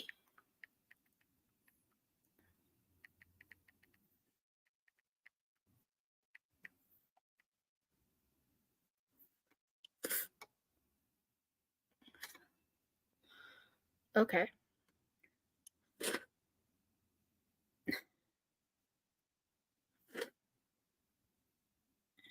To Kill a Mockingbird takes place in a fictional town of Macomb, Alabama during the Great Depression. The protagonist is Scout Finch, an intelligent though unconventional girl who ages from 6 to 9 during the course of the novel. She is raised with her brother Jem by their widowed father, Atticus Finch. He is a prominent lawyer who encourages his children to be empathetic and just. He notably tells them that it is a sin to kill a mockingbird, alluding to the fact that the birds are innocent and harmless. When Tom Robinson, one of the town's black residents, is falsely accused of raping a white woman, Atticus agrees to defend him despite threats from the community. That's all I'm going to say. That's all I'm going to say. It's so beautiful. I will tell you, again, there's trigger for rape. There's trigger for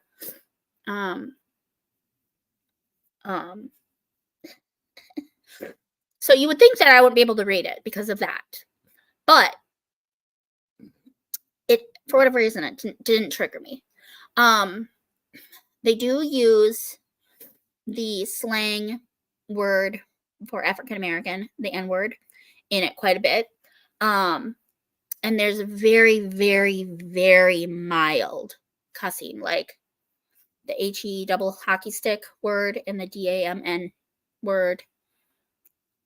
I think those are the only two I've seen so far. But it's so good. It's so good. Such a beautiful tale. Such a beautiful story. Oh my goodness. And the writing is so lovely. So lovely. Baby Ryder and you are going to the pumpkin patch. Yay! I'm blind and laying in the dark, but does your headband match your outfit? Yes, I am. They're both buffalo plaid. See, the lighting is not very good. Y'all, it's not good at all. There, I got a halo.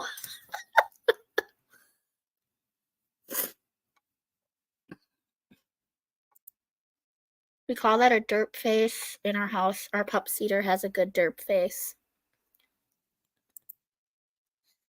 That is so cute. Love this cat. Yes. Little baby bear. Shut up. Stop. That is so cute. That is so cute. That is darling. You are 100% right, Katie. That is darling. I'm obsessed. I'm not. Baby Ryder is, Whitney. And Baby Grace. Baby Ryder and Baby Grace are the cutest humans ever. You're so sweet for saying that, though. Thank you, sweetheart. Appreciate it. I think we're gonna sprint because I'm hungry. And yeah, I'm gonna go see if I can whip up something quick here. I don't know what we got, but yeah.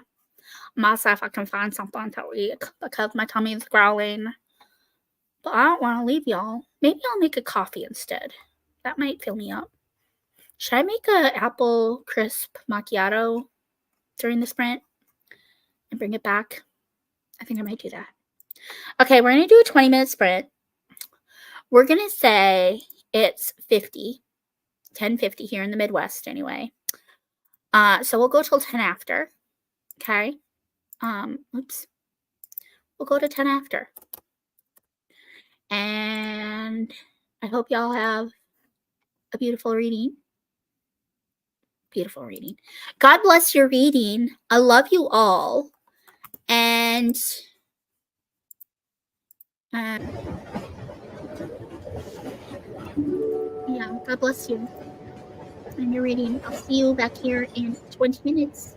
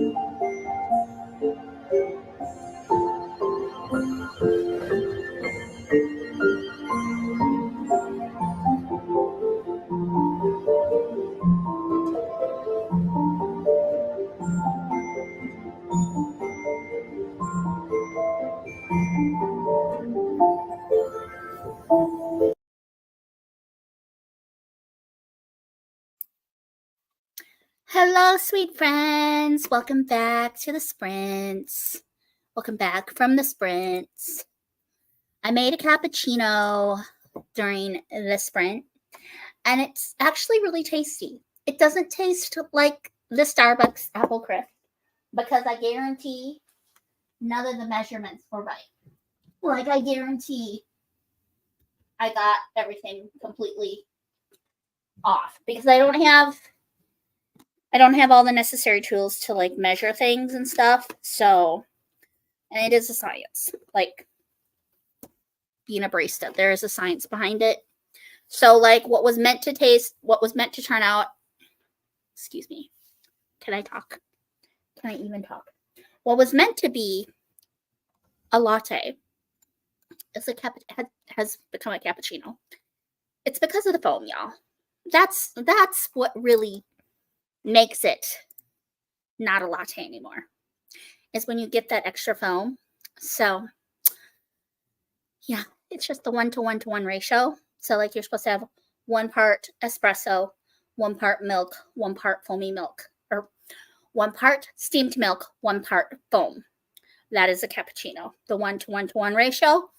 And then a latte is like a 1-to-2 ratio. So it's like 1 part cappuccino or 1 part espresso, and then there's 2 parts milk with just a little bit of foam at the top.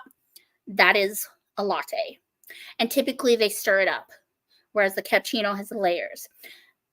A macchiato is going to be even more layered. So you're going to have your milk, I think.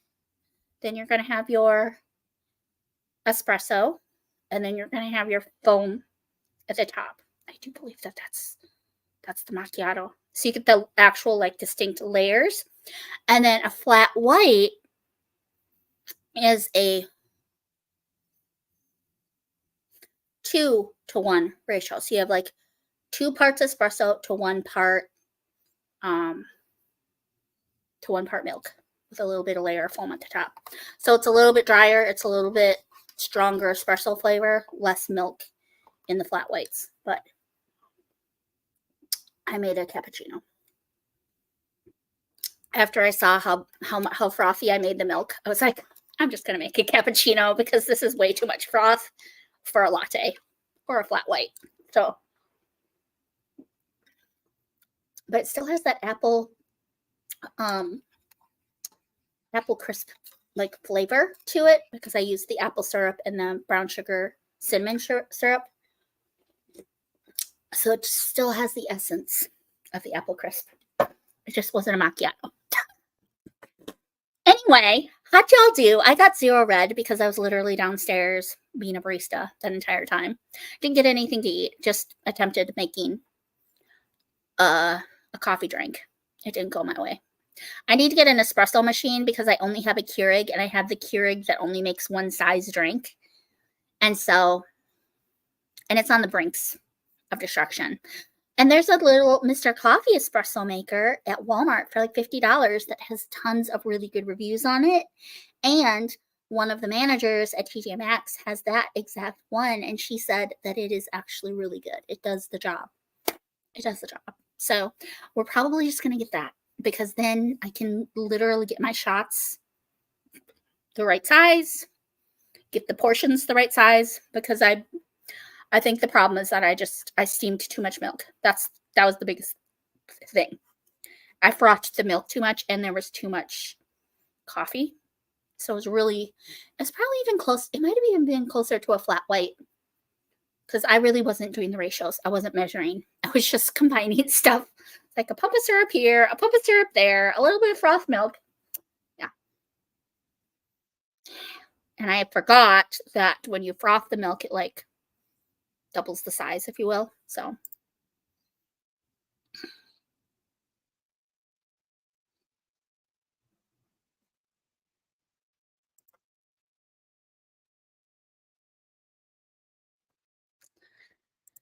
what's going on with everyone? What is going on?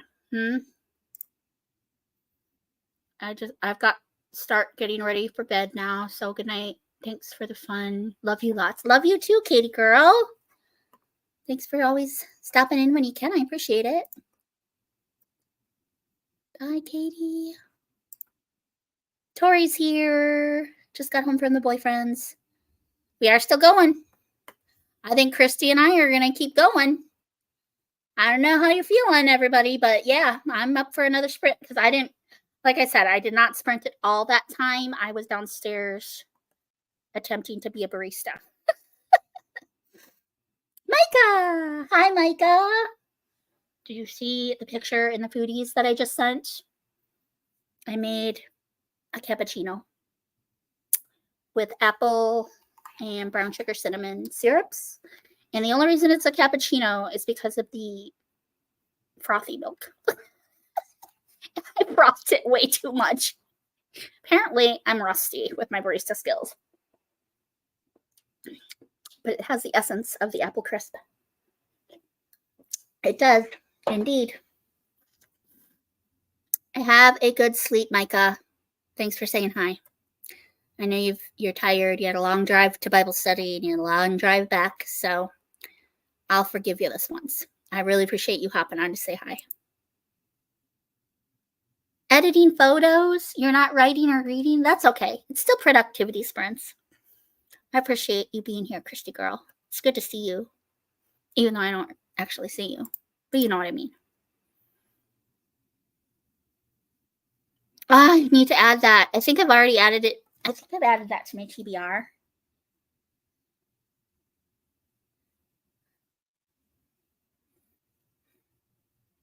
Let me see. I've added that to my TBR. What's it called? Tea with Elephants.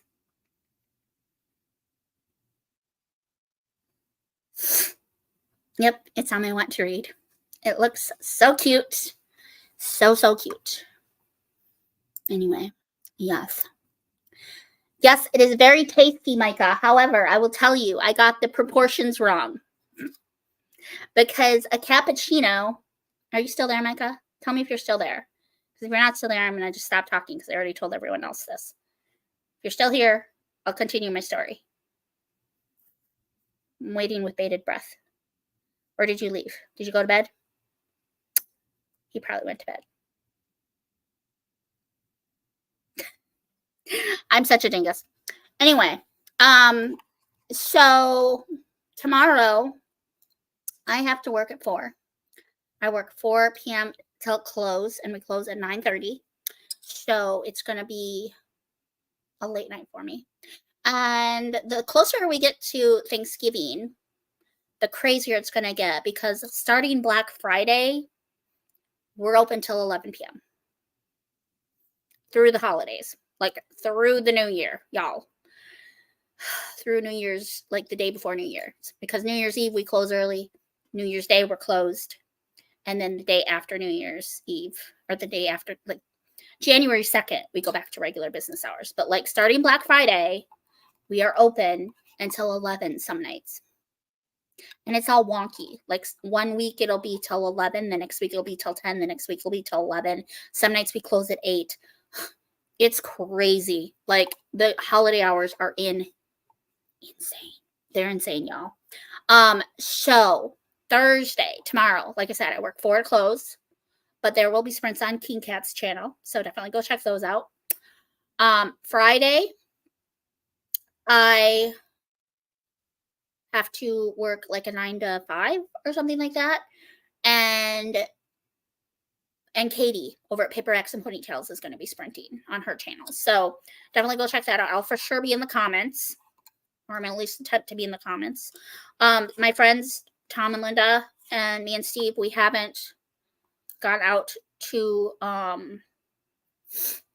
sing karaoke in a while, so I may actually reach out to them and see if tomorrow would be Friday would be a good night to go sing some karaoke. So I may not be around Friday night, but then Saturday is sprints with Amanda, and I am so excited for those. And then Sunday are Camper 2.0 sprints. Those will be a blast. And then yeah, I think that's all I really know up until Sunday. So, yes. What do you guys got going on this weekend? I know some of you said you're going to the pumpkin patch. Some of you said you've got like did someone say a fall festival? I feel like I heard fall festival. I don't know. Anyway, yeah. So I did not, like I said, I didn't read that sprint at all. But it's good. It's so good. This is such a, I don't want to say it's comforting, because it's very difficult subject matter. There is, like I said, this African-American man is accused of raping this woman, this white woman. And this is back during slavery, Alabama days, during the Great Depression, when and Atticus Finch is a lawyer, and he's a Caucasian American man, attorney, dude, who decides to represent this man who has been accused. And it's so good. It's so good. It's just so good. But I'm currently on chapter 8, which is page 68. For anybody that's tuning in. I don't know if you can see. It's so good. So I definitely want to at least read another chapter or two before the night's over. I would like to get through chapter 10, just because I feel like that would be really good headway, because that would be this much more right here. You see that? So I would like to, but I don't know. We will see. We'll see how that goes. I am still hungry, so maybe I'll send Steve out to get me some McDonald's or something. He would do it for me too. You guys, isn't that amazing? He would do that. Okay, I don't really know what else to talk about right now, so we're going to sprint. Let's do 20 minutes. I still have 7 people here. As long as I have people watching, I'm going to keep sprinting. So let's do this. Let's go. I need to put a t-shirt on, though, because I'm sweating, y'all. So when y'all come back, I will be in a t-shirt. So sorry, the cuteness is going away. The cuteness is going to go away. I have to put my hair up, too, because I'm sweating so bad. Anyway, okay. Let's sprint for 20 minutes. It's 25 after. We will go till 45. I love you guys. I hope you have beautiful reading. God bless your reading. Oopsie, I almost hit end stream.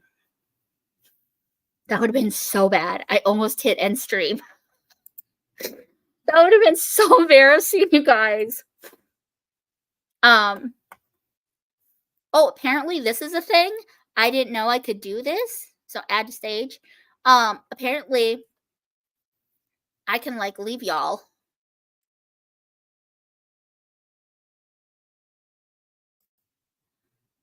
and then come back. I didn't know that that was a thing because I like left. Micah and Celestria were on live streams with me a couple nights ago, and I accidentally hit leave stage, and it was just Micah and Cece, and I think they thought I left home. I felt bad. I was embarrassed. I meant to hit like my mute and like end my camera, but not like take me completely off the stage. But like it didn't disconnect any. It was really bizarre. Anyway, okay. Happy reading. I love you. We'll see you in 20 minutes.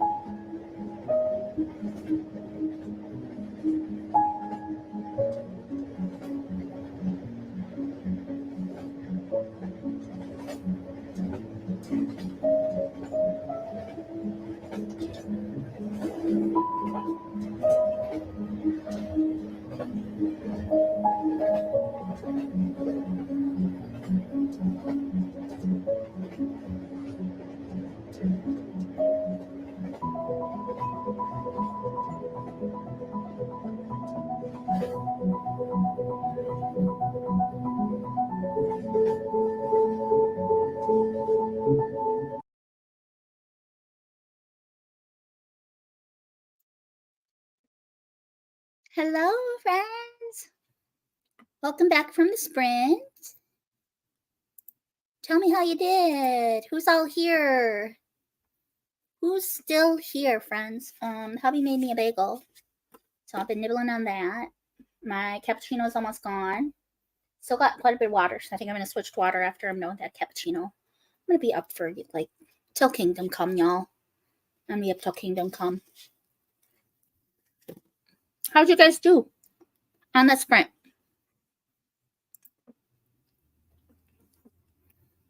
I can feel it in my bones that it's going to be a 5-star. Oh my goodness. You're reading the elephant, right? No. Which one are you reading again?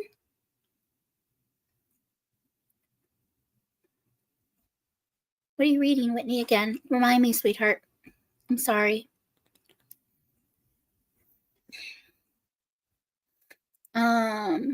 Worked as a supervisor at Kohl's. I remember the holiday hours. I do not miss it. It pays the bills, though, and it's good money, actually. Like, I'm doing okay. Oh, you're so sweet, Tori. Stop.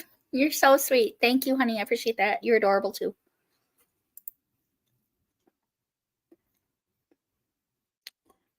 All right, Whitney.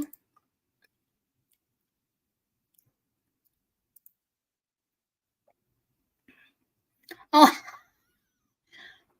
why did you only get 5 seconds, Tori?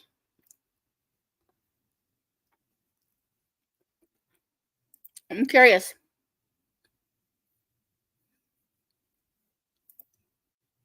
When you went to bed. Yeah, I see that. I see it now. I know. Kristi, what's up, girl? What is up? You guys like bagels? What are your favorite bagels, and what's your favorite cream cheese? I tend to like the savory and the sweet, but not like together, obviously. Like, this is an onion bagel with the garden vegetable cream cheese. For whatever reason, cream cheese doesn't seem to induce a migraine or anything like that. I mean, I did take a dairy pill today, but it's usually the, like, if I have, like, cheese is what causes a lot of issues for me. And ice cream. Okay. It's an elephant. Tea with elephants, I think. Yeah. Tea with elephants. Mm-hmm. Yep. I think I read like 6 pages that the time. They started chapter. Yeah, I read 6 pages. Yep. It's so good.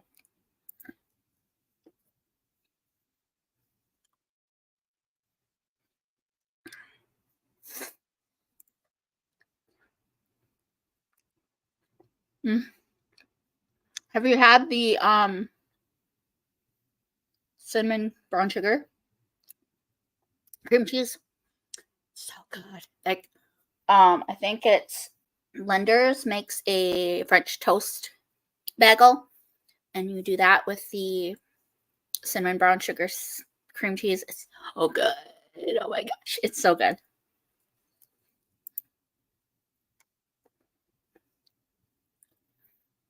Yay. I'm glad he went down. There's 6 of you watching, guys. What's going on? This is crazy. Like, it's almost midnight here in Minnesota. Like, and I've been going about 5.5 hours. I think I'm good for one more sprint, and then I'm going to go to bed. Does anybody else want to do one more? Let me know in the comments. I kind of want to spend a little time with Steve before we call it a night, so I probably won't do more than one more. And I'll only do one more if y'all want.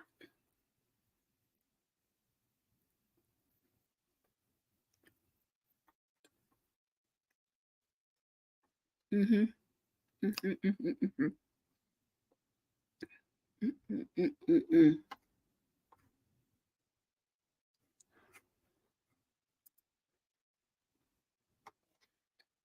Okay, girl.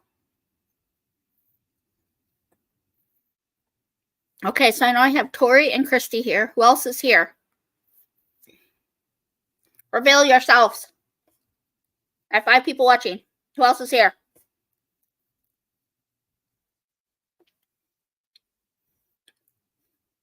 Who else is here?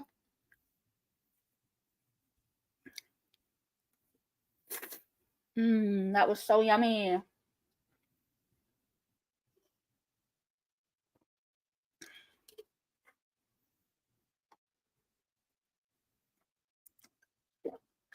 Come out, lurkers. Yeah, what Kristi said. Or what Tori said. Kristi and Tori, I should just pull you on.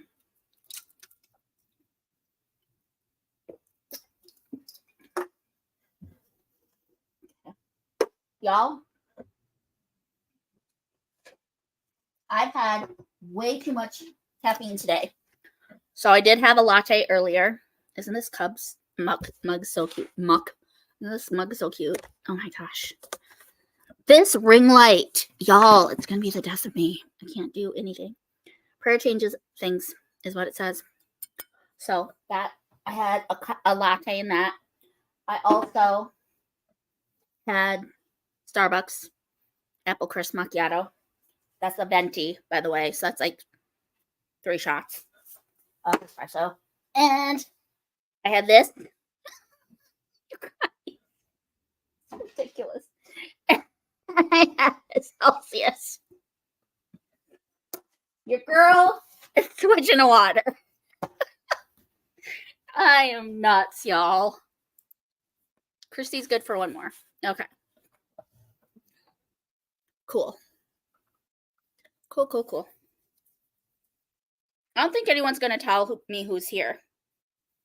Tori and Kristi are the only 2 who have announced yourselves. I know Whitney went to bed.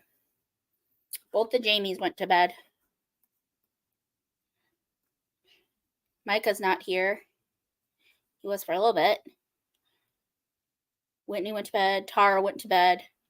Katie went to bed. Lily, are you still here?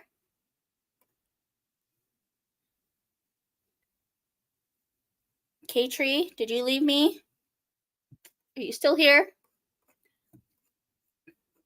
Creepers. Creepers. Death by ring light.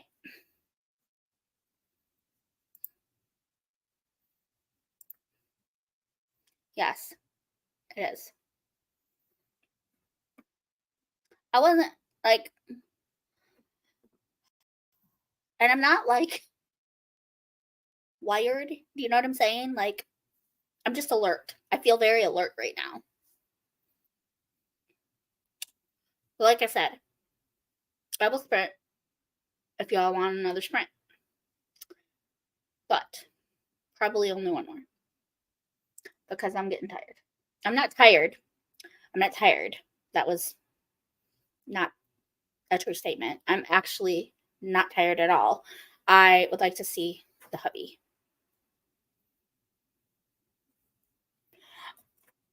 It says K-Tree might be here, but she and Josh are probably flirting with each other. No, see, Josh is actually gone for a month. Because he works for the military. So he was recruited for a month. So he's on leave right now. So, or active duty or whatever. Yeah, so bring the hubby on the sprints. Well, see, I don't know how he feels about that. He doesn't like being on camera. Let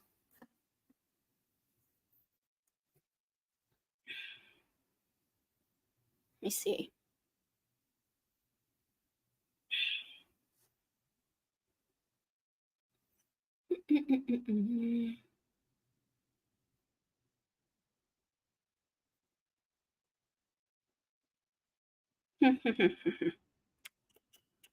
Hold on. Let me see.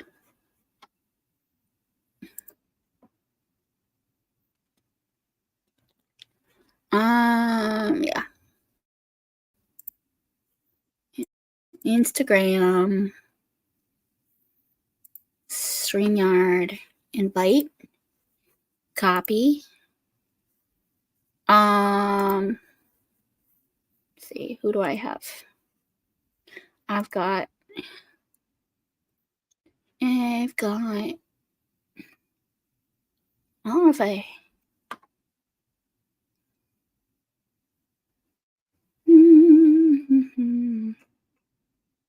I could, there's Kristi.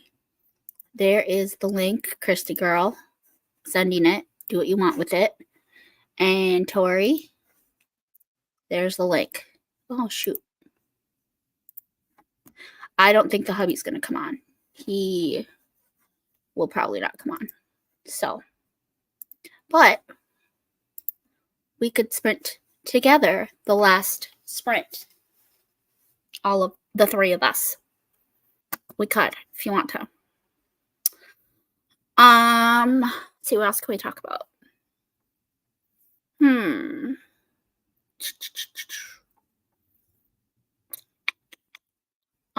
Does everybody know about my readathon that's happening in December?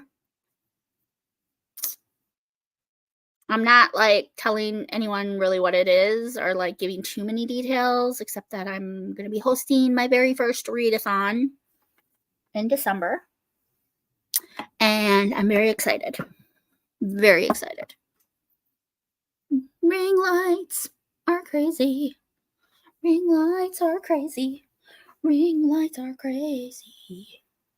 E e e e e e e e e.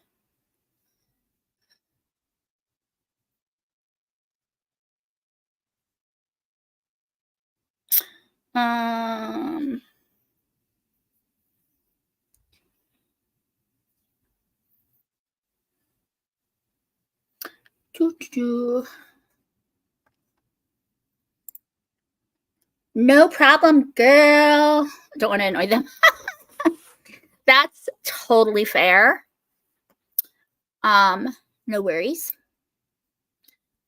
Yes, it's very exciting. I am like through the roof excited. Like I'm getting a little nervous, if I'm being honest, because I know it's all going to come together and it's going to be fine and all of that, but I'm a little nervous. Abby, I don't think I met you before, but welcome in, girl. We are reading tonight. Our reading. It's been a nice long sprint. And y'all. Yeah. Kristi's here.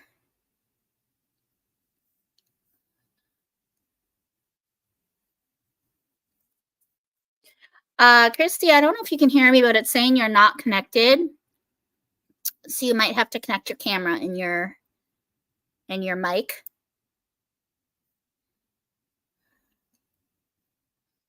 I kept popping up. I'm kind of crazy. Like my sprints are a little bit ridiculous.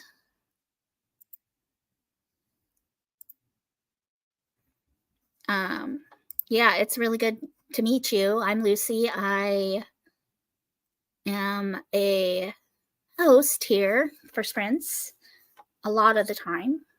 I sprint a lot. We have these a lot on my channel. And yeah, Tori wants to know if you're a reader. Are you a reader, Abby? Do you read books? Sorta. That's what we do over here in this corner of the internet. Yeah. You don't know if you're a reader? You don't know if, do you read books for leisure in your spare time? There she is. Hi. Hey, girl. I was trying to connect with my phone, and it was saying like, it's not gonna work. Oh, shoot. So, but I Okay. just thought I would say hi. Yeah. Do you want to do one sprint with me before I go to bed or before I Sure. sign off? It might be Yay. kind of weird though, because like I'm You're on not. my computer now, and I need my computer to like work on photos. So, Oh, that's totally fine. No worries. so I might be like, have like a That's weird okay. I can be like this too. So I don't know if you saw the message I sent, but if you ever take a road trip to Georgia, like please let me know, because like I will drive there. I'm only 6 hours from CC. That's nothing. 6 hours is nothing. 6 hours is nothing. No. Okay. Because that would be so fun. We actually kind of were like tossing around the idea of spring break, Okay. but Well, my that sister was is, talking about going to California in spring break. I need to talk to her. I'm so like, that's gonna come so fast. And I don't know if I'm still gonna have enough vacation hours to use at that point. So, yeah. But let me see. I want to see what the exact distance is. Because we would most likely, Steve and I would drive, because it's kind of east and down to Micah from us. So we would be going from Micah down to CC. And maybe we could even like come to you first and then go to CC. Or are you out of the way? I'm pretty sure I'm out of the way. Okay. Because I'm in Raleigh. You're in Raleigh? Mm-hmm. Okay. And I believe, let me look at my pictures. She told me her address. I've got it here somewhere. Yep.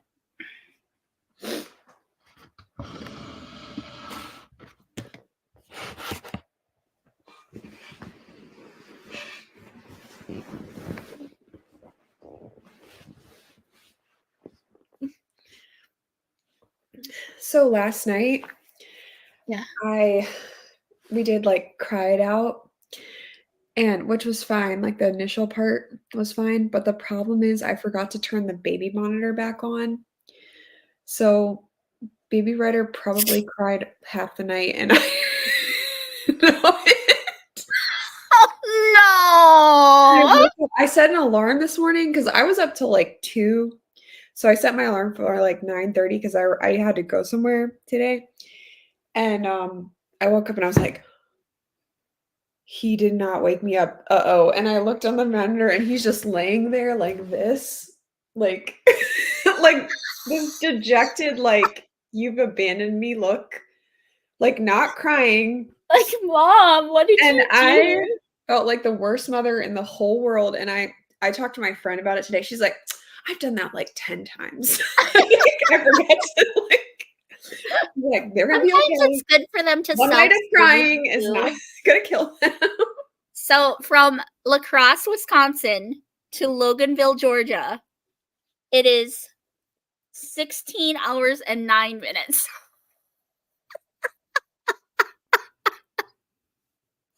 That might be a 2-day car trip. Yeah. Might want to break that one up. Unless, because You could fly. if me and Steve and Micah are all driving. Yeah, you could do it if you take turns. That'd be like I 5 drove out hours. to Illinois one time. That was 14 hours, but we had like people were taking turns. Mm-hmm. So it wasn't like completely awful. Mm-hmm. But still it was long. Yeah. I wish I only lived 6 hours away from you. Yeah, we could totally meet up. Because we could go halvesies. 3 hours is nothing. Yeah. I Okay. think I might be able to visit Reese but I haven't said anything to her yet because I don't know. She's um I'm going to her state. I don't know if I'm allowed to say it where she lives. 16 hours from Wisconsin, where I'm going to be in Wisconsin, to you. To Raleigh? Yeah. So Oh. it's 8 hours each way, or 8 hours if we go halvesies. What is the halfway point? Like, I don't even know. Like, what Halfway state point is that? between Probably us. like Tennessee or something. Halfway from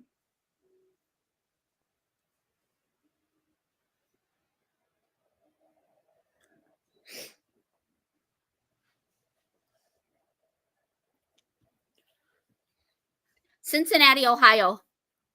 Hmm. Well, my husband's from Ohio, so if we ever travel up to visit his I want family. to know how far it is to Cincinnati.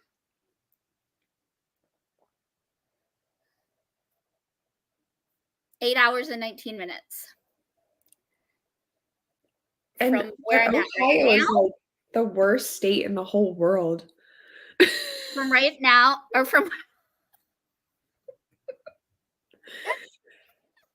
Let's meet at Chicago or something like yeah, better. seriously, for real, for real. Who goes to Ohio for vacation? Like, what are we gonna do? I mean, maybe we could do like Cedar Point or something, but I have no desire to go to Ohio, sweetheart. me neither. I would meet you. I would go to Illinois, like to Chicago. Yeah, I've never been. Really? Nope. I drove in rush hour traffic. Chicago is awful. It's the worst. I can only imagine. Oh my gosh, rush hour traffic in Chicago. That was when I was in my 20s and I was fearless. Now you ain't get it. You get no. Mm. It's only 6.5 hours to Chicago from me. Hmm. How I far mean, is I it? don't know whenever I would. I feel like I'd need. That's a long trip. I need a reason to go to Chicago. Like, I Yeah, mean, not you're that 12 meeting you isn't hours. That would be amazing, but 12 like, hours for you, girl. yeah, that's what I'm saying. It's like I feel like I need another reason to be in Chicago. Then just to see Lucy. I know, right? Like 6 hours, like if you guys did come to Georgia, 6 hours, I could totally convince my husband of that. Like, be like, "Come, you can go do whatever you want, What's and the I will be halfway? way What's the out." halfway from Georgia? What would be 3 hours? Because we could even like me and Stephen, Micah, and Cece could even meet you halfway. Well, like, what about Tennessee? And we could meet up with Amanda. Mhm, yeah, and Tabitha and Morgan, and my sister lives, like she's, like, next door neighbors with Well, Amanda. like Not really, but, Anne like, from In Search of Wonder, she's out there too, isn't she? Anne lives in Virginia. Okay. I I could probably visit her, Stacy, and Chrissy, and Mrs. Thomas this Christmas if I set it up. I don't know if I'll have time though, so I'm kind of like because 'cause I'll be in the DC area from, like, December 19th till, like, the 29th. That's a lot of time. So I feel like there's gonna be a day in there where I'm gonna have nothing to do. But I don't wanna be like, "Oh, yeah, let's set it up," and then, like, I can't or something. Yeah. So we'll see, maybe when it gets closer. Mhm. I wish there were more people in the Midwest Yeah.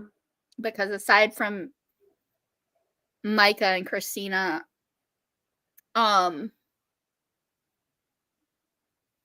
I don't. Oh, Jess from Pages and Paper. What's her name? I don't know. Pages and Grace. I haven't watched any booktube videos in a really long time, maybe like a week or She's 2. in Missouri, and I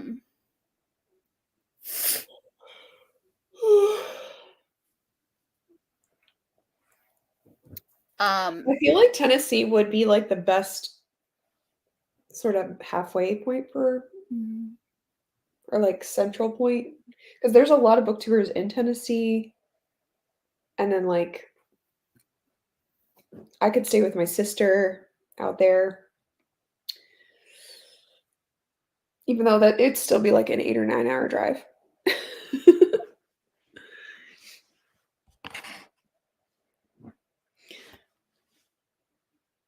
Did everyone else leave in the chat? I did my it's saying that 6 people are watching, but like no one's chatting with us, Yeah. Kristi, 'cause we're kind of just having our own conversation. So I'm looking on my phone. Tori's here. Oh, yeah, Tori said about Poor Ryder, trial by fire. He won't be phased by anything from now on out. In all seriousness, you are not a bad mom, and he'll be just fine. Thank you. You're a great mom, Kristi girl. You really are. Well, I don't know because then tonight I felt so bad. Like I was like, we're not gonna do cry it out. He's gonna I'm gonna make sure he's asleep when I put him in his crib. And it took a while. The Yeah, self-soothing, I is was that feeling so what you mean guilty. by cried out? Like self-soothing? Is that what you mean? What? Are you like when you say cried out, do you mean self-soothing? Like he cries Yeah, himself like to you sleep? just put them in their crib and they cry until they fall asleep kind of thing. Okay. So I was like, okay, we're not gonna do that. And he Bloody was so murder? cute. You know how to charm me. Like he was like being so cute, like the cutest ever, like just looking at me with those big blue eyes. So I was just sitting here, I was listening to you. I was sitting here playing with him for like 3 hours. Like, and then finally he was like, he's going like this with his eyes. And I'm like, okay, we need to go to bed. So I fed him and he fell asleep. And then like as soon as I put him in the chair, he woke up and I was like, oh no. Okay, whatever. We're just gonna do cry it out. But luckily he only cried for 2 minutes. And then he fell asleep. Yeah. So yeah, I didn't feel so bad. I feel like I keep going back on my like I'm not consistent. Like I need to be more consistent with like, okay, we're gonna do this. We're not gonna do Yeah. but Yeah. yeah. My husband just commented, Kristi's here. It's a party now. I'm delaying your time together too now. It's okay. It really is. He doesn't go till 1 tomorrow, and I don't go till 4. So we Okay, literally have all night and tomorrow before we go to work together. So, and nice. then we both work a day shift on Friday. So we'll have Friday evening. And then he works the day shift Saturday, and I'm off Saturday. So we'll have all of Saturday. So That's we good. got plenty of time this week together. It's really fine. I don't get to see you hardly ever. Yeah. So yeah. But did you see what came? Yes. I'm so excited. November, I'm gonna be doing kind of project read my friends' books. So I'm gonna be reading Micah's book. Oh my I'm gonna be goodness. reading your book. I'm gonna be reading Nikki's book, her first one. And then do you know Caitlin from Chronicles of a Book Nerd? Mhm. She's published. She has books on Amazon. Yeah. I didn't So know that. I'm gonna be ordering one of hers too and reading Oh one wow, of I hers. had no idea. They're on KU too, I think. She's got some on KU. Let me see.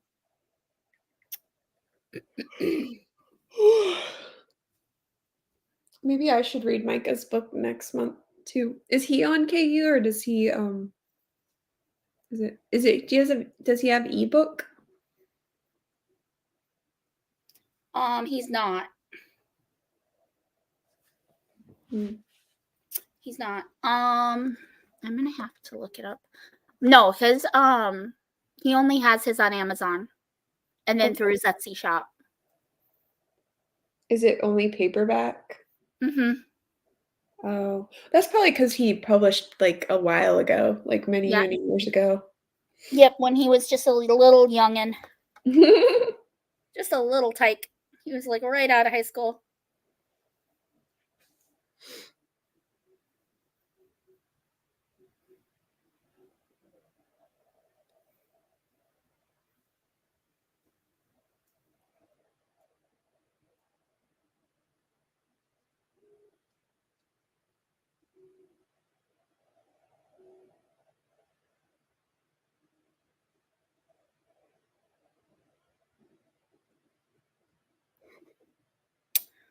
I thought she was on KU.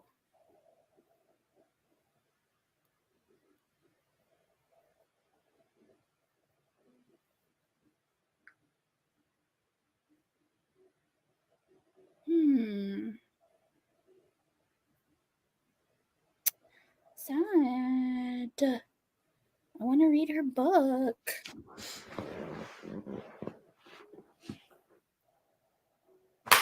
Oops. Maybe I'm spelling it wrong. I am spelling it wrong. That's why.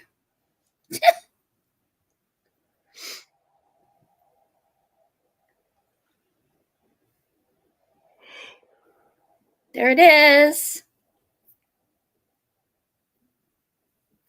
Is she on? There we go.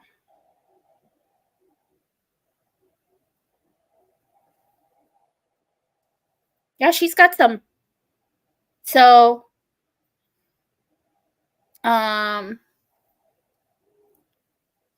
you can't see. Crazy. What's it called? So she's got a few. So there's, oh my gosh, 2, 3, 4. So true equitation, EQUITATION. That's a short story. And it's Caitlin, CAITLYN. And then Santi, SANTI.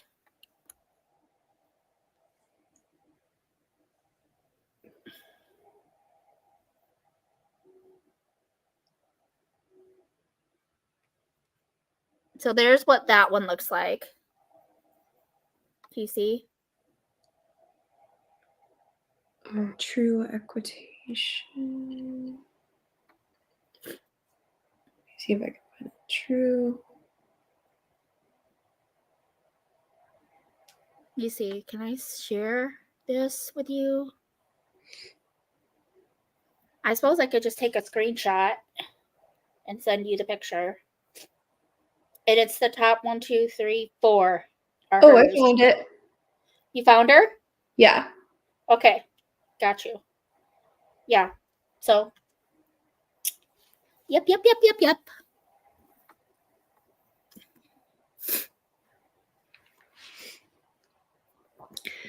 I didn't know that realize she was an author. I need to reach out to her again because her and I need to connect because I haven't talked to her forever.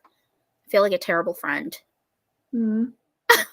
I reached out and like she was one of the first people I did sprints with, and we just lost touch, and I feel bad. I hope she doesn't think I hate her or anything.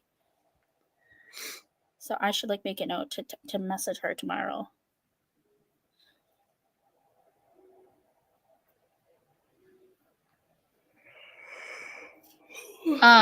So you're just editing pictures right now? Yeah, I've had a wedding every weekend in October, and then this past weekend I had 2. So, yeah. And I'm behind on posting for Instagram because they like to have sneak peeks and stuff. Yeah. All right. How is your book coming? For the writing or reading? Writing. Good. So I am basically first drafting the new part. Nice. So That's the fun part for me, I think, is actually writing the first draft because you can just whatever. Just There's go no with it. constraints. It doesn't have to be perfect, like whatever comes to mind. And sometimes, surprising fun things will come to your mind. Hmm. And it's it's a way more exciting plot twist than what I originally had. So I'm excited to write it because it's like fun for me when I'm like, I think people are really gonna like this, and then I'm like, okay, now I want to write it.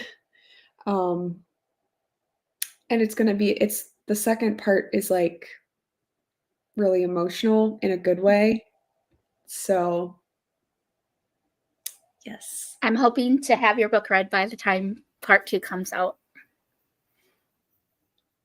I'm very excited. By the time part 2 comes out, well, that's gonna be like next year. Okay. You If, gotta if wait. you're gonna read it in November, then Okay. Okay. So I don't have to rush. Okay. But I'm still going to. I'm going to read the books of my friends in November. I'm going to try anyway. Do you just still want don't to do hate our collab me. in Because people November? say there's a cliffhanger, but I don't think it's a cliffhanger. I think it's like when the next book comes out, I'm gonna want to grab that one hanger. Okay. Do you still want to do our collab in November, or do you want to push it back till uh like I mean, we can January? push it back. It sounds like you have other things. I'd rather you read my book actually than do the collab right now. Okay. Okay. Sounds good. But I still want to do the collab because I want you to read Emma St. Clair. Well, she is in one of my. I am planning to read her for November. Okay, which book of hers? Because not all books of Emma St. Clair are equal. Okay.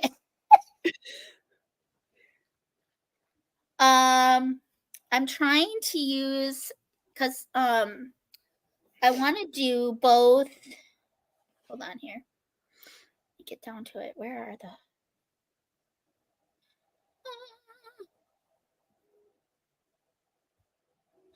the bingo board for King Cat's readathon that she's hosting in November?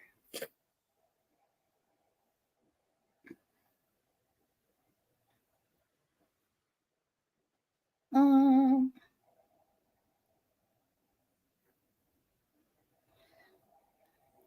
mental health awareness. There it is.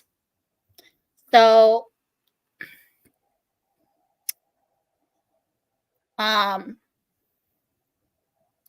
that's what I was going to talk to you about. So, Okay. if we're not going to do our collab in November, one of the prompts for the mental health awareness readathon is talk it out.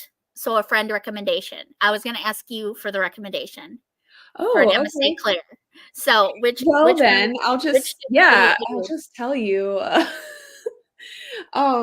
So it is called Royally Rearranged.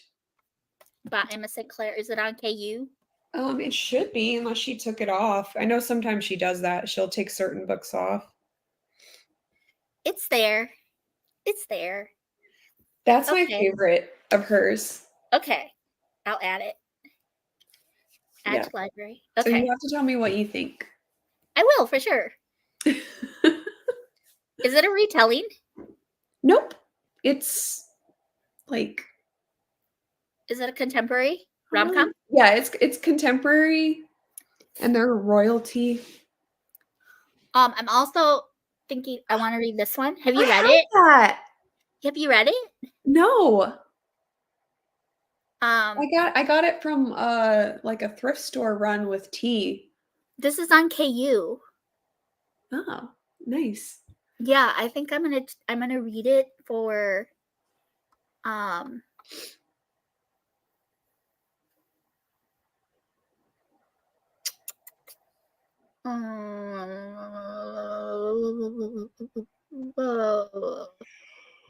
it's like I feel like there's something like whimsical and dreamy in it. I don't know for sure, but there's a prompt that says sleep, whimsical and dreamy.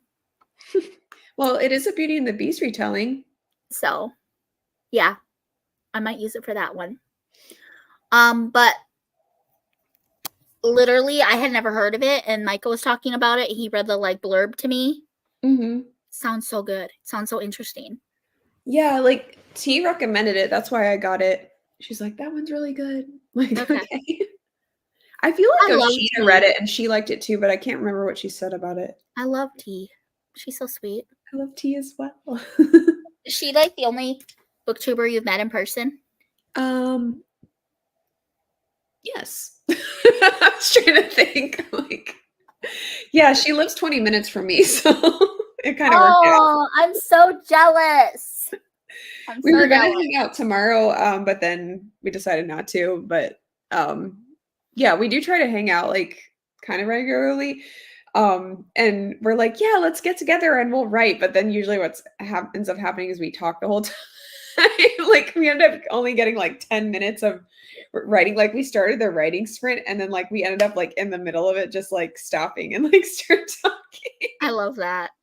I love that. But it was still fun. She's published too, isn't she? Yeah, Is she on KU? I think. What is her book called again? I think it's called Finally Christmas. It's like a really short story.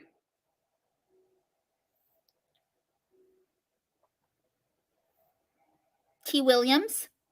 Yeah. Cool. I got it. I'm excited. Okay.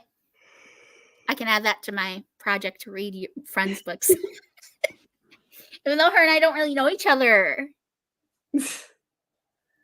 I've chatted with really Nikki sweet. Milano. I've chatted with you. I've chatted with Micah. Well, I've like hung out with Micah. And I've chatted and sprinted with Caitlin. So I sprinted with all y'all. I haven't met T. I haven't even like interacted with her. So we should like sprint together, the three of us, sometime. Yeah, she's really sweet. Yeah, that would be cool. I've been thinking too, like, you know how everybody's doing like readathons? Like there's like 20 readathons every month. Like maybe doing like a write-a-thon. Mm. And then, like and it kind of make it like if you've ever wanted to try writing, like some prompts that like if you want to dabble and just like see. Yeah, that would be so cool. Because I have dabbled. I think I've told you. Yeah, I've like dabbled. somebody like you that like maybe Yeah. we could try this out. I would probably do more of like it would be a hobby, like an outlet for me than like something that I'd aspire to like be published. I don't know that I would ever want to be published. I just can't wrap my brain around what that would look like for me. You know what I'm saying? Like, I don't know. I don't know if it interests me. I like to write. I like to like journal and like write, get my thoughts on paper and stuff, but like I don't know. I don't really know how to explain it. Did you hear my answers to your questions? I did actually. Okay, good. Yeah, Good. I was listening. Like I said, like I was just sitting here listening and Baby Rider, I was like playing with him for like 3 hours. So. Yeah. So But I don't know. I haven't like creative written in a really long time. So like I said, I think the last time was when I was living with my mom and dad before Steve and I were even sort of a thing. And I would just sit and just type on a computer. And it's a dinosaur. Like I said, it's a floppy disk computer. So I don't know how I'd get that information. I saw this t-shirt and it was like a picture of a floppy disk, a tape, and a VHS, like all holding hands, and it said like never forget. Have you seen that shirt? I love that. I want to get that shirt so bad. Oh my gosh. Like that is our We should both get that. Oh, it looks like Beth is Beth! Hi! So Tori said hi to Steve. Steve said hi to Tori. Beth says that's a good idea about like the writing. Oh, the write-a-thon? Write-a-thon. So, like, okay, my And question she is says a rom-com about foodies. oh, I should write. yeah! 2 food critics that fall in love. They keep running into each other at the same They're like restaurant, and butting heads. They're yeah, butting heads. yep. They're dang it, now my wheels are spinning. So you just need a good idea, that's all. I do. So, like, my question is, what would motivate you to, like, give it a try? Like, is there a certain prompt or something, like, like a writing sprint or, like I would participate in a writing sprint, but I don't honestly and truthfully, I don't think I have a desire to be published at this point. If I were to write, it would literally just be from me and Steve's eyes. No one else right now. Yeah.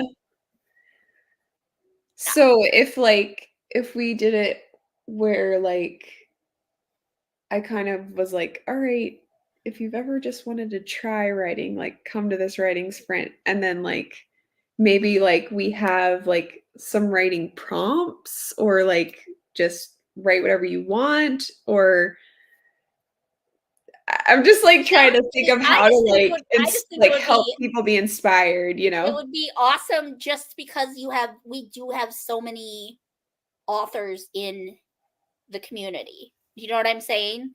So Yeah. like regardless of if it would inspire anyone to start writing, I Mhm. think that it would still be a way for more connections to be made within the community of people Mhm. in booktube, Christian booktube specifically, who are writers. So Yeah. like you could maybe like try to work it out where I don't know if you'd want to do co-hosts, but like you could maybe you and T could maybe like try to do something together, and then just like do like an announcement video, and maybe like kind of like build up anticipation of it on your Instagram. Just be like exciting announcement coming. Um, hey, all you writers and aspiring writers out there, exciting announcement coming. Like have it on your Instagram, do it in your community tab on YouTube, and then like just pick a date that I'm going to announce it this day, and this is the day, this is the month we're going to do it. Would you do it for a whole month? Would you do it for a week? What would you do? Yeah, it would be for a month, and I was thinking either April or May. Um, Maybe not May, probably April. I was going to say May is usually like Southern Charm, so there's a lot Yeah, and that would of just be a lot for May. people. I know Yeah, somebody does a April, but I don't think that's as popular because, like, not and then everybody has doesn't the Katie classics. over at Paperbacks and Ponytails, doesn't she usually do her Christian fiction, I don't know. Christian something Yeah, in that's what's April so too? hard. I feel But like But you there's know what? There's so many always gonna be overlap. There's always gonna Yeah, be, because yeah. March is insane. You have middle grade March, you have March Mystery Madness. There's, like there's like so much, but you could do like, um, and like, who's to say you wouldn't start something? You know what I'm saying? Like someone Mhm. might take over. Like, okay, in February, it's gonna be like romance February, and everyone is gonna try to like write a romance story or like a little short story or something like that with romance in it, and Mhm. then like maybe October is like Spooktober, but they have to like write something Write kind a of scary scary. You know what story. I'm saying? So like Yeah. it could turn into something, but like don't overthink it. Yeah. Choose a month that you want to do it, Mhm. and then like I would say give yourself a month between when you announce it and when it happens. And then I would say give yourself at least a month of kind of like advertising and build up, and like this is what's going to happen, or in so if you're doing it in March, I would say announce it by February. And then I would say probably by the end of December, early January, I would start like posting about it on Instagram and in your community tab. Okay. Yeah. But don't overthink it. It probably wouldn't be March if I do it, it'll be like April. Okay. But Yeah. yeah, because I want it to be like I want it to Do you have prompt ideas or do you have a yeah, theme? I wrote down a bunch.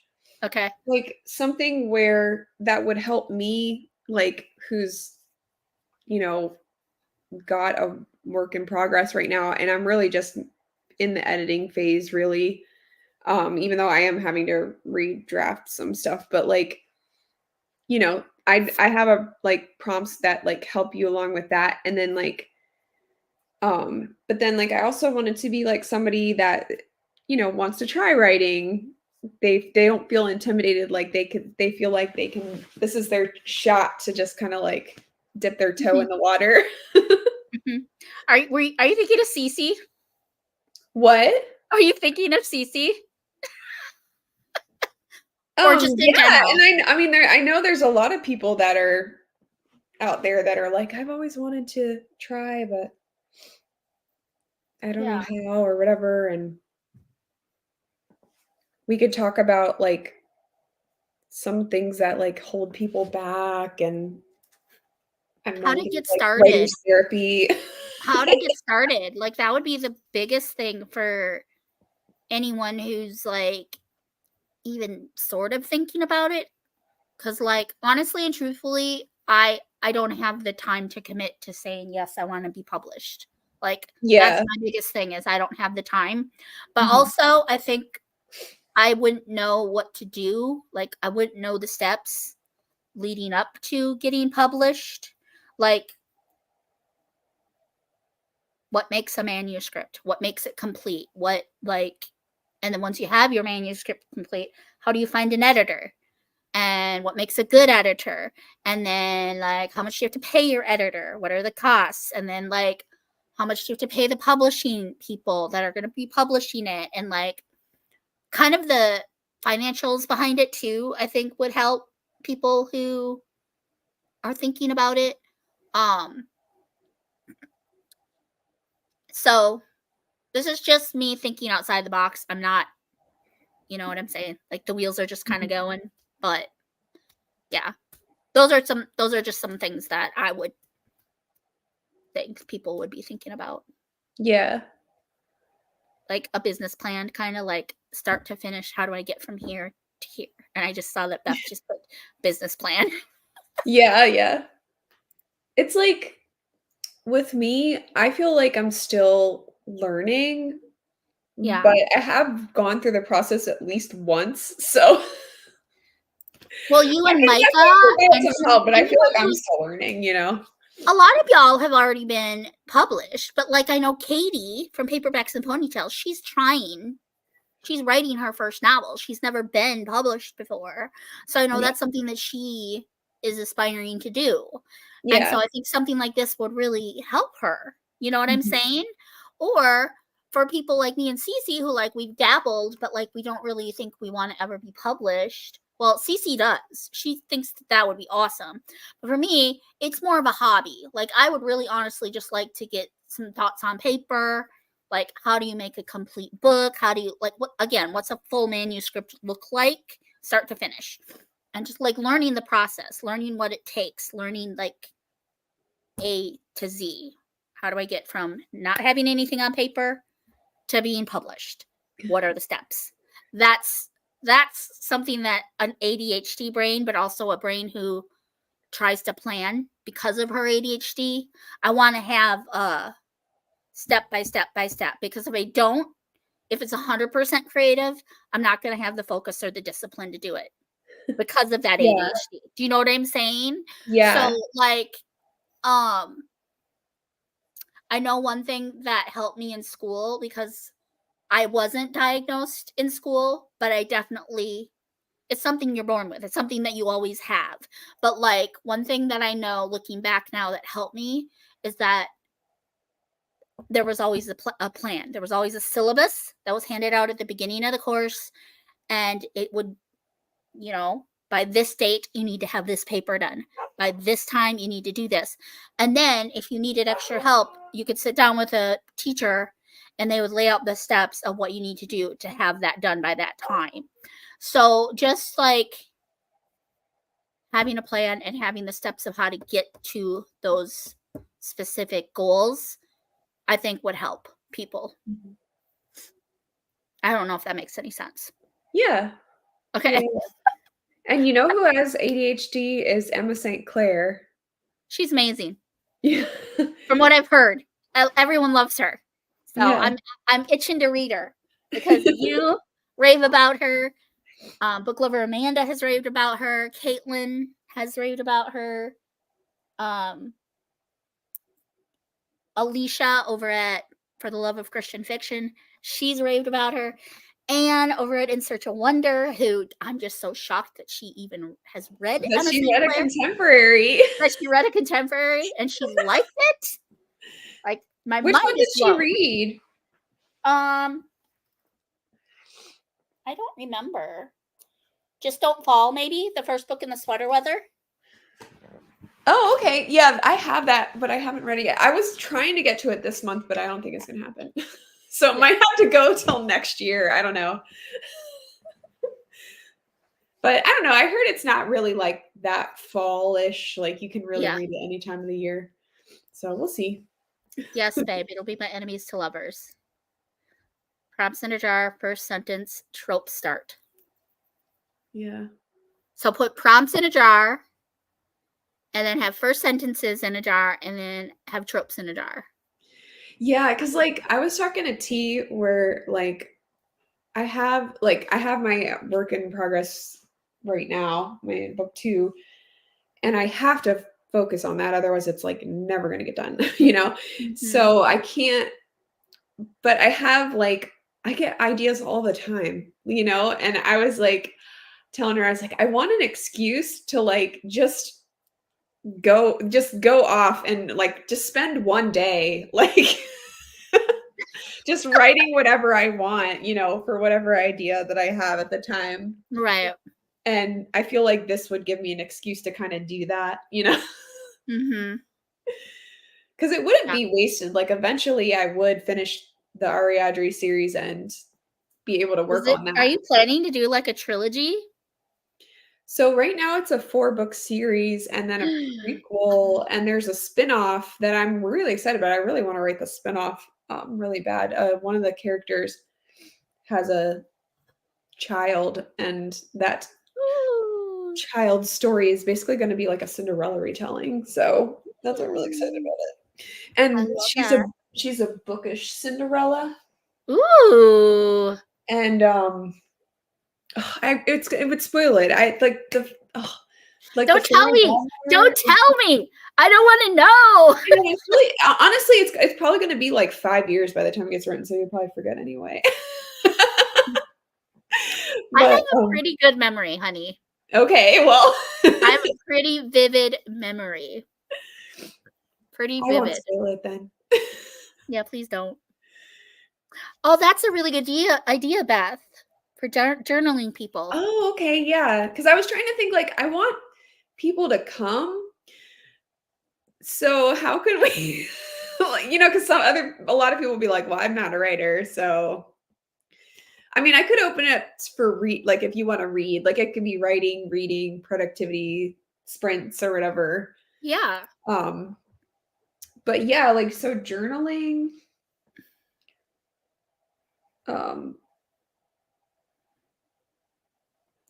Yeah, they always say the best stories have like a little bit of your own life in them. Mm-hmm. So everyone tells me that I need to write me and Steve's story. But I feel like I don't want to have all of it in one book. I feel like it would have to be a series with multiple characters because there's so many tropes in our love story and there are so many layers and there are so many like I feel like it needs to be I feel like it could tell 6 different stories with our love story. Here's a series of Lucy and Steve's love story. The Chronicles of the Lloyds. The Lloyd Chronicles. Lucy Chronicles. There we go. The Lloyd Chronicles. No, I wouldn't have them have our last name. Okay, well, I suppose we should sprint and I should get off so that I can spend a little time with Steve because it's almost 1 a.m. here and it's almost 2 here. I'm really hungry still, even though he made me a bagel. All my caffeine's gone. I would have to make another espresso. And I don't want to be up until 4 in the morning. So let's do a sprint and then we'll sign off for now. But I love talking to you, Kristi. It's always a blessing. Always a blessing. Same. Yes. It's always so great. We'll have to like plan actual, like legit Lucy Kristi sprints. Although I told my husband, I was like, I'm not going to have any sprints for like a month. And he was like, oh, good. Okay, well, so. Well, maybe he needs a break from this. Well, it's just because he's got to like watch Baby Ryder during the sprint for at least part of the time. And it's harder because when I'm here and he hears me talking, he like starts crying and stuff. So it's like harder for him to watch him. So yeah. And we love it when you bring him on camera. But we could because we're gonna be doing lots of sprints in December. Like there's gonna be tons of sprints in December. So maybe we'll like tentatively plan for Lucy Kristi sprints in January. That sounds good. Okay. That would just be awesome. I love it. So and maybe by then Baby Ryder will have gotten his act together because he'll be like 10 months then. So all right, girl. I'm gonna put the ambiance on. We can do 20-minute sprints. Are you okay with that? Yeah. Okay. So it's 10-2. We'll just say it's 10-2. So we'll sprint till 10 after. Oh my gosh. Okay. After 1. Oh my goodness. Gracious. All right. Have fun editing. I'll see you in 20. Love you.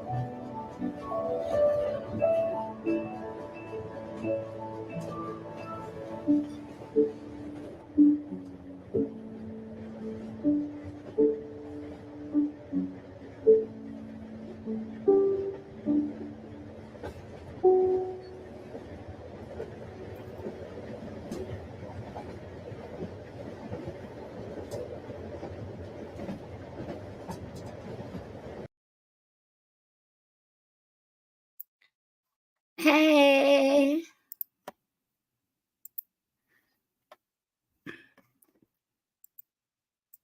You're muted, hun. You're muted.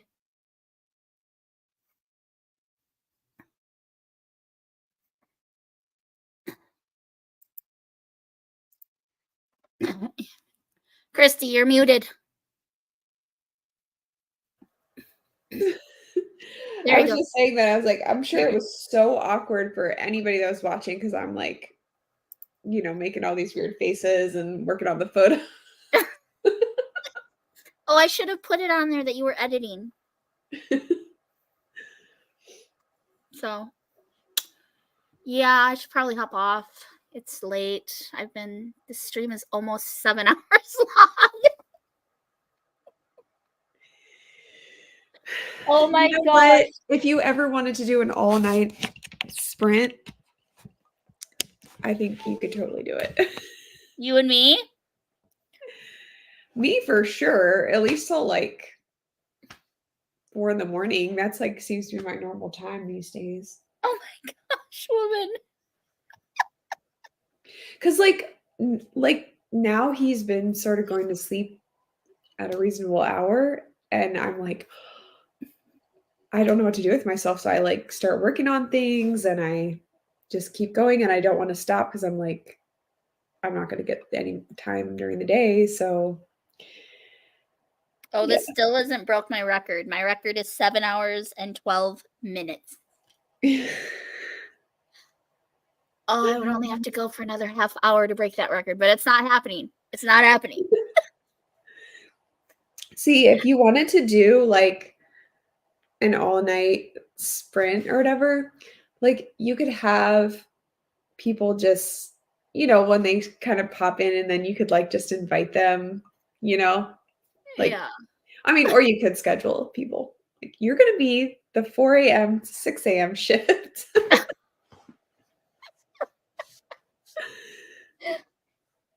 That would be you, girl. You would be the 4 to 6. But like, also, it wouldn't be that hard if you had people in different time zones. Like, you know what I mean? Like, you had the California people. Mhm.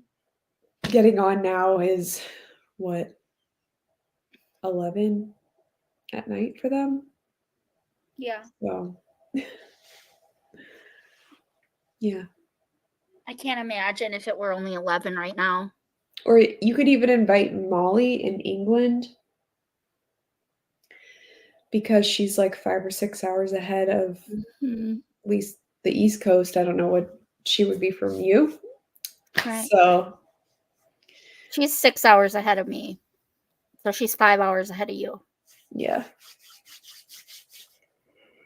That's crazy. We still have 6 people watching, Kristi. Is Beth, are you in California? Where are you at, Beth?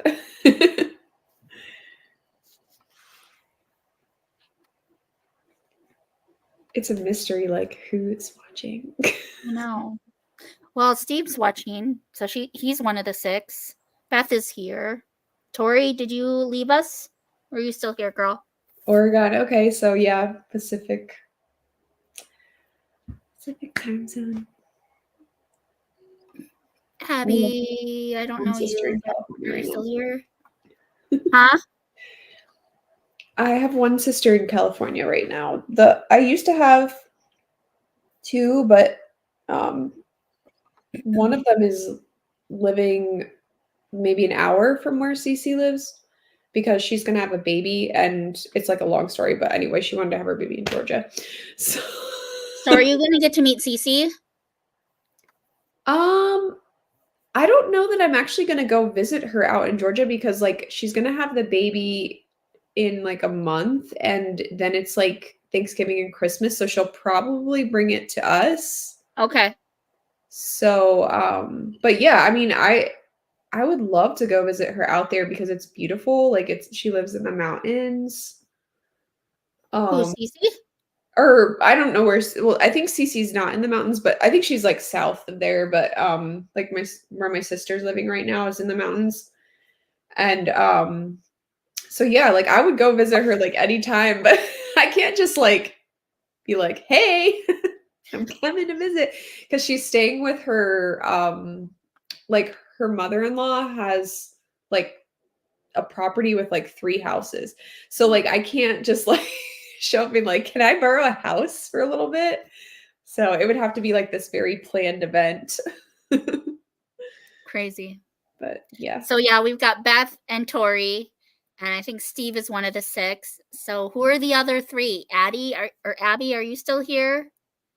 Somebody very anonymous right now. Yeah, seriously, there's a creeper watching me right now. 3 creepers.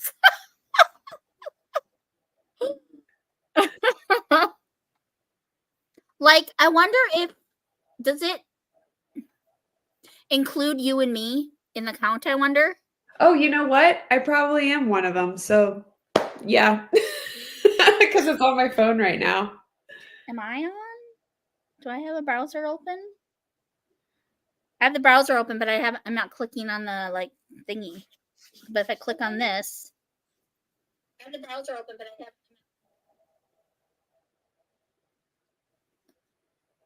Did it go up? Yeah, I'm one of the 6.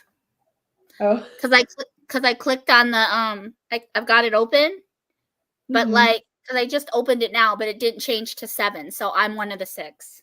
Okay. So we're 5. That's 5. So Tori, Beth, Steve, you, and me. I wonder if that Abby is still here. And she's just being quiet. What are you gonna do when you sprint with Amanda? Are you gonna do like Q&A or a game? We're gonna do what Cece and I did.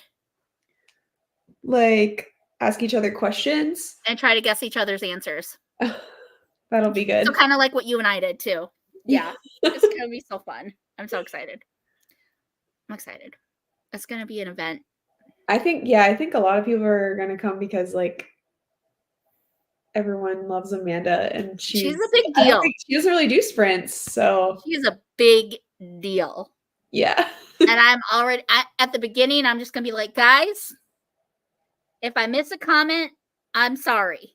Because I guarantee there's gonna be at least 20 people there, and I'm not gonna be able to keep up with comments. Yeah. I guarantee it. So if people are just like talking to each other and saying hi, or having like a separate conversation, I'm gonna skip those comments. If I ask a question and they answer me, I'll try to do the best I can to click on that. But like, I'm nervous. That's the only thing I'm really nervous about, is that she's gonna bring like 40 people.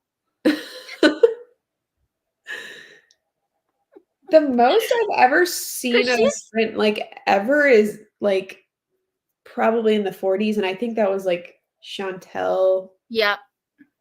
And Chantel has like 10,000 subscribers. Yeah. So I feel like, I don't know, even though it's live sprints, it's like not that many people come. Like it wouldn't get out of control. I don't know. Like Abby Emmons is a author that has a YouTube channel, and she's huge, like thousands and thousands of subscribers, but she does writing sprints, and like she has so many people in the comments, like you literally cannot like keep up. So she does like the pay. Like if you want to ask her a question, you have to pay like $5. Oh. So like, yeah, like that's totally like an option. And then she'll like stop. She's like, oh, I got a paid question, and then she'll stop and she'll answer. Gotcha. I'm not big enough to do that. Oh yeah. I mean, she's literally like, in her live sprints, it's like 1,000 people. So I believe it. I believe it. I'm literally like 20 minutes away from breaking my record. So do you want to do one more? Sure. I mean, if I'm still working. I'm gonna be working even if you say goodbye. So okay, let's do another sprint. Okay. Good night. So this will take us to 40. I don't work until 4 tomorrow, so I can sleep in. So I have to take Steve to work at 1, but well, yeah. Till 40, right? Yep. Okay. Because that'll take me to 7, 10. And then if we just chit chat for, what did it say? Let's sprint. What are you reading right now? Oh, To Kill a Mockingbird. To Kill a Mockingbird. It's on the screen. You're just as crazy. You're still here. Okay. I lost the ambiance, so I'm going to bring it back. Hold on. Ambiance. History is a thing. Did you watch my Little Free Library tour yet?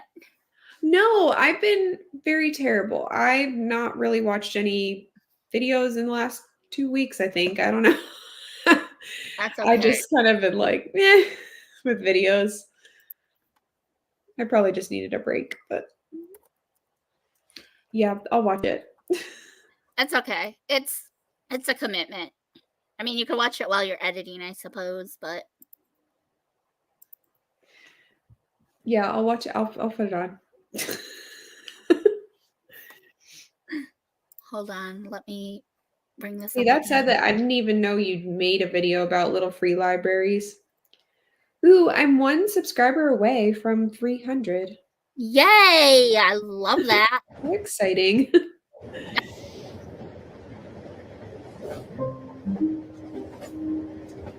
Okay, I'll see you in 20. I love Okay. you.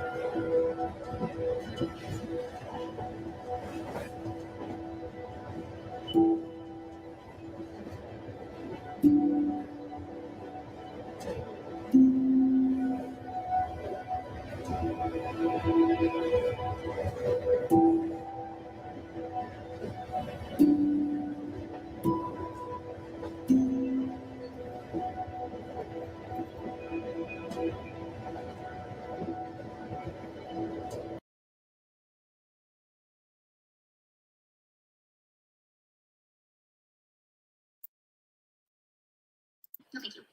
So yeah, we're gonna leave it. But it's sad to see that they're all still here. Hopefully someone will walk by. And I honestly didn't even think about it, but these the Janet Ivanovich ones, I wonder if I should move those to a different library. This is obviously how. Are you watching my video? What do you guys think? Yes, you can hear it. Come back here. Sorry, I guess I forgot to turn it on mute. Oh my gosh, that means that the whole time people were probably like... No, you were muted. Oh, okay. I just started hearing it when I unmuted you. I Okay. muted you, Kristi. I muted you because I was going to say, that's so awkward. You're so funny. Why am I such a night owl? Oh. I'm such a night owl, Kristi, girl.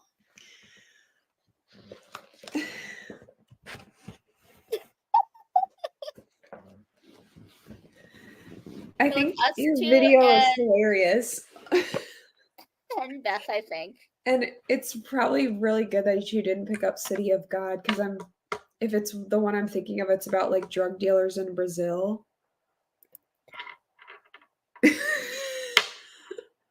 It's what? It's like about drug dealers in Brazil. Oh my gosh. And the only reason I know that is because I had to watch the movie City of God when I was in college. Like, it was a part of a class. Okay. Funny. That's funny. Wait, do you see how far are you into the video? Oh, I lost it. Where'd it go? It should be my history. Where'd it go?